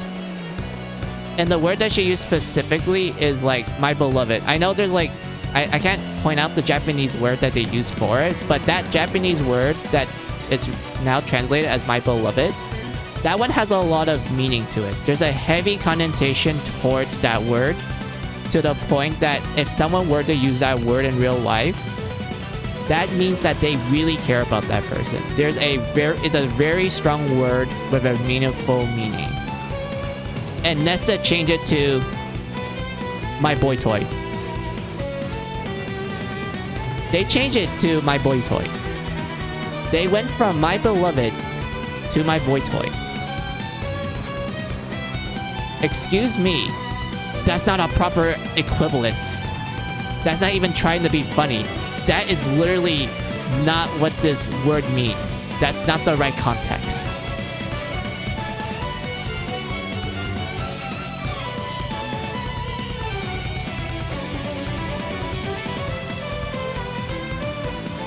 And whatnot. Like, this actually pisses me off still. Like, when I saw this and like read what they changed and whatnot, this actually really pissed me off. Like, I was actually angry when I saw it.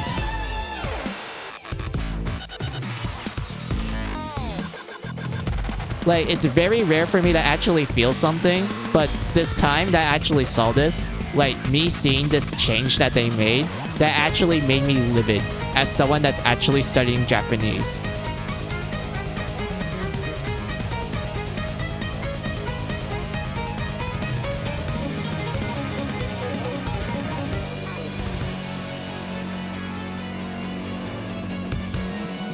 And whatnot. But like, yeah, that's one example that I really got pissed off at.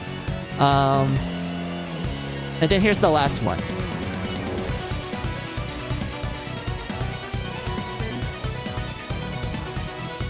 I'm pretty sure you know this character, Stella, because I haven't played like the new Tales games since, you know, Cold Steel 2. But from what I gather is that this person is from a private academy, and they were like, the way how she talks is usually in etiquette. Like, you know, she talks politely. She has elegance in her words, but there's times when she will be like, you know, insulting someone. But it's not like super like casual or like a lot of slang and whatnot. Like, the bottom is like, you know, the accurate one. The bottom is the Japanese with a more accurate translation. While the top is what Nessa chose. And, like, excuse me? What is this word pasta? What is this copy pasta right here? The bottom, like, immediately makes me understand, like, okay, this person, like, does not like this old guy. And she's, like, trash-talking the guy and whatnot. But she has, like, a sense of elegance to her words of it. The top is, like, something you expect, like, from a Redditor or something. Like, underestimate me, I will dress you before you can say adult diaper, you sour face fart factory. It will leave you with plenty of time to make it a senior discount night at the country buffet. Like, excuse me? No one says this. This is not accurate to the character. Like, you know how I described the character, Stella? Like, this character here is from a private academy. They are taught to talk in elegance and whatnot. Like, you're not taught to, like, talk in, like, you know, casual slang and shit.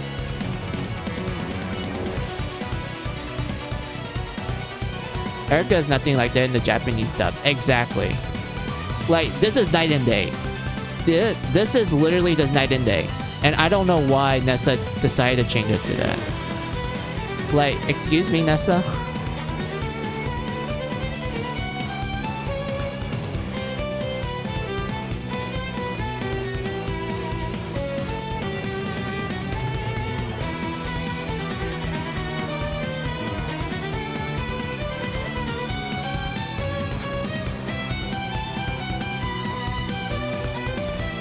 Let's see. I asked this before and I asked again. Who on earth okayed this? Exactly. That's some bullshit. I know. It is. I also find it funny, Stella, that someone pointed out that they actually translated the skills wrong. Like, there was a skill called Link skill. Was it Link Attack? I'm trying to remember this, Stella, because it's been a while since I played a Trails game. Was there a skill called Link Attack or something? Yeah, Link Attack. Oh yeah, the one Link Attack. Yeah, so for some reason, they used the name Link Attack for like 90% of the skills in the game. They just copy and pasted that name, Link Attack. The last time I checked, 90% of the skills are literally just called Link Attack. Which makes you go like, wait, what? Like, Stella, this is me literally going by memory. Like, this is just me, like, seeing, like, Twitter posts of it. And, like, there are some that I do genuinely believe are true and whatnot. And I also watch YouTube videos, of course, to, like, you know, gauge if it's real or not. And from what I saw, it seems like most of the skills that they localize it to, they call it Link Attack. I'm sorry, who worked on this? Nessa. Nippon Ichi Software American Branch. I do not like Nessa. Nippon Ichi Software, you guys are cool. But your American branch, I don't like you at all.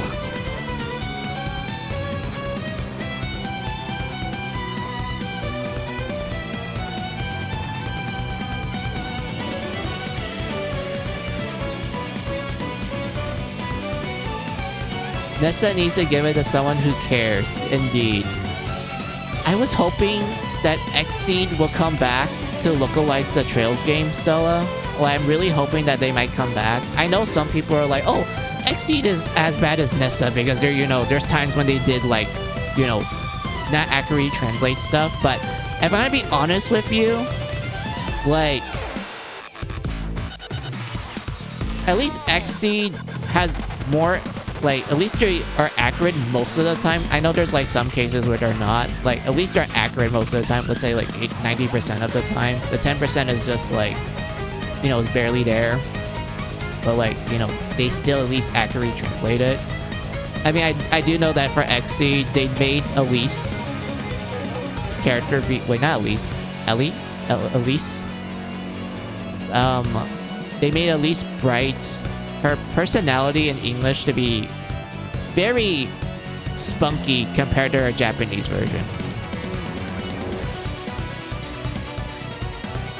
But it wasn't that bad though. I didn't think XC handled it bad. Like XC worked on the Senran and Kagura games, and I thought those have some pretty good accurate translations too when you compare it to the Japanese. I thought that was actually accurate.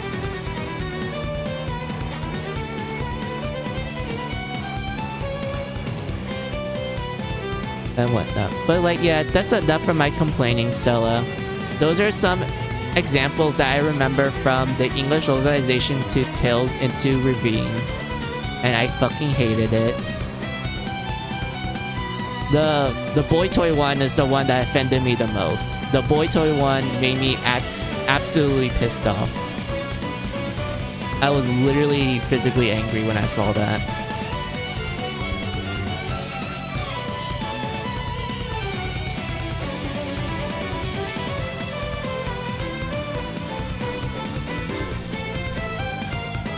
No, really, who actually cares about the series? Like, goddamn, this is bad. I don't think it'd be worse than the SJWBS and Trails of Cold Steel 3. I'm fucking done with them. Yeah, I was, like, extremely done at that point.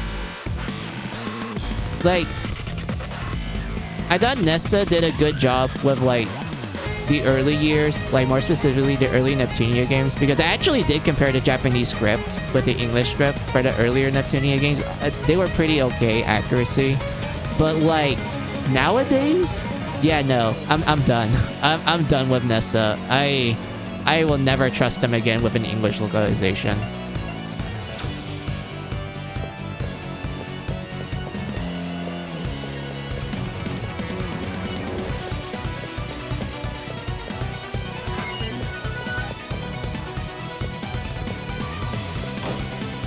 Oh, oops, didn't mean to press that.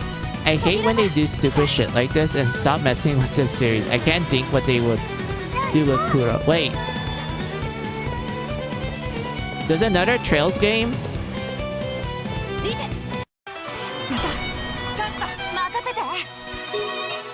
What's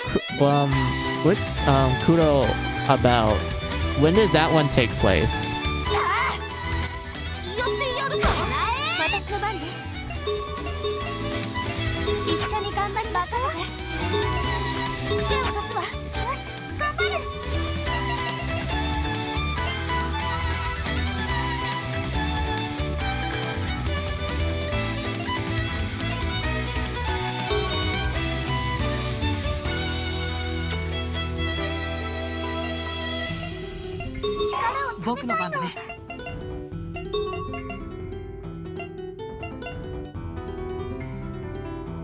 It takes place 2 years after Tales into Ravine. Alright, gotcha.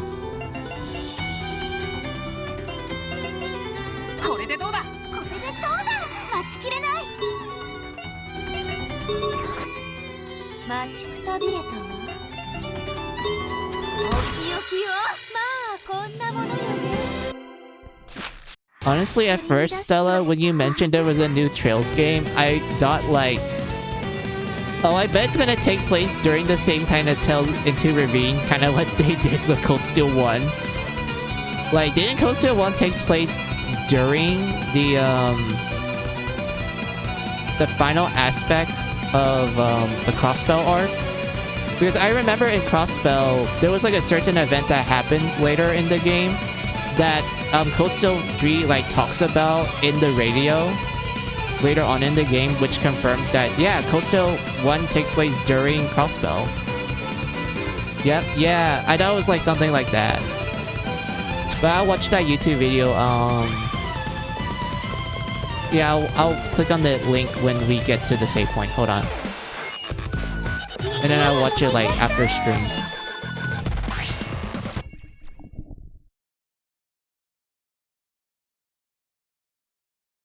Hold on.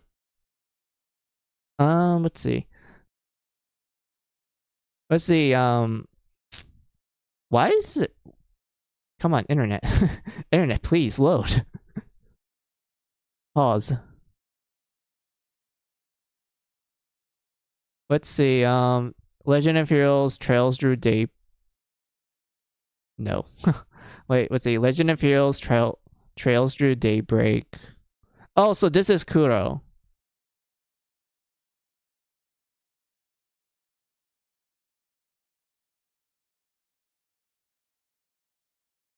So they localize it to daybreak. I mean,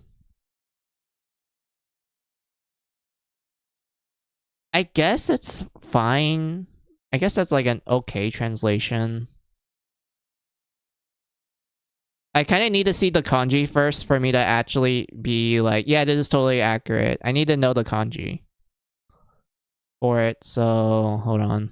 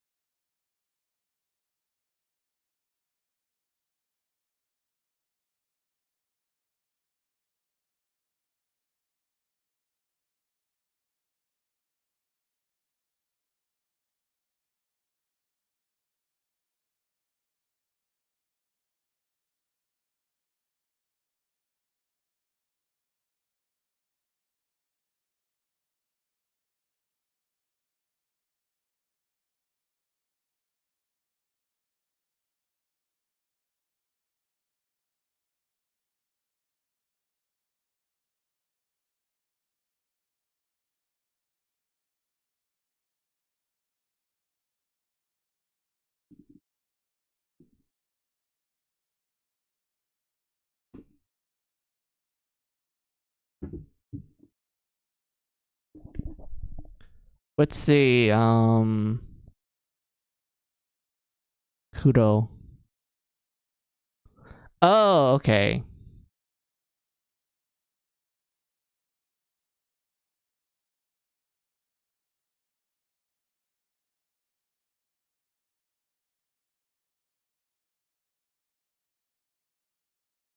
Oh, oops, wrong button. I pressed the wrong thing, my bad. Hold on.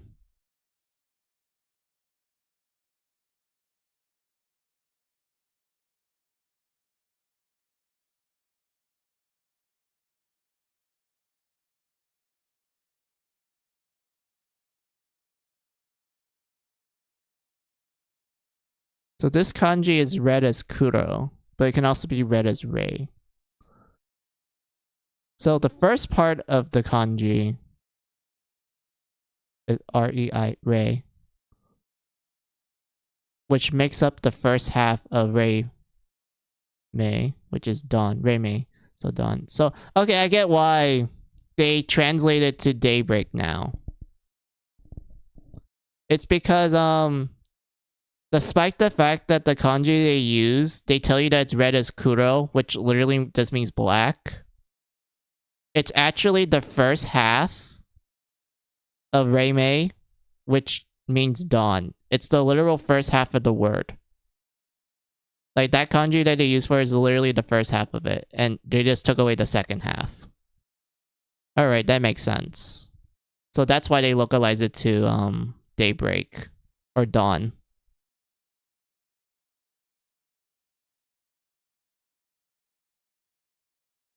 I kind of wish they just translated as Trails Through Dawn then. Like, that sounds cool. I mean, daybreak does, like, have the same meaning, but I think saying Trails Through Dawn sounds cool.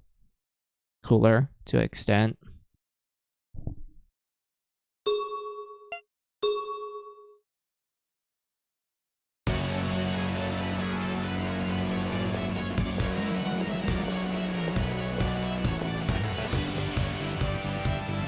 Alright, so this is going to be the ending parts of the stream, so let me pull up the ending screen.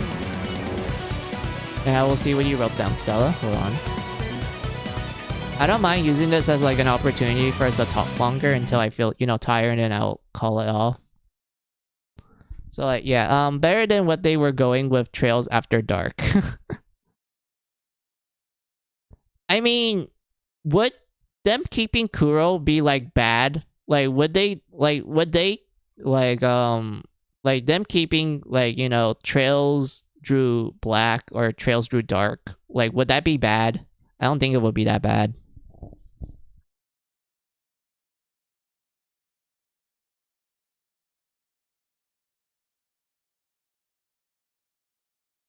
And whatnot, but like, yeah. To some it would be.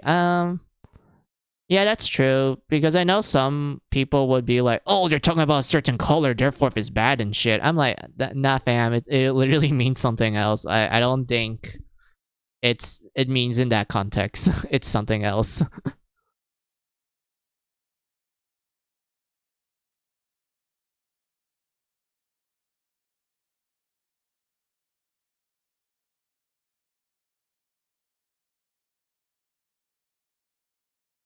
But yeah, I am surprised that they translated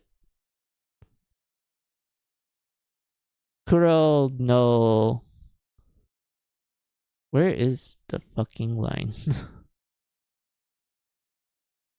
Kuro no Kiseki to Trails Drew Daybreak. That's interesting. I do think that's like an interesting localization change they did. Because of like...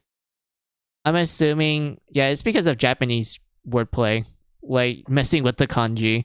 Like, this isn't the first time... and like a Japanese title ends up like somewhat different from like the usual norm because of like how kanji works and shit. Like a good example of this would be Senran Kagura, because for the first two games, the first game is called Senran Kagura Sojo Tachi Shine, which I can like type in the kanji for you guys so you can kind of get the wordplay that I'm going to talk about later on. Hold on.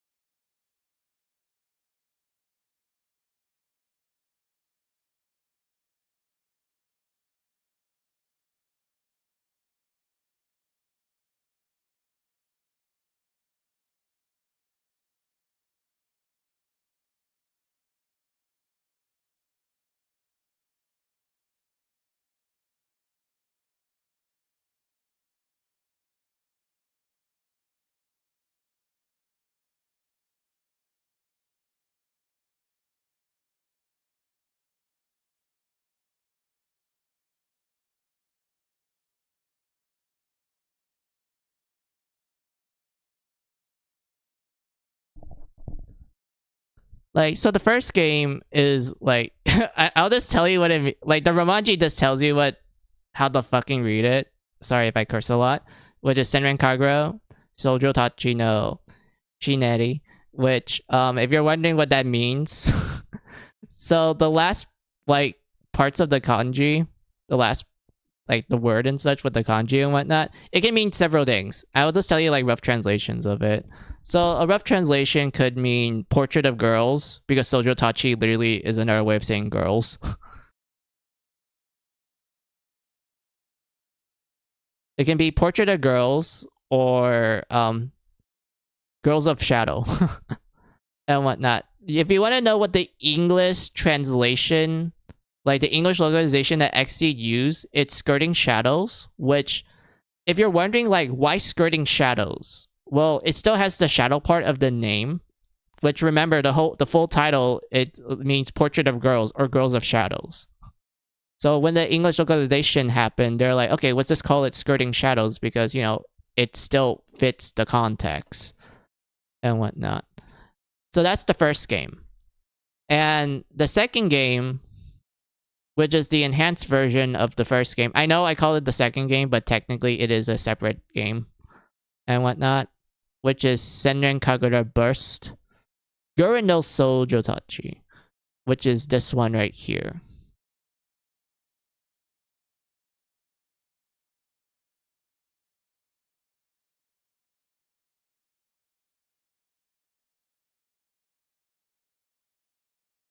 So here.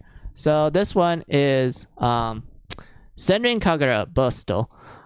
Gurren no Shoujotachi. If you're wondering like what does Gurren means? Gurren this means red or crimson. So an actual translation of this would just be Senrin Kagura Burst, Girls of the Crimson, or Crimson Girls.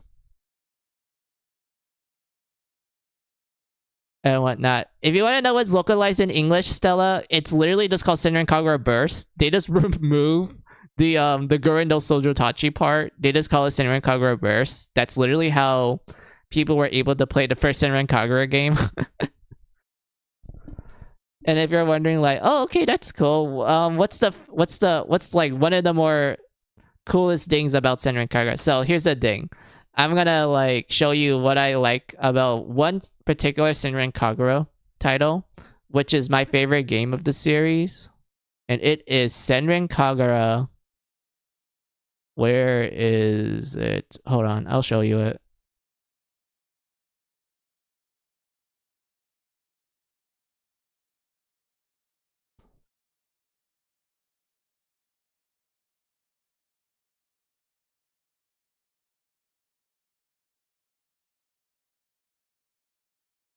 It is Senran Kagura 2. So this is what it is in Japan.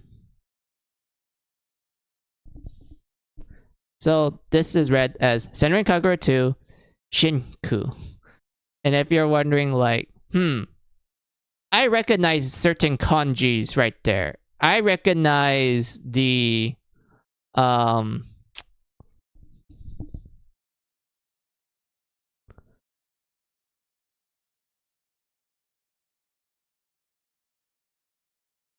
Oh yeah, so I can't talk about it. So this is translated in English as Senran Kagura 2 Deep Crimson. And if you're wondering like why Deep Crimson, well that's because what makes this title interesting is that the kanjis that they use to make Shinku is the first kanji of the last two games. You can tell right here, they used the first kanji for Sojo Tachi no Shineri. They used the first kanji for Shi, and they used the first kanji for Gurren. And when you combine it together, it makes Senran Kagura Shinku.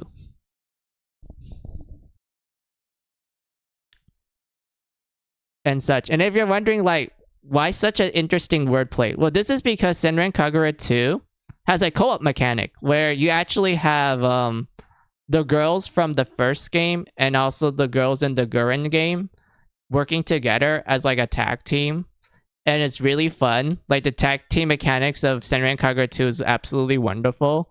And I love this shit. Like this gives me life. I love Senran Kagura 2 a lot. It's like one of my favorite games of the series. It's honestly like one of the best ones. So yeah, that's enough about like my my limited Japanese knowledge and like wordplay. But like yeah, that's like one example still I can think of like Japanese wordplay with the kanji and whatnot and everything. But I do have a funny story about this, Stella. So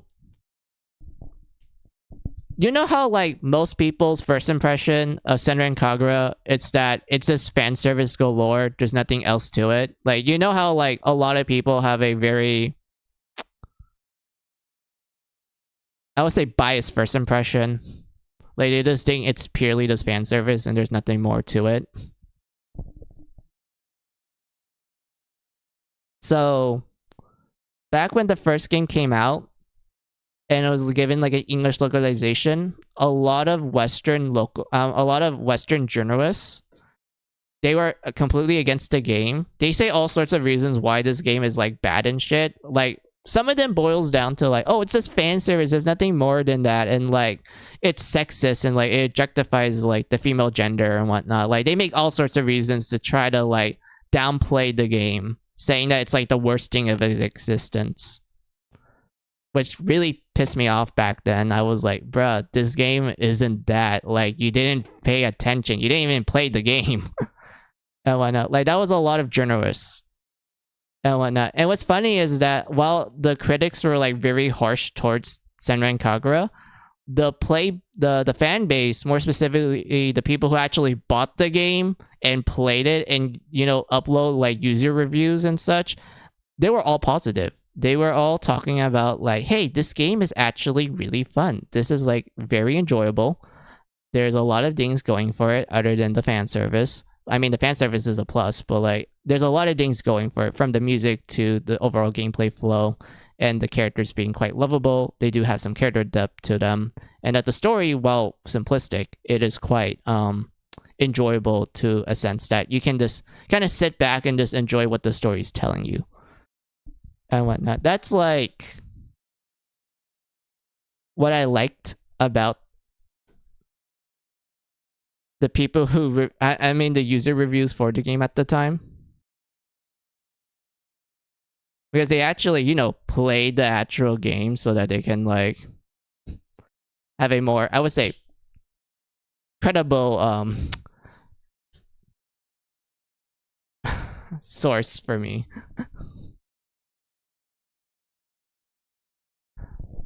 And whatnot. And then when Senran Kagura 2 was announced, the Nintendo UK magazine writer, he was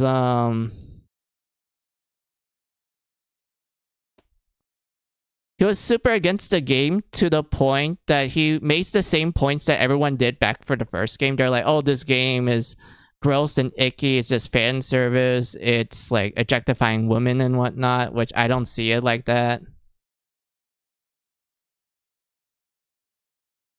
And you want to know how you want to know the way he describes the game and how he claims that it's sexist and whatnot?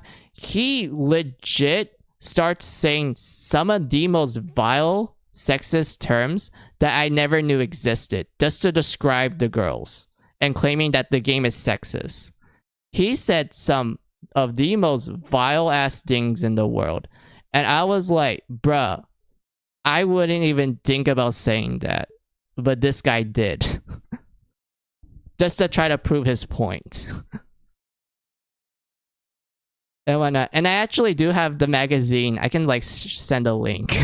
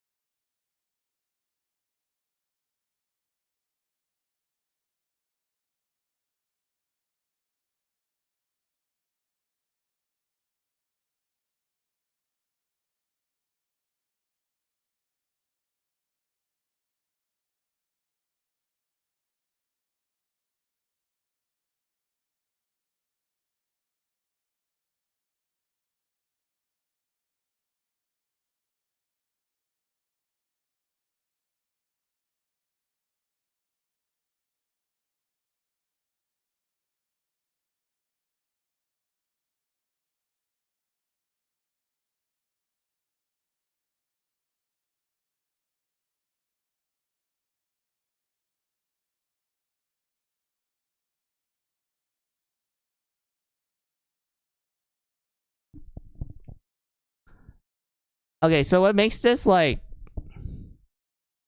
thing that I sent you is that after the UK like magazine Nintendo writer said his like spew and whatnot, like being completely sexist and shit, someone from Xseed, someone who actually likes the games and stuff, actually responded back, and it was a woman, and she immediately clapped his cheeks. She's like, I'm not taking this shit. I actually like this series, and there's more to it.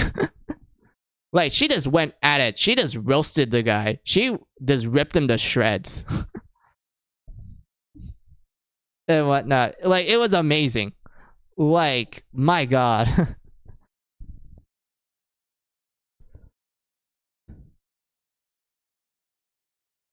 And everything. Like, If you want to know some of the things that the guy said, I'll just tell you like the ones that make me go like, excuse me.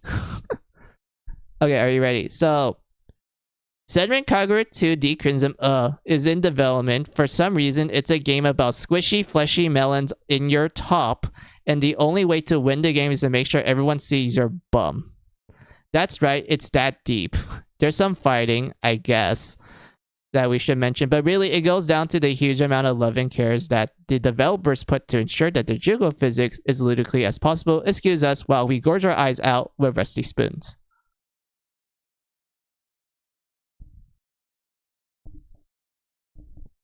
Yes, so this guy claiming that the game is sexist and shit, he literally describes the girls as fleshy watermelons. Like, excuse me? Like, no, you don't say that. I will, like, you don't say that to a female.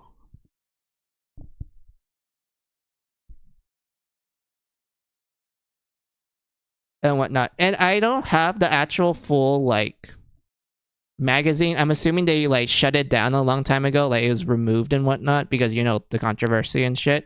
But I remember that he did wrote down a line where he literally thought decrimson was a reference to a certain bodily fluid that happens to the female gender. He literally thought that was what it meant, but in actuality it wasn't. Like, from what I describe it to you, Stella, there's actual a deeper meaning to the word decrimson and whatnot, as it's a combination of, you know, the first two Senran Kagura titles. That's why the game is called Decrimson. It's a combination of the two. And I was like, bruh, this guy does not know how to read.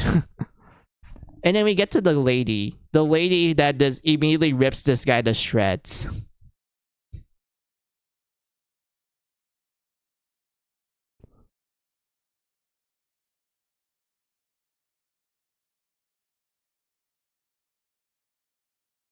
And whatnot. Like, she wrote down, got a full night's rest, and I still can't cool down over a dude calling an entire female cast a bunch of stumbling jiggly boob cretins.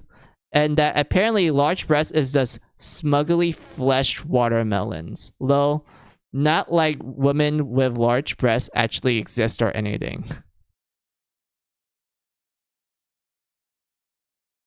Like, this woman just rips on into this guy.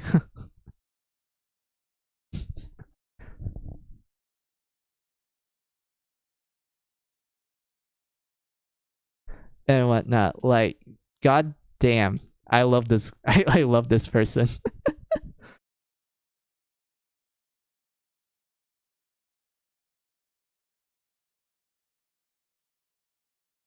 And whatnot. Huh? Oh, I see someone. Hold on. Let's see. Well, I just came to the ending stream. Wait, would I... Wait, I just came in to a Senran Kagura talk. Yes, you did, Rudo. Hey, Rudo, how are ya? I was just talking to Stella about Trails first. Like, we were talking about the Trails games, and then he told me that, oh, hey, there's a new one coming out. It's Trails of Kuro. Like, that game is gonna come out. And he showed me, like, the English title for it, which they changed Kuro no Kiseki to Trails Through Daybreak. And at first I wasn't sure why they changed it to that, so I had to like look up the Japanese like name for it.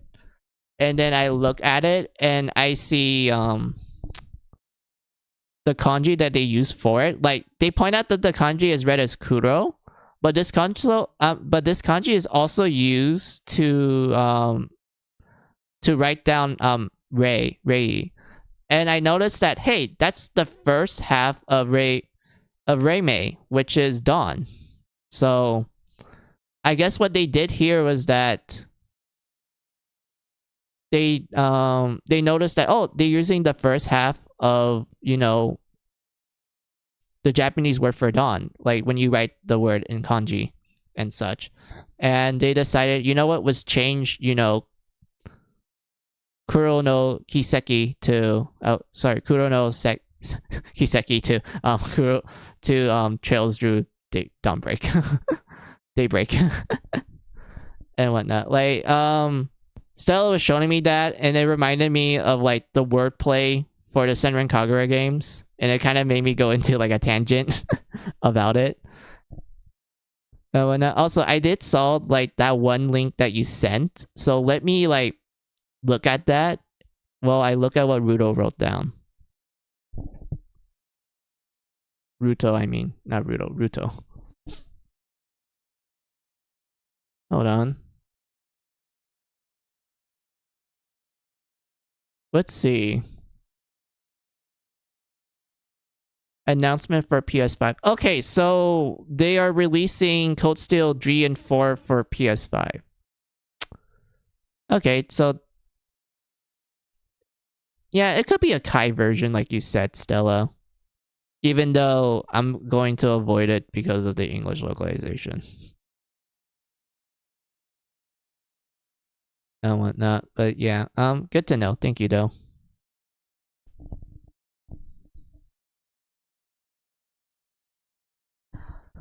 Well, Cold Steel re-release? Yeah, for 3 and 4, which are the games that I avoided.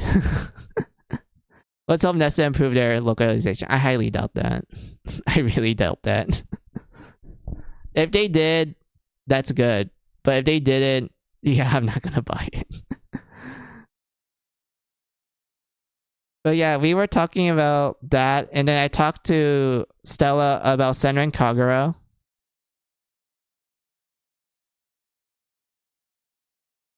And such, and about the wordplay and everything.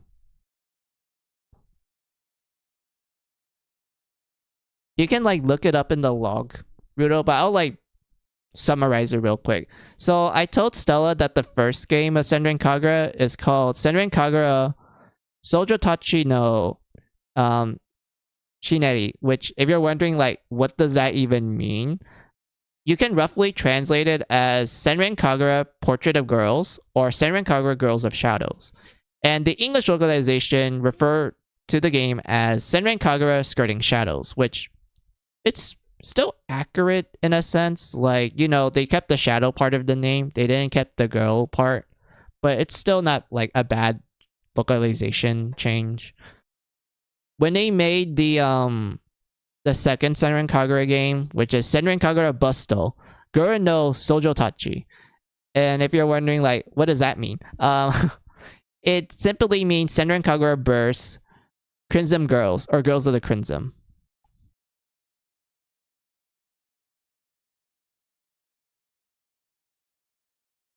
And such. Also, I didn't read like, was he doing fine? Though I'm resting. 16-hour stream. Do give me some free tea. Oh yeah, you were streaming on your you were doing a birthday stream, yeah? Yeah, I saw how long you've been streaming. I was like, damn, Rudo is like doing an endurance run.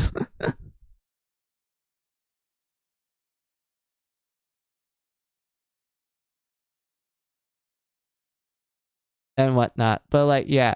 Then we get to Senran Kagura 2, which is my favorite game, Ruto. I don't know why I call you Ruto, like the bird from Zelda. But like, yeah. So Ruto. So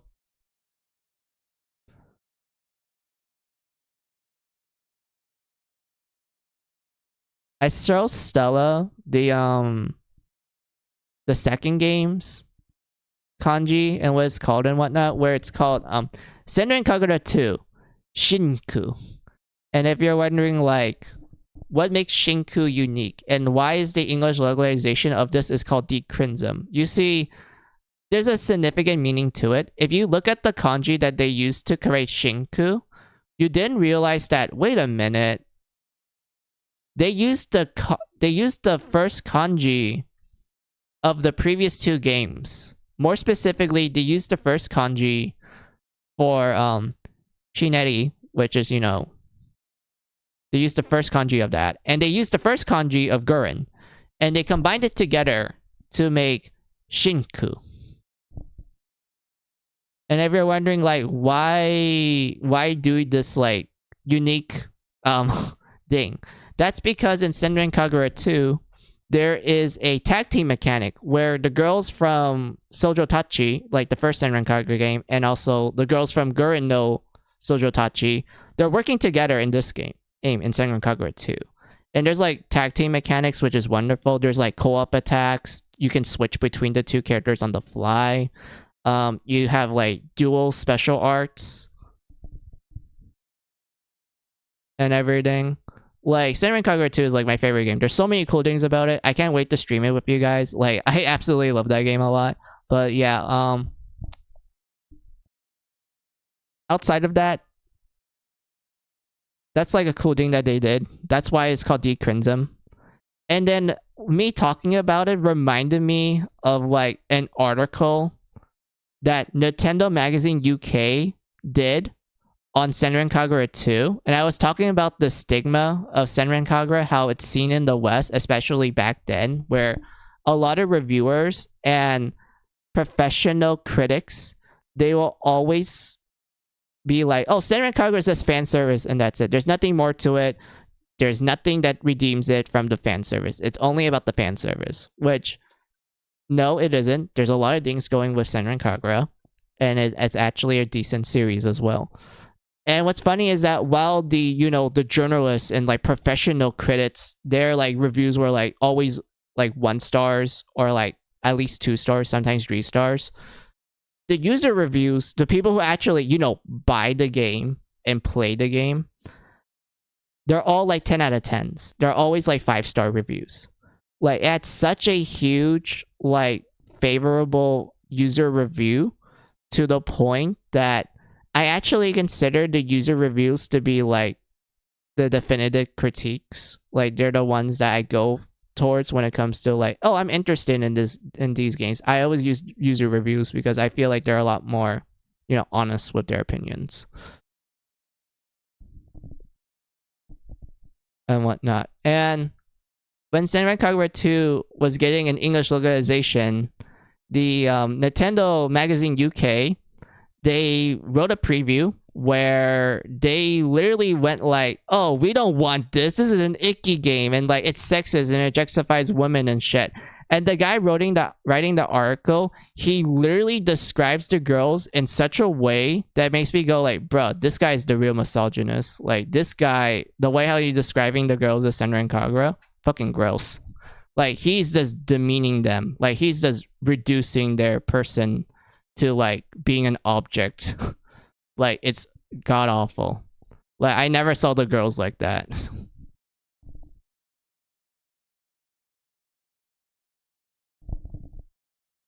And whatnot. But yeah, what do you wrote down, Rudo, real quick? Hold on. Let's see. Yep, 16 hours, and apparently the game roulette hates Mary Skelter. I picked Mary Skelter 2 on the roulette, and not once did Osu get picked. Then again, Chrono Q and Yakuza 0 Earl didn't get picked either. Game roulette track media bias confirmed anyway. Yeah, as I said, the guy wants to get stepped on and be called a pig. Yes, and whatnot. I actually did send the link to the magazine, Rudo. If you like look at the chat log, I actually did send it, and I will like point out certain ones that made me go like, yeah, this guy is talking shit. Like, this guy doesn't know what he's talking about. I'll read it real quick. Hold on. Where is it? Okay, found it right here. So, really? Fine then. Senran Kagura 2 Deep Crimson is in development. For some reason, it's a game about smuggly, fleshy watermelons in your top, and the only way to win the game is by making sure everyone's seeing your bum. That's right, it's that deep. There's also some fighting, I guess. And I should mention that, but really, it comes down to the huge amount of love and care that the developers put to ensure that the jiggle physics is as ludicrous as possible. Excuse us while we gorge our eyes out with rusty spoons.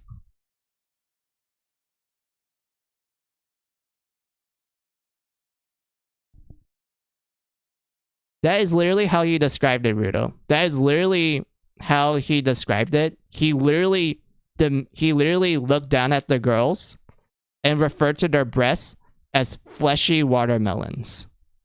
Fleshy watermelons.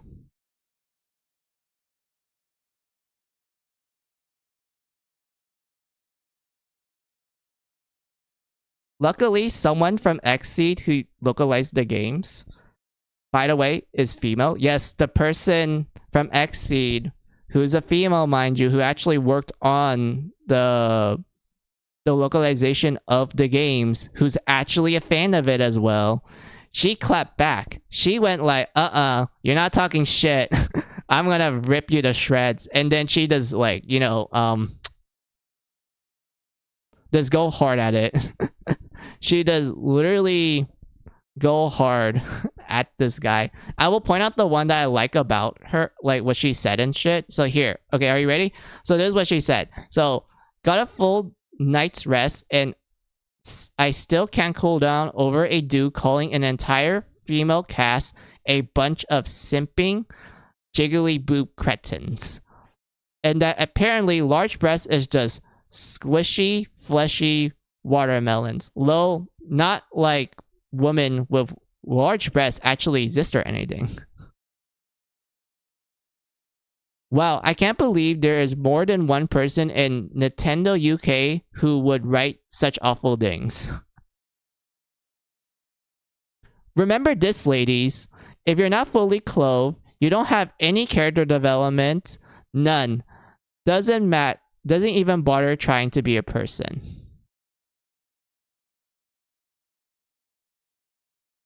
You're just a fodder for a few poorly written jokes. That's the progressive way. Go, woman.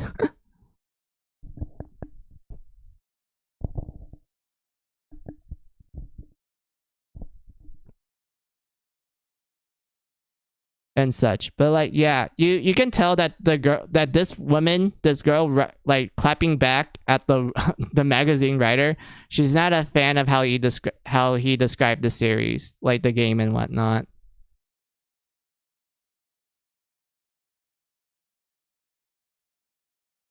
And everything. So yeah, like this Xseed employee earns my respect. She earns my respect.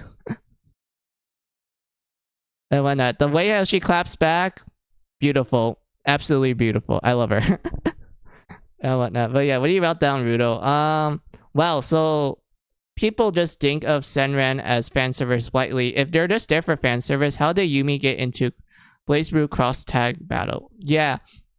Honestly, I was surprised that Yumi actually like got into the crossover with BlazBlue. Like, that was actually a surprise. And I remember for like when it was announced and shit, everyone was just like going hard at Senran Kagura. They're like, oh my god, it's the big Booba fan service series. Why would they let this be in BlazBlue? This is gonna like, look bad at the fighting game industry or whatnot. Like, I remember that sort of BS that they wrote down. To which I'm like, have you played BlazBlue? Have you like gotten any of the joke endings or actually saw the character designs for most of the BlazBlue characters? Better yet, have you like, geez, I don't know, like play the other games that Arc System made that clearly does love their fan service and whatnot. But like, yeah,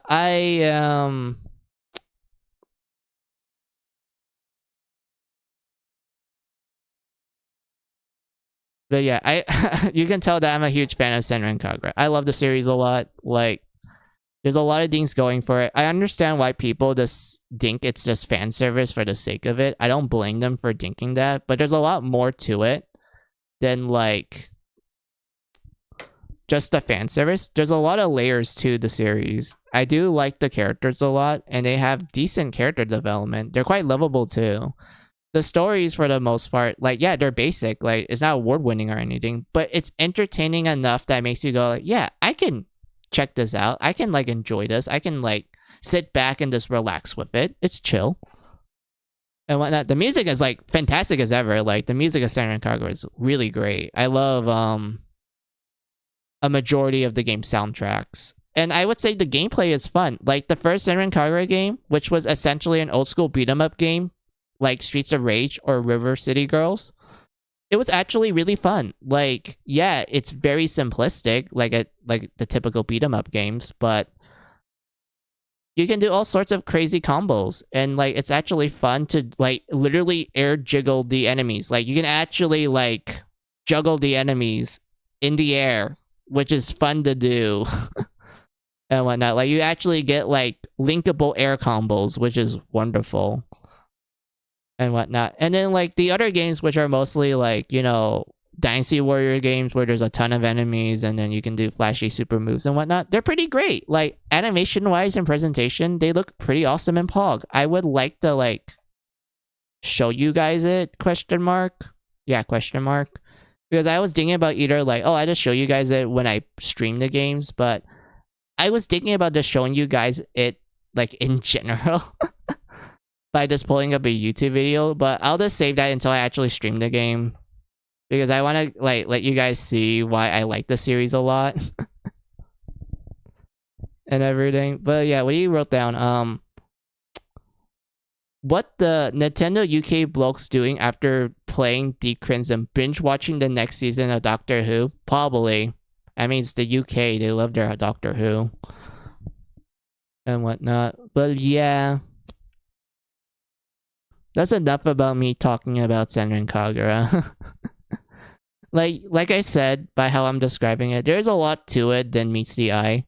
It's just that a lot of people are like, you know, quick to judge when Senran Kagura does wear the fan service on its sleeves. Like, it does not hesitate to show you that, yeah, we have fan service. Like, we're really, like, goofy with it, too. Like, that's the cool thing about Senran Kagura is that the fan service isn't, like, treated as serious. Like, you can't take it seriously, like, at all. Because, like, it's extremely goofy. Like, it's so goofy to the point that I just can't help but be like, this is making me laugh more than, like, me being into it. Like, it's just way too, like, goofy and bizarre to the point that I'm just like, oh man, like, this isn't gonna offend anyone. Like, this is literally just slapstick comedy. I like it.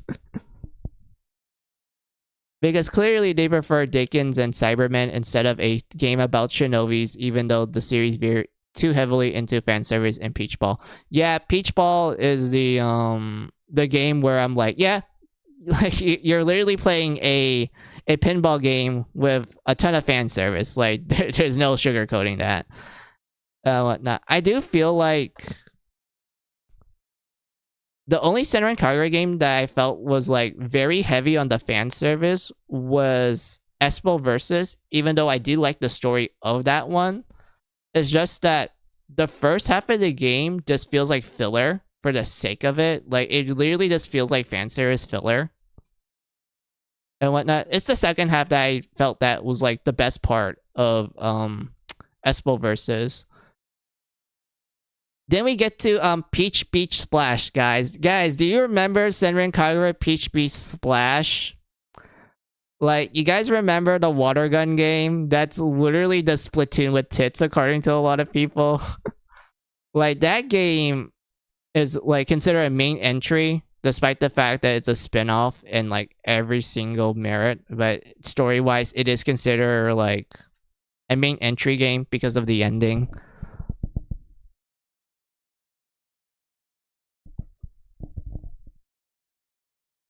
And whatnot. Like the ending of Peach Beach Splash, that one actually foreshadows the events of Senran Kagura 7, which was going to be the latest game to come out, but sadly that's in development hell because the creator of the series left because of good old Sony. Yes, Sony at fault again, once again. They're the reasons why we don't have the new Senran Kagura game and is in development hell, and why the developer left. It's all because of Sony. I fucking hate that. Even Espel Versus, the entry I pirated and got bored of, has plot. Indeed. Like, Espel Versus is like... I would say it's the mixed bag game. Because I actually do like the game because of the huge roster and everything. But outside of that, like, yeah, there are flaws with it. I do not like how the gameplay is really slow compared to the previous games. Like, they really slow down the movement of everything to the point where it's like, yeah, it's gonna take a while, and how your moveset is super limited at the start. I hated how your moveset in the start of Espel Versus is so limited to the point that most people would just be button mashing, which is a goddamn shame because there's actually a lot of depth to the mechanics. It's just that people are like, oh, this button mash, like, who gives a fucking one? I'm like, bruh, there's a lot of things going on with it. It's just that the first impression of the gameplay is a terrible one. I hated it. The only thing I know about Peach Please Splash is that it has Neptune on it. Yeah, Neptune appeared as DLC. I remember buying it. I bought it and I enjoyed it. I love me some Neps.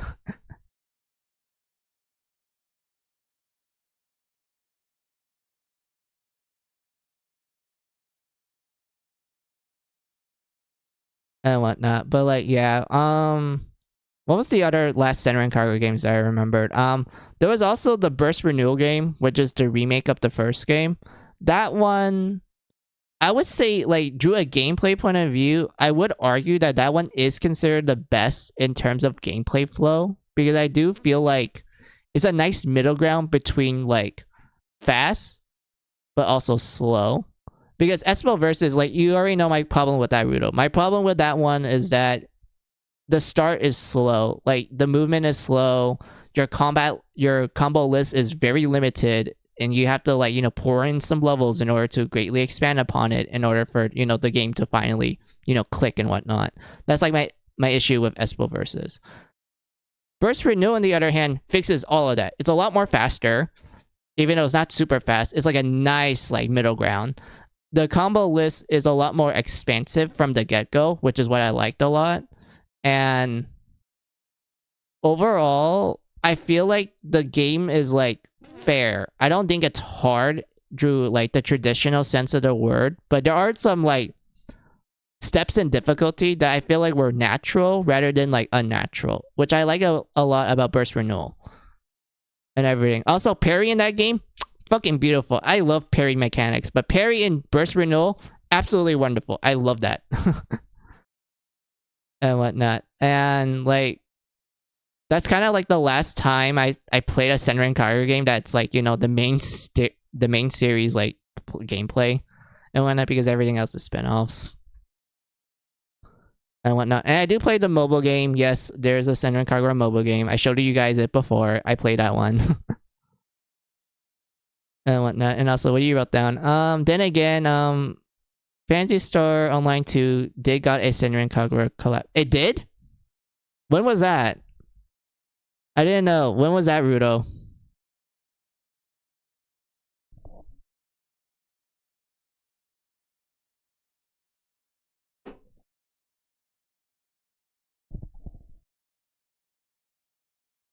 Ugh. Let's see. 2020. Oh my god, that's a long time ago then. That was like 3 years ago. On the JP server only though. God damn it, Japan gets the best stuff. Why? Japan always gets the best stuff in gaming. Why do they get the best stuff? I want the best stuff. Why do us Westerners have to suffer?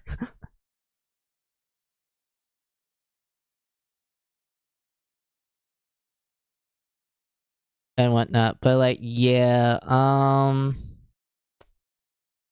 yeah, Rudo. I think I already told Stella and Gwen this, but Rudo, I actually bought some, like, electronical stuff that makes it able, like, which allows me to be able to stream PS Vita, 3DS, PS3, and PS2 games. Also Wii.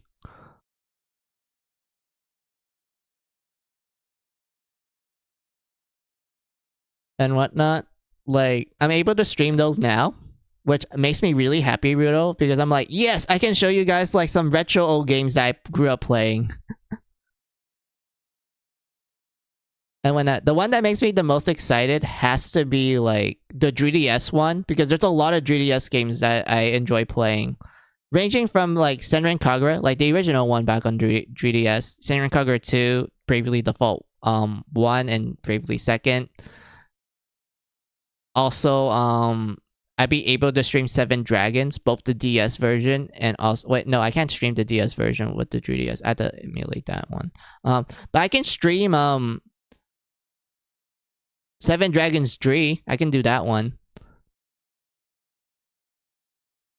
And like much more. And then for PS2 and PS3, that's mostly going to be like classic JRPGs that I played, like SMT, E Nocturne, Devil Summoner, Raidou Kuzuna 1 and Raidou 2. Digital Devil Saga 1 and 2. Those are like my favorite spin-off games in Mega 10. Persona 3 FES and Persona 4. Yes, I'm not gonna play Golden because like I don't like Golden at all. Like I straight up don't like that game through like a gameplay point of view. Ooh, I'd rather just play the original Persona 4 to be honest.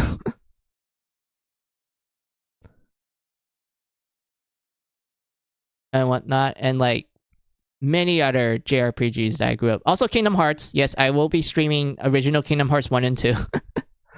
Not the final mix versions. Those ones will be PS3 when I like, you know, do PS3 streams. For PS3, I'll probably do like Tales of Grace. Tales of Grace F. So I think Stella will be happy when I do that one. Tales of Xillia 1 and 2. What other Tales game was on PS3? Oh yeah, the Tales of Symphonia Chronicles edition. I'll do that one as well. And what was the other PS3 games I own? Let's see. I have Resonant of Fate. That one's also pretty good. Star Ocean 4, The Last Hope. I honestly... Yeah, that game's fun gameplay-wise. I didn't like the story. What other PS3 games do I have on me?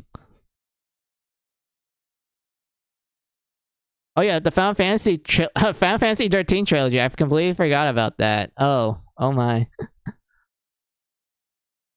I'll just probably play this part 1 of Final Fantasy 13 and just ignore part 2 and 3.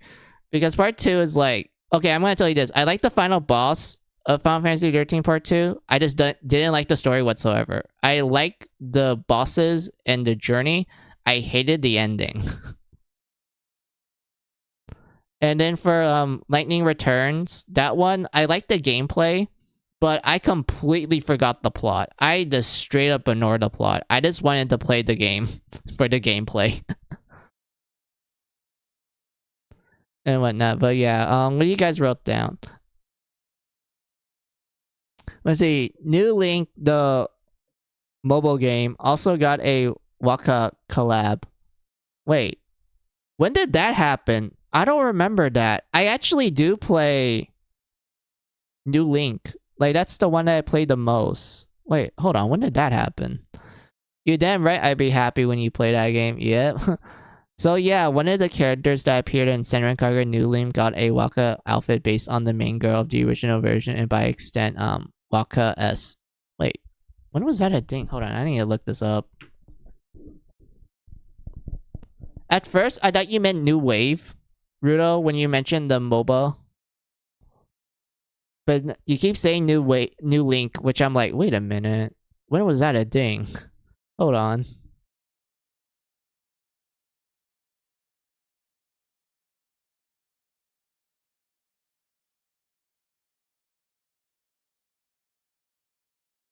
Oh, okay, so it was, So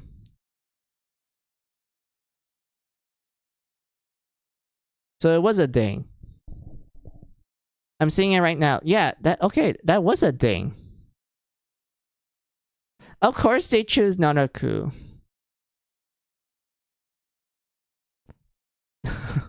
Of course they did. Like, yeah, that fits.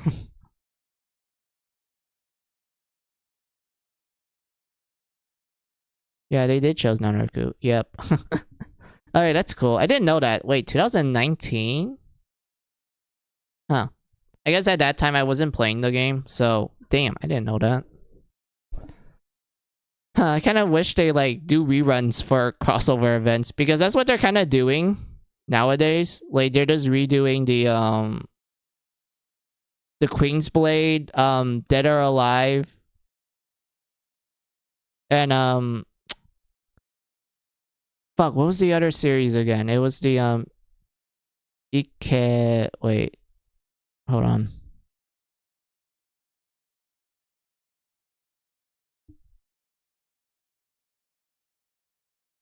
Let's see, it's the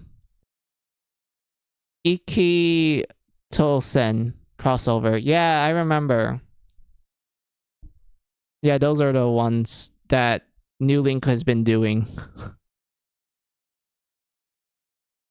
But they're crossover events nowadays. They were just focusing on Queen's Blade, Dead or Alive, and Iki Tosen. And when that, so I didn't know that they made a crossover with Waka. Oh, I just dropped by to say hello. Sorry I missed the stream. Hey, Eagle, how are ya? Yeah, this is like the ending parts of the stream. I just literally been talking for like the last hour or two with Stella and Rudo about certain things. And when we were talking about the Trails game, more specifically the English translations of Tales into Ravine and how much I hate it. I absolutely hated the English localization and whatnot, and it literally made me got turned off.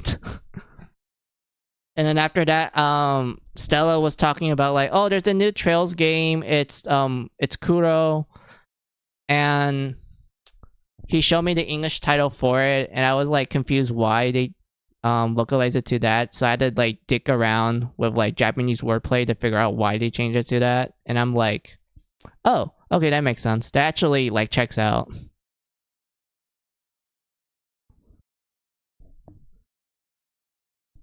And whatnot. And then we talked about the wordplay for Senran Kagura, more specifically the first 3 games for their Japanese titles and how it got translated to English. And I actually point out like it's actually pretty accurate for the most part because like they actually understood how the Japanese wordplay worked and everything with kanji and whatnot. Like kanji is like one of the hardest things about the Japanese language. Like we can all agree that anyone that's studying Japanese, they all agree that kanji is pretty hard.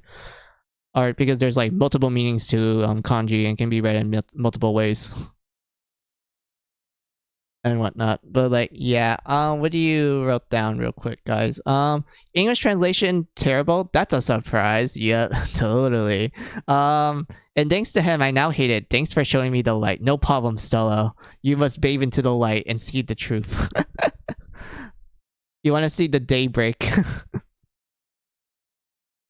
Rip chances of getting a rerun of not Aku and Elizabeth's outfit. Yes, the main girl of the first 2 Waka versions is actually named Elizabeth. Oh, that's cool. I didn't know that, Rudo. That's cool to hear.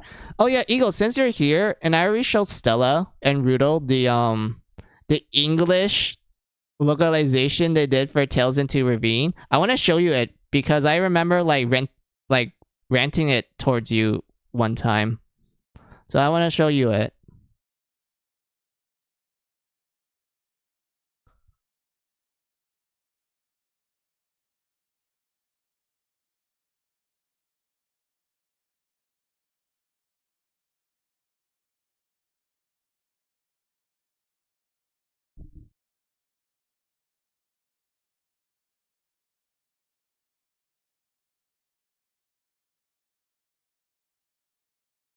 Okay, so here's example 1.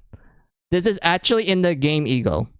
If you go to this NPC and talk to her, this is literally what the text box looks like. And what makes it more funny is that the top is the accurate translation, while the bottom is what they wanted to localize it into. This is what Nessa wanted to localize into. Yes, this is Nessa. You know, the English branch of Nippon Ichi Software, the people who did Disgaea and whatnot. Yes, their North American branch did this. They worked on this game for 5 years, and this is the end product that they decided to release. And what's funny about this is that the top proves to me that they're capable of an accurate translation. Like they're actually able to accurately translate the Japanese. But they wanted to change it to whatever the fuck they want at the bottom. Like the bottom is what they wanted to localize it into. Like, excuse me? What? What the fuck, Lo? Yeah.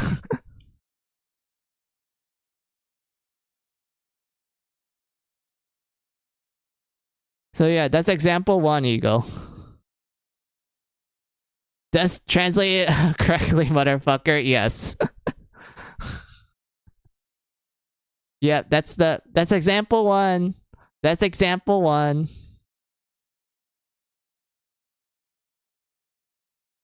And here's example 2. So the top is Nessa, and the bottom is the accurate Japanese, translation and such, with the Japanese text on the side as well. And whatnot. And like, I already point out the difference is that, at the bottom, the girl is talking about meeting up with her beloved. She's not talking about Lloyd, like the person she's talking to. She's talking about someone else, like her significant other. And the Japanese word that they use for it has a lot of significant meaning to it, Ego. Like, yes, like the accurate translation would be like my beloved and such, but the actual Japanese word has a lot of meaning to it. Like, you don't use this word lightly. When you use this particular word, that means that person is very important to you. You very care about them. Like, it's a very strong word and such. You do not take that word lightly. And Nessa decides to translate it to my boy toy. My boy toy. I was physically angry when I saw this, Eagle. I was actually angry when I saw this. As someone that's actually studying Japanese, this actually pisses me off.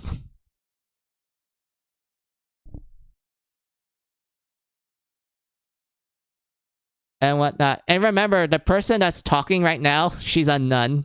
This is a nun. This is a nun.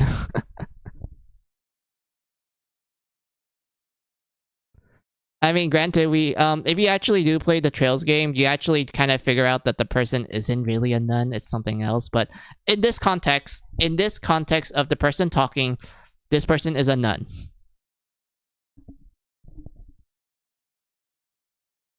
A nun, yes, this is a nun. This is some SJW bullshit. Come on, people. These people need to get their heads on correctly. Yes. And whatnot. But yeah, like, Eagle, this actually physically angers me. Like, I was so angry when I saw this. I was like, this isn't accurate whatsoever. This is a complete, like, night and day scenario. Like, I was actually physically angry. This is why fan translators are far more respected than professional localizers. Exactly. I just did not trust Nessa at all. And then here's the last example that I have. Who do they think she is? I don't even know how to say that. Latex wearing latex. Sorry, my bad. Latex wearing nuns from Hitman Absolute. I remember that. I remember those nuns in Hitman Rudo. I remember them. Honestly, I didn't want to like. I thought like, okay, they look very attractive, but at the same time, I don't want to die. I do not want to die whatsoever, so I'm just gonna avoid them and whatnot. But like, yeah. So the top is Nessa, Ego. Like, this is how they localize it. The bottom is the Japanese with a more accurate English translation. And if you kind of need context, the person in question is from a private academy. They're taught to speak in etiquette and elegance. They have a more polite way of speaking. And whatnot. And the person in question is like, yeah, she's talking bad about this old guy, but you can tell by how she's saying it, she still doesn't like, what do you call it? She doesn't go into full slang. She's just like, oh, she's just talking bad about this guy, but she has a sense of elegance. She is talking professionally. And whatnot. But like, yeah. And whatnot. The top is what Nessa wanted to change it to, and it makes zero fucking sense. This is literally like not the same character whatsoever. Bottom, elegant lady talking bad about old guy, but doesn't like, slip into slang. The top, there's a fucking child just trying to make up all sorts of insults that we all know is fucking cringe. And whatnot. Which completely goes against her character. She sounds like a child in the top, indeed. You want to know why it's better? Because we as fans actually care/love this series and its characters. Well, people like Nessa can go fuck themselves, and because they do not care about us or want us to see it. Exactly.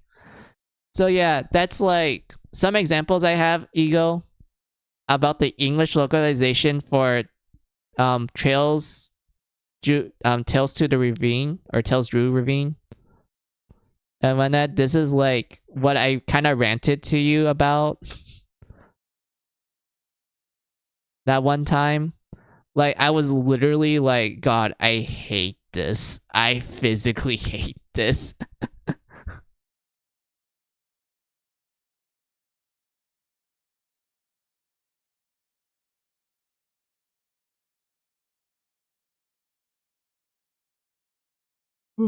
Sorry if I'm yawning. I'm looking for my... Where's my ending screen? Hold on. I need to look for my ending screen.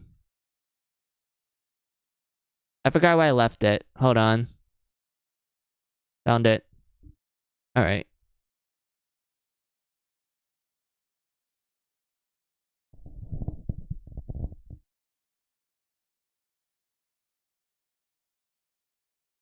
Let's see.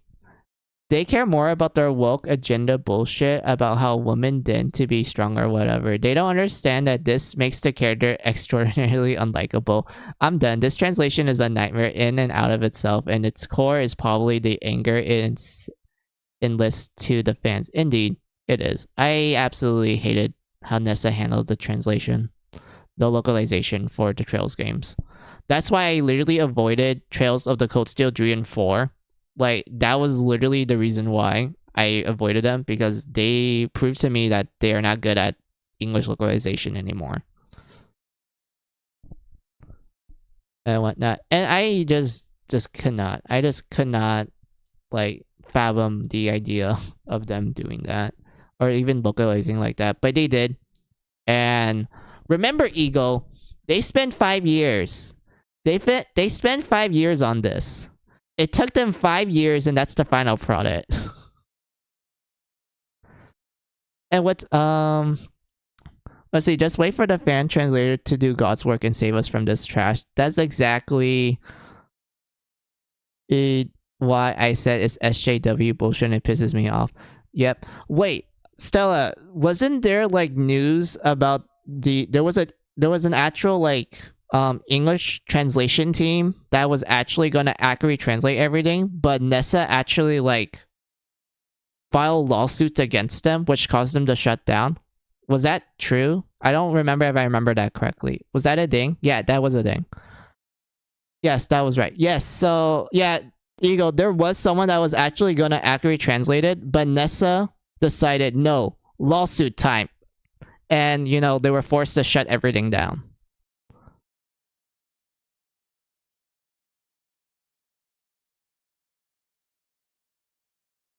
And whatnot, which, made me a lot more angry. Bruh, yes, it's a bruh moment indeed. Like, god damn it, Nessa. What the fuck, bitch, fuck you. Yeah, indeed. Which pisses me off even more. It is. I honestly was very angry when that occurred.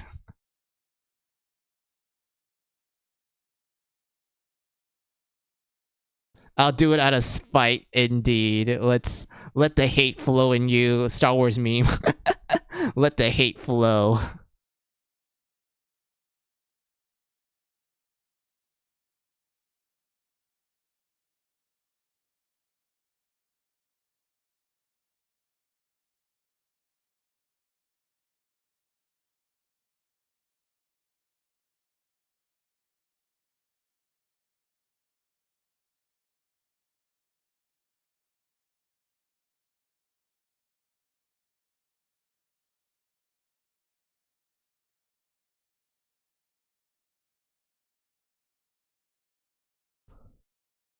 These translators need to be removed from their positions. I wholeheartedly agree.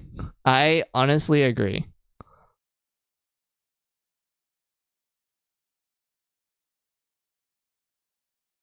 Also, I need to look for something real quick. Hold on. Where did I put it?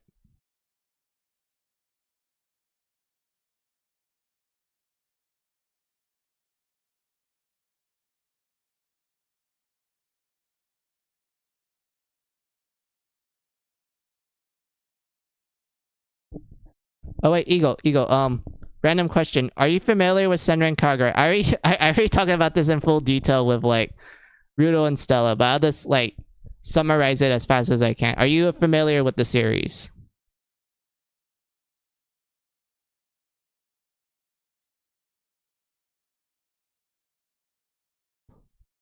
Let's see. I remember hearing once, and it's sad that they didn't keep their word. Rain and some of the voice actors said that if Nessa fucks up with the Trail series, they were going to walk. Oh, really? I didn't know they did that. That's sad that they didn't leave then.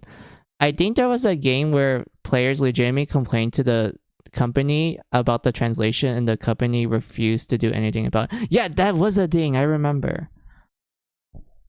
Like, they didn't change it at all. Senran Kagura, heart. So you are familiar with it. Good.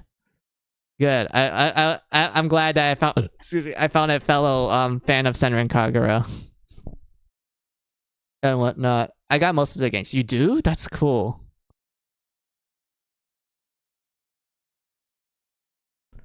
And whatnot. But yeah, like I said before, Ego, when you drop in, I was talking about the English localization for the Senran Kagura games, like the earlier games, and like how they actually handled it in such a good way.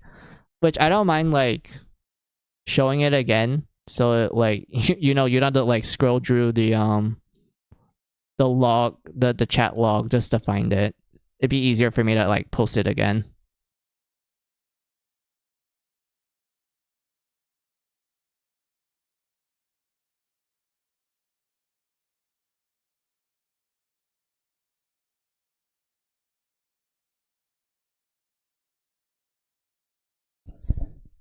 Let's see. I got most of the games, including Senran Kagura Ethnic Tune yet. Nice. I have that game too. Sure, I love Senran Kagura. I would stream it one of these days for fun. Indeed, I would do that too. I was actually gonna do that for the 3DS Senran Kagura games. I was gonna stream those because I actually like the 3DS games a lot. But oh yeah, I'll show you the first game title. Hold on.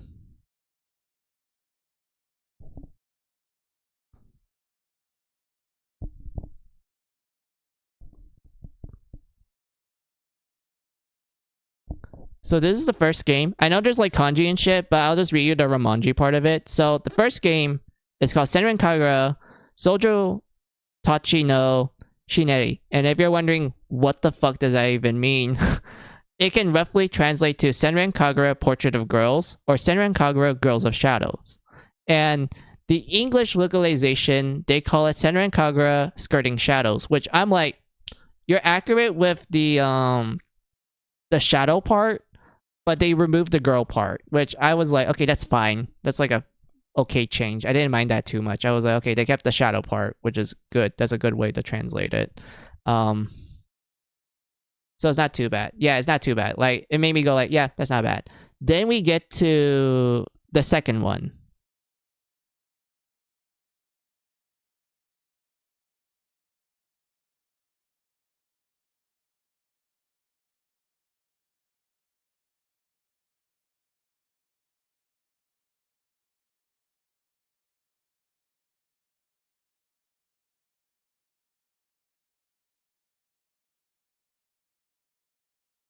Oh wait, I forgot the Romanji. Hold on. Where is the Romanji? Give me the Romanji. Why is my internet loading slow? Come on, Firefox, load for me.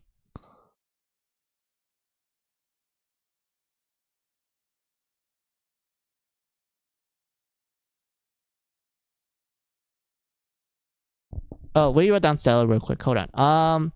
I remember they did a live stream about the SJW things of Cold Steel Dre, and they played it off like, oh, we didn't know, and saying it was okay. You guys need to lay off. You don't understand how hard it is to translate this. What? Excuse me? Excuse me?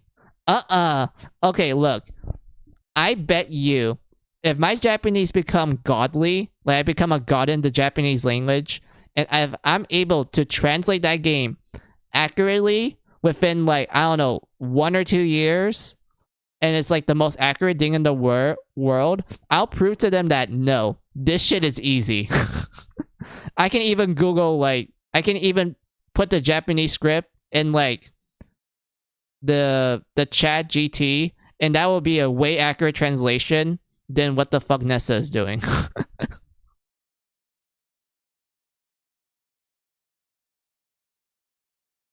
And whatnot. But like, yeah, enough of my like enough of me like saying that. Let's get to the next one. I'm not kidding if you look it up and you can clearly see that they said that. God Lord. Alright, I'll search that up still. You don't have to send me it. I'll look it up myself. And whatnot. Do you hear about the new South Park thing? How they made fun of woke bullshit? I think it was perfect. I have not seen South Park in a while, Ego, but that does sound interesting. I'll check that out if I have the time. And whatnot. Like, the last time I saw South Park was like the early seasons. And I thought the early seasons were like the best ones. Because the newer seasons, like, I thought they were fine. It's just that I didn't think they were as good as the earlier ones. And whatnot. But like, yeah. Let us send the next one. Look it up. They gender swap, race swap the boys, and hardcore made fun of the woke crap. Oh my god. That is wonderful.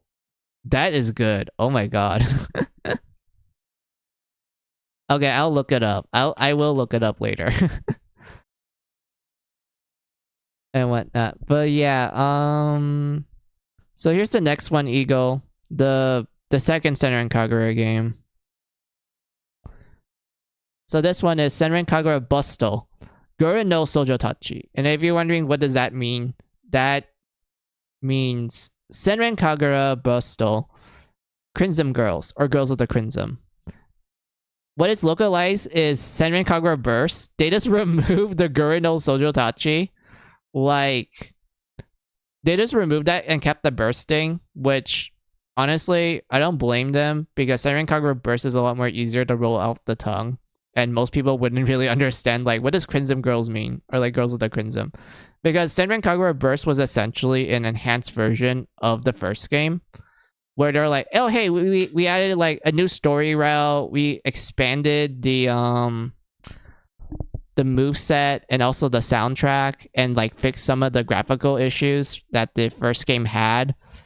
So as a result, it's like pretty much when you buy this game, you're playing the enhanced version of the first game, because it has all the previous content beforehand, but with quality of life improvements. And also the new content is wonderful and whatnot.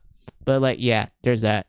Then we get to Senran Kagura 2 Ego, my favorite game of the series. My favorite Senran Kagura game is Senran Kagura 2 The Crimson, and I will show you why.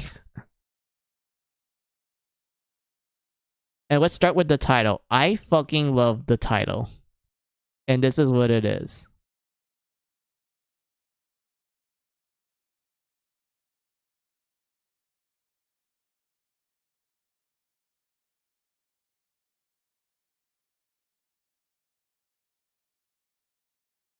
Let's see, the nipple bandage though. Yeah, I remember that. That was an actual thing that you can actually make the girls wear in certain games. I remember that. That actually cracks me up. What do you wrote down? It made the media because people were so offended by it. Oh my god, that's beautiful. I love that. But yeah, so here's Senran Kagura 2. So this one is Senran Kagura 2 Shinku. So you're wondering, what's the English localization? It's called Senran Kagura 2 The Crimson. And if you're wondering, like, why The Crimson? Well, this is because if you notice the two kanjis that they used to create Shinku, those are actually the first kanjis that they used to make the previous two titles. Like, we have the first game, which is like, Sojo Tachi no Shineri. So they took the first kanji of Shineri, and then they took the first kanji of Guren, and they combined it together to make Shinku. And if you're wondering, like, why Shinku and whatnot, this is because the whole point of Senran Kagura 2 is that it's a tag team game. Like, there's a tag team mechanic where you can play as two girls at the same time, and you can swap between the twos on the fly, which is wonderful. There's also dual special moves, and like all sorts of like cool tag team mechanics. Like, it's such a good game. I love Senran Kagura 2 a lot. I can't wait to stream it with you guys. It's such a wonderful game. I think it's like the best game of the series and whatnot, including the story and everything. Like, I love Senran Kagura 2 a lot. Like, so you can kind of pick up that, oh, so that's why the game is called that, because, it's advertising the tag team mechanics, because essentially the girls from the first game and the girls from Guren, they're working together in this game. So that's why, that's why the title is called Shinku. That's why they use the kanji and whatnot to combine it to make Shinku. And that also applies to Deep Crimson as well, because the deep part is essentially like, the shadows part, skirting shadows and whatnot. They just, for some reason, they call it deep.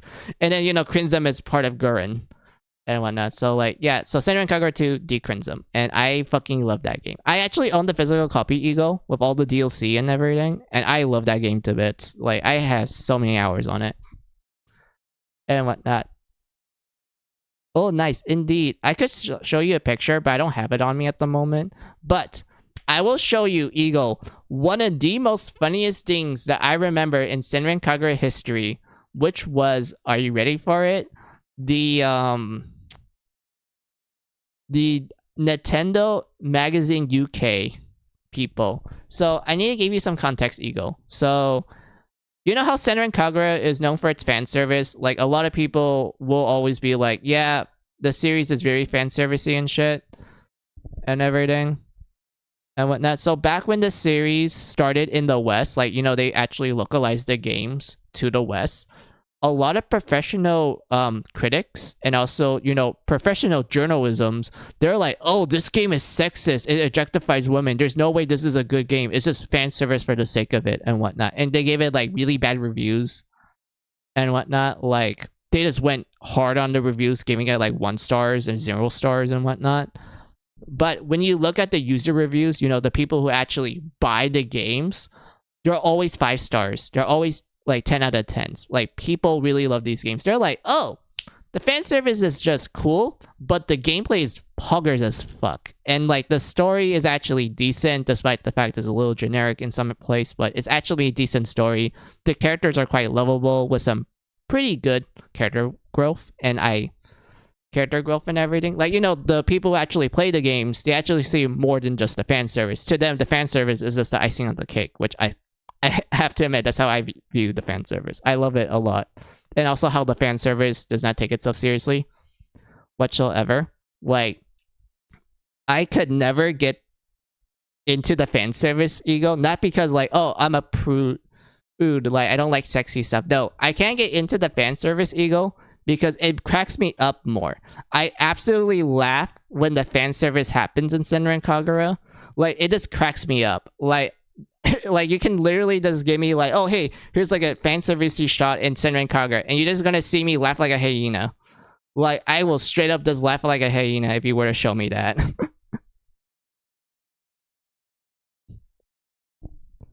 And whatnot. Like, that's literally like my stance when it comes to the fan service. It's like, yeah, I'm just cracking up more than like, oh yes, jail time. Like, horny jail time. Like, no, I'm not like that. I'm like, yes, I am laughing my ass off. Quite literally. And whatnot. So when the second game was announced, Ego, the sorry, my bad. When Senran Kagura 2 was announced to go to the West, the Nintendo Magazine UK people, they're like, no, we don't want this stuff in the West. This filth, this garbage. And like they start talking extremely bad about it. And I will actually show you the magazine itself. Like them writing it down and whatnot. Like what they wrote down in the magazine.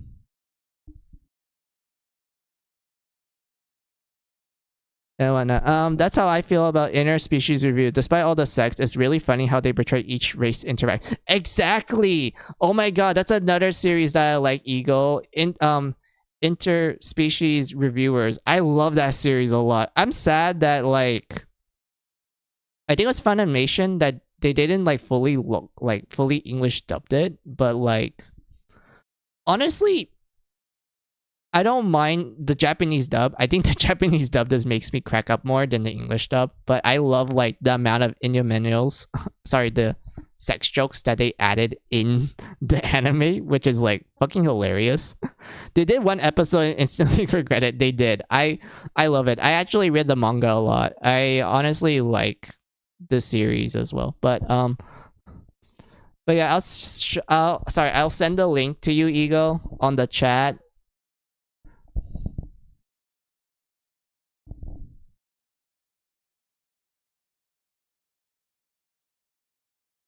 And whatnot, but I will put out some highlights for you, Eagle, like what this guy wrote down, how he describes the game and such, more specifically how he describes the girls. Are you ready for it, Eagle? I'm gonna like describe it. I'm gonna like read what he wrote down. Are you ready? All right. Really, fine then. Senran Kagura 2 Deep Crimson is in development. For some reason, it's a game about smuggly, fleshy watermelons in your top. And the only way to win the game is by making sure everyone sees your bum. That's right, it's that deep. There's also some fighting, and I guess we should mention that. But really, it all comes second to the huge amount of love and care that the developers put into ensuring that their jiggle physics is as ludicrous as possible. Excuse us while we gouge our eyes out with rusty spoons. Yes, this guy that's claiming that Senran Kagura is like objectifying women and sexes and whatnot, he describes the girls as fleshy watermelons. And like doesn't even know anything about the game. You can tell by how he writes he does not know anything about this game. And what's funny about this is that someone from Xseed who does the English localization for the games, one of them actually comes out to talk about the review that he wrote. And mind you, this employee, she's female. This is a female lady. She sees his review and immediately starts trash talking him. She immediately rips into this guy. She straight up is vicious. And whatnot. So I want to like point out some highlights that I like what she said. So here you go. All right.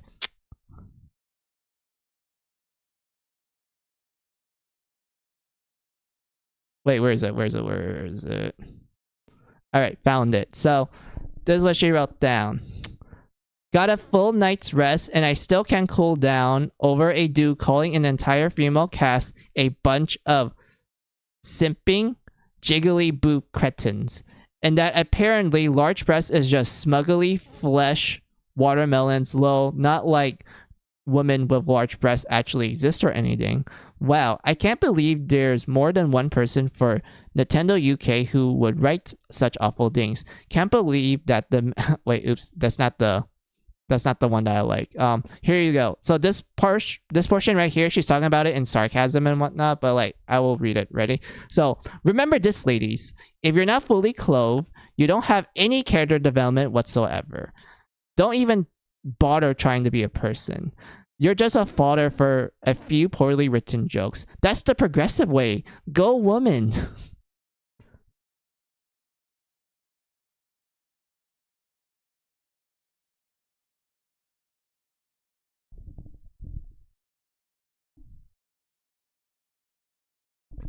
And whatnot. But yeah, that's Like, she literally claps back. Like, this girl, this woman right here, she just immediately claps back and is great. I love her.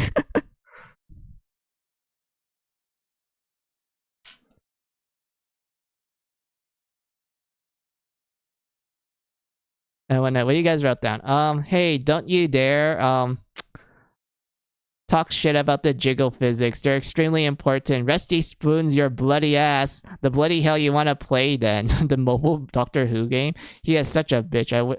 I swear, he wants to get stepped on and be called a piggy. If anything, he's objectifying these girls way more than the game did. Ironic. You go, girl. Exactly. That's the one thing I want to point out. This guy talking about like how the game is sexist and whatnot, he's being the true sexist. He's describing the girls in such a way that I'm like, bruh, even I wouldn't think about that. Even I highly doubt any sexist person would actually describe a woman like that. Like, my god.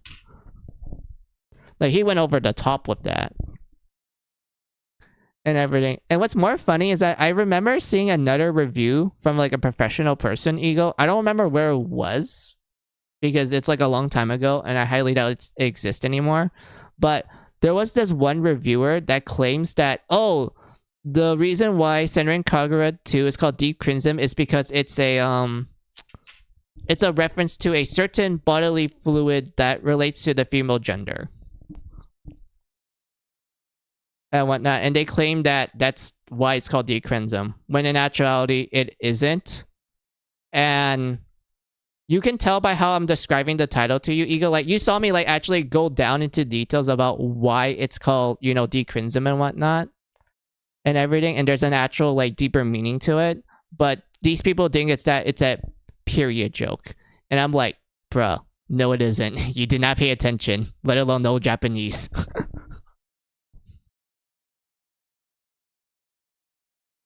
And whatnot. No one would think that or willing to say that. Only a sexist baka would say that. Indeed. It's a period joke. Classy. Exactly.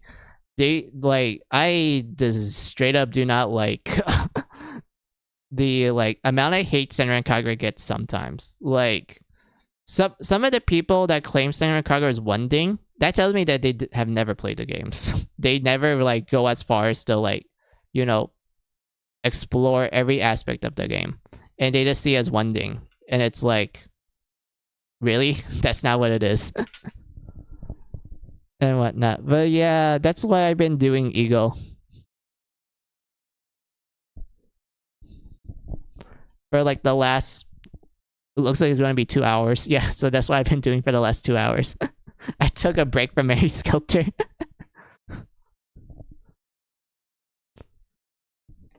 And whatnot. Let's see. The more hate people spread only helps promote the game to the true fans. Indeed.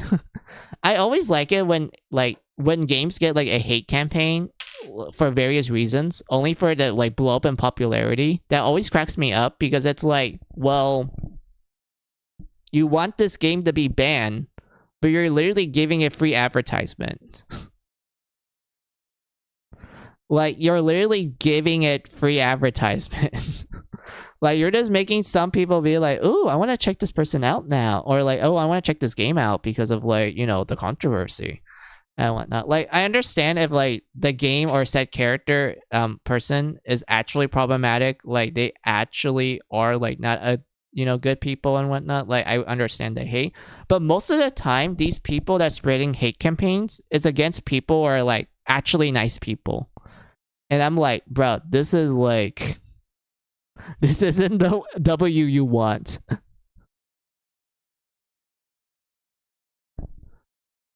And whatnot. But like, yeah, let's see. That's what happened to the honey VTuber. She's a lolly VTuber that got hate because she was a lolly, and it backfired super hard. She got double the followers because of all that hate. I remember that, Eagle. I actually saw a bunch of Twitter people complaining about her. And that actually made me, like, want to support her. Because I don't give a shit about lollies. I'm not a huge fan of them. But, like, I don't mind their existence. Like, that's the thing I want to point out. I don't mind their existence. I think they're, like, fine. I'm not a huge fan of them. But outside of that, I'm just fine with their existence. Like, I'm fine if you like lollies. Like if you like lollies and such, you're cool, my man. Like I don't really care too much. What's one wholesome thing I can think of?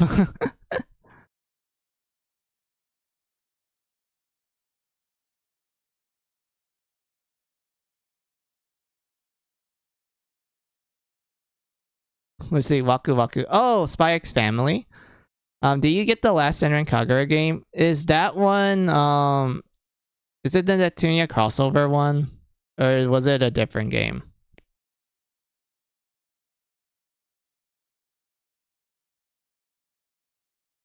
Because the only games that I have is the original one on the 3DS, the Senran Kagura 2. I have Shinobi Versus and Espo Versus. I have Peach Beach Splash. I have Peach Ball. I have Burst Renewal. And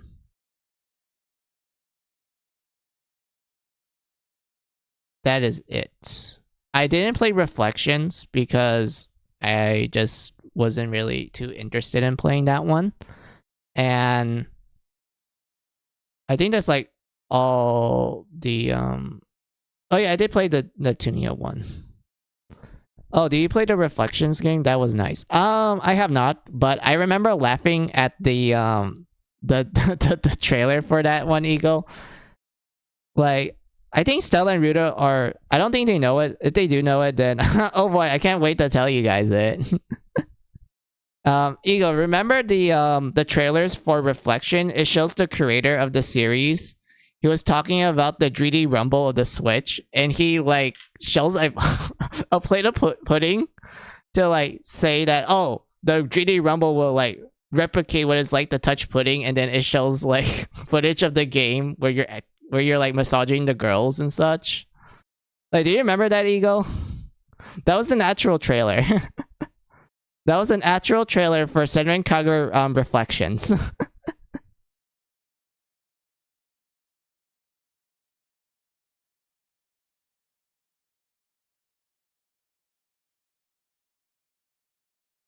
Oh my god, I do not remember. I got the game through Steam. Oh, alright. But yeah, since it looks like Eagle doesn't know it, so yeah, that's literally that's literally like the trailer that they did for Reflections. And whatnot, Rudo, Stella, and Eagle. Like, when they announced that, hey, we're gonna make a Senran Kagura massaging visual novel game, they literally made that trailer, and I was like laughing my guts out. I know, I know, right? Yeah. Oh wait, what did Ruda wrote down? Crud, I forgot. This is the 7th anniversary for Mary Skelter 1. It is. Right now, it is the well, yesterday was the 7th anniversary of of Mary Skelter 1 in Japan.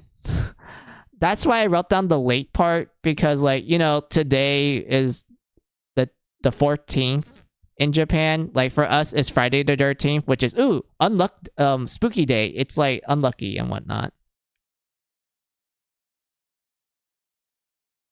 And whatnot. But yeah, let's see what you guys wrote down. I couldn't believe it. Yeah. Senran Kagura and game developers that makes these kind of games have the best type of trailers. Indeed. Where it all started, oh, it was a great time in Japan. It is. I understand that. Understandable. I'm glad that you guys understand that and whatnot. Also, like, there are other things I want to talk to you guys about. So, I thought about, like, certain concept and ideas if I ever want to be, like, a PNG tuber or, like, an actual VTuber. So, some of the ideas I thought was, like, you know, something simplistic, like, oh, I just want to make a model of Red Riding Hood and just, you know, use that. But I'm like, that's too easy. That's too simple. I want to think of something more creative. So what I thought, guys, was that I literally just make my own Blood Maiden. Like, I make a VTuber model that has, like, you know, 3 states. One is like the initial state. The second one is like, you know, genocide/massacre mode. and then the third one is Blood Skelter. And my idea for that was that the initial state is just a water cup. Like, it's just a cup of water that has like googly eyes. Like, it's like drawn. It's like those like child drawings of a person's face and such. Like, I just thought about that being the initial state. Is just a cup of water with a goofy face. Like, it's really like, it's like a child drawn it and whatnot. That sounds cool. So big booba. Not yet. I'll get to that, Stella. Hold on. So yeah.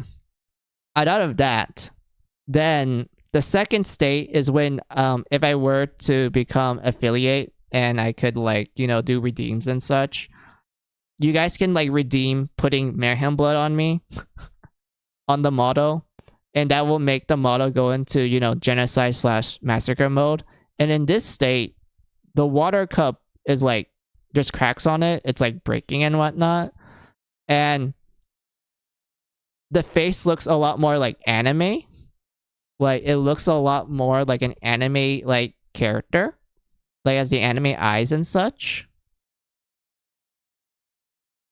And that there's like kind of like a slime coming out of it. Like, you know, it's Mayhem blood. It's like slimy and such. But inside of the cup, like when you're looking at the water content, you see like an actual like finger. Like a finger coming out. Like, it looks like a realistic human finger.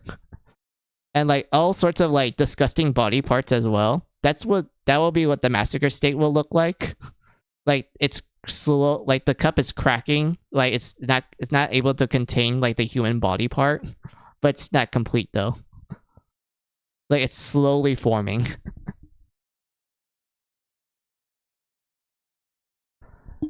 And whatnot. That would be the genocide mode / massacre mode. Let's see, what do you wrote down? If you want a PNG, I can point you to some of my artists. Oh, it's just an idea that I'm like thinking about Ego. I'm not sure if I'm able to like, you know, go full into it. Like, you know, put a lot of money in it to it. Sort of scenario.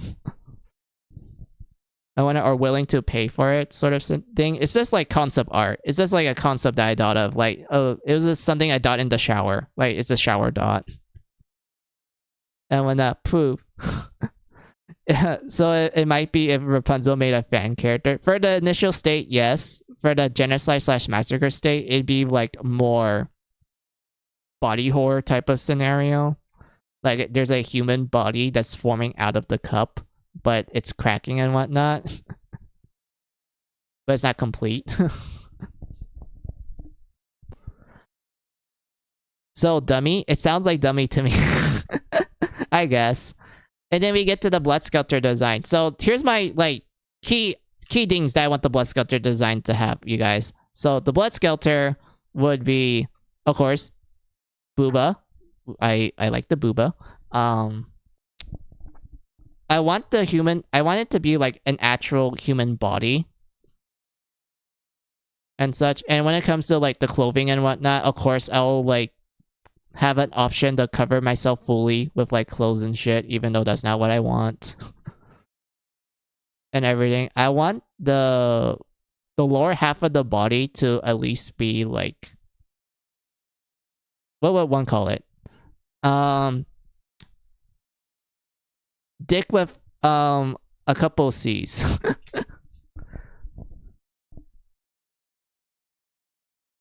And whatnot. And like, you know, it just looks like a human girl, but it's like water theme. Like, there's a lot of water and whatnot. And of course, I will have the Blood Skelter eyes. And for the hair, I was debating between like long hair that looks like, you know, tidal waves, or like short hair that, you know, does the same thing. And of course, you're wondering like, where's the cup? Where's the cup, Mizu? Where is the cup that she initially came out of? Well, the cup is like broken, like there's shards everywhere.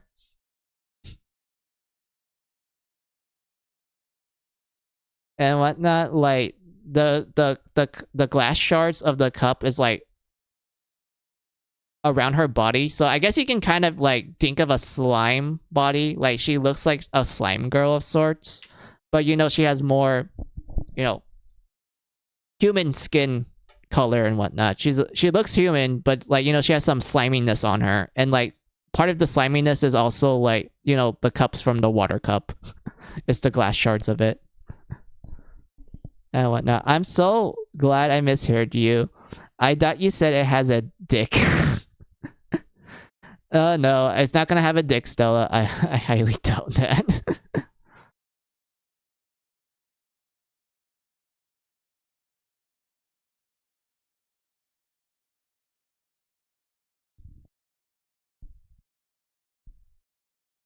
So blood maidens whose body and ability is hidden in a cup. Pretty much. Like, what I'm trying to say is that think of a slime girl.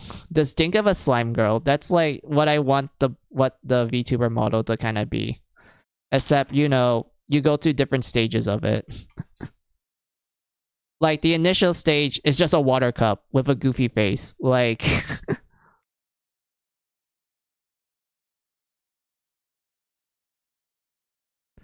and whatnot. And then, you know, the massacre mode is where it gets more human qualities, but it's not perfect. It's not complete. And then the Blood Skelter is complete, but, you know, she's batshit crazy and will just murder everything on sight.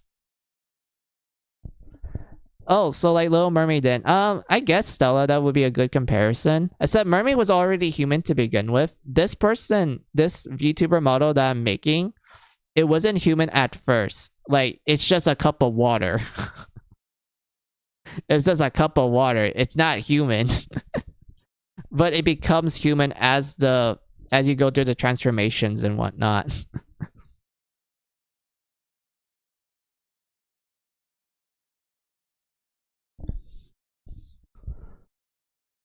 It sounds like a good idea. If you ever want to go for it, I can point to you to some artists. But if you got one in mind, best luck with it. Alright, I'll take you to that offer, Hugo. If I ever want to go for it. I can't think of one. Only one I got is Sid/Shadow from Eminence and Shadow. I guess that would be somewhat of a good comparison.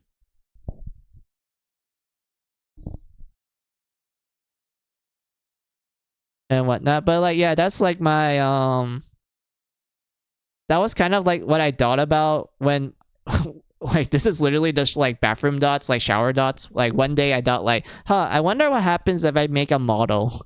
Like, what would the model be? And then I have like somewhat of a clear idea of sorts. And I actually went as far to make like a reference sheet. Like, I literally had like a document that's like reference sheet for like random shower dots. And in that reference sheet, I just have like a bunch of like notepads, like that one meme. Like, you know that meme where the guy is like, you know, there's like a literal clip wall with a bunch of lines and pictures and shit? That's literally me when I was making that. I was like, oh, this shower dot is interesting, and then I just go into like an intense detail about it.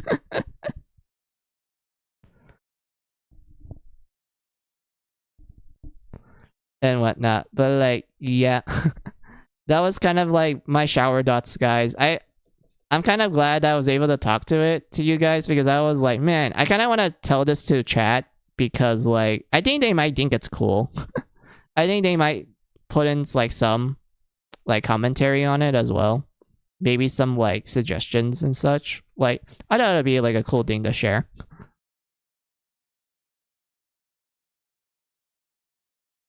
The more detailed, the better. You don't want to make something that makes you not 100% happy with. Exactly. I know, like, there are some people that are like, oh, I'm just gonna give you the bare minimal, and like, I expect you to work your magic on it. Which, in real life, to an artist, they want as much detail as you can, because they want to make sure that their client is like, you know, very happy with the end result and such. And I will never do that to an artist. I would never go to an artist and just give them the bare minimal to make them sketch something. No, I will actually like give them like a literal essay document about like, I want this for my commission art.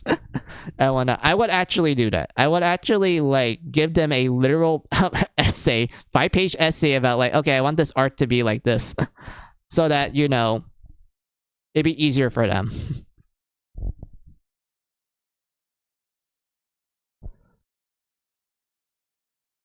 and whatnot. But like, yeah, I am feeling a bit tired, guys. It's like 7 o'clock where I'm at right now.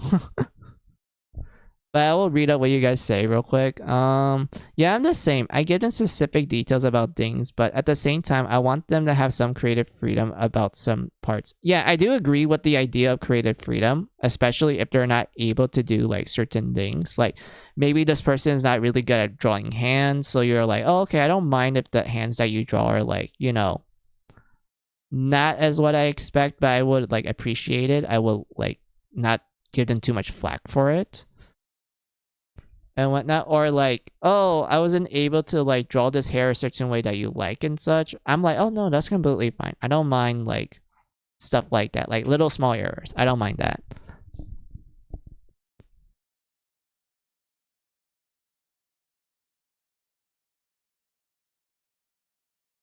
And whatnot. Got my back. Hold on, I need to crack my back. Let's see. I heard some people demand people to draw in the same style as some artists. That's pretty dumb. I do agree that yeah, I do agree that with some extent because like it's very weird to like tell someone to do that because like everyone has their own like unique style of like drawing and whatnot, like their own unique drawing style. So like if you don't like how this is drawn and such, you can just look for someone that is like the closest equivalence to the art style that you want, because you can't just force someone to learn a different art style. They're not used to it. It's something that they're not like they have experience with and such. Like I wouldn't like go to an artist and ask them to draw everything in like draw this like VTuber model in the same art style as like Neptunia or Mary Skelter. I wouldn't do that at all. I would not like go to a random artist and commission them and tell them like, oh, you need to draw this like certain way. You have to draw in this art style. Like, I would not do that at all.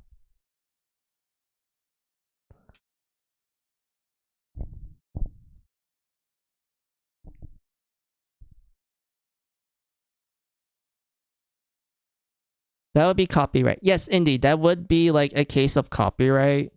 But I do know there are some artists that I follow that surprisingly managed to like be like they were inspired by the artists of like maybe their favorite game and such, and they're like, man, I want to try to draw like them, and then they end up pretty much being close to it, but you can tell that it's not actually the real artist and such. I know that's a case of like copyright and like a copycat of sorts, but the fact that the person like actually dedicate themselves to like actually teach themselves physically how to draw said art style, like they actually spend a lot of like time and years just to try to like, you know, draw exactly like their favorite artists and such. I honestly say like, yeah, a bit of copyright, but that person is a dedication. They have a lot of like determination. They are very dedicated to the art and whatnot.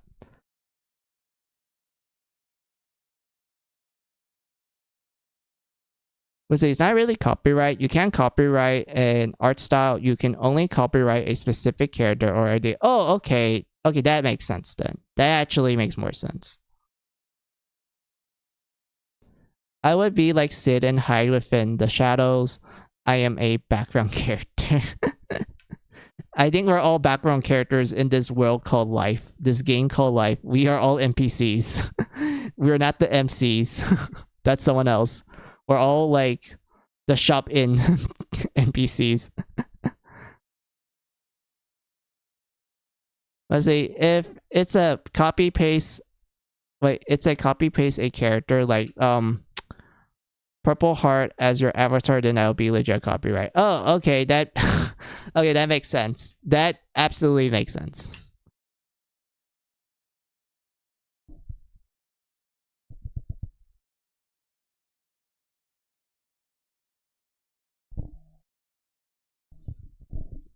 I know I am, buddy. Even when you're around, buddy, you will be the MC. No, thank you for the flatter, Stella, but I will never see myself as the MC.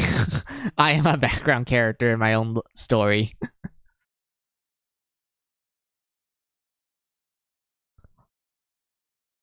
Ow, my mouth. I cracked my mouth the wrong way. Ow. Yeah. I really wait, so you're just like me? Yes, I'm like you for real, for real. But yeah, I enjoy the idea of being the background character. Yeah, background characters, they either like don't matter in the story to the point that nothing bad happens to them, or they just get the short end of the stick and something bad happens to them. Like it's a 50-50 chance.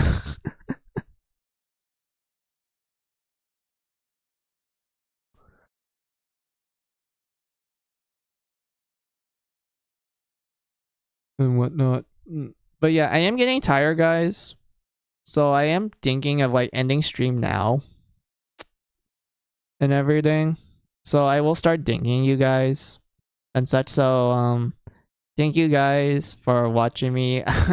I'll thank you for like sticking for a very long time, like literally letting me talk for like 2 hours and 34 minutes after me playing Mary Skelter finale.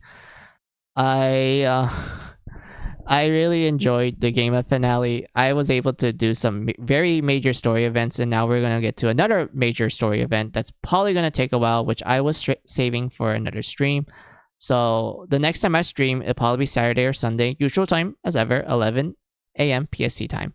And yeah, I think that's enough for me, like the schedule update. So I will now thank you guys now. So was I already said like thank you and whatnot. So like to the lurkers, I appreciate you guys being here. Like you guys are cool. The people who are chatting with me, especially Stella, Ego, and Rudo, I thank you guys for this fun conversation that we're having. Most of the time with you guys have some really great things to talk about, and I really like it. Like I enjoy our conversations together. It's really fun. I like it. I like it a lot. And now I'll just say goodbye because I'm done with the thinking. So thank you. Oh, what? Sorry. So have a good day. Have a good night. Have a good afternoon, whatever time it is on your side of the world. This is Final Music saying goodbye.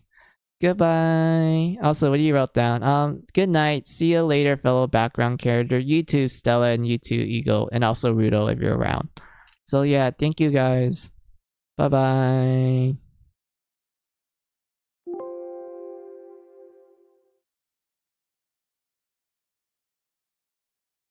Later, Muses. See ya, Rudo.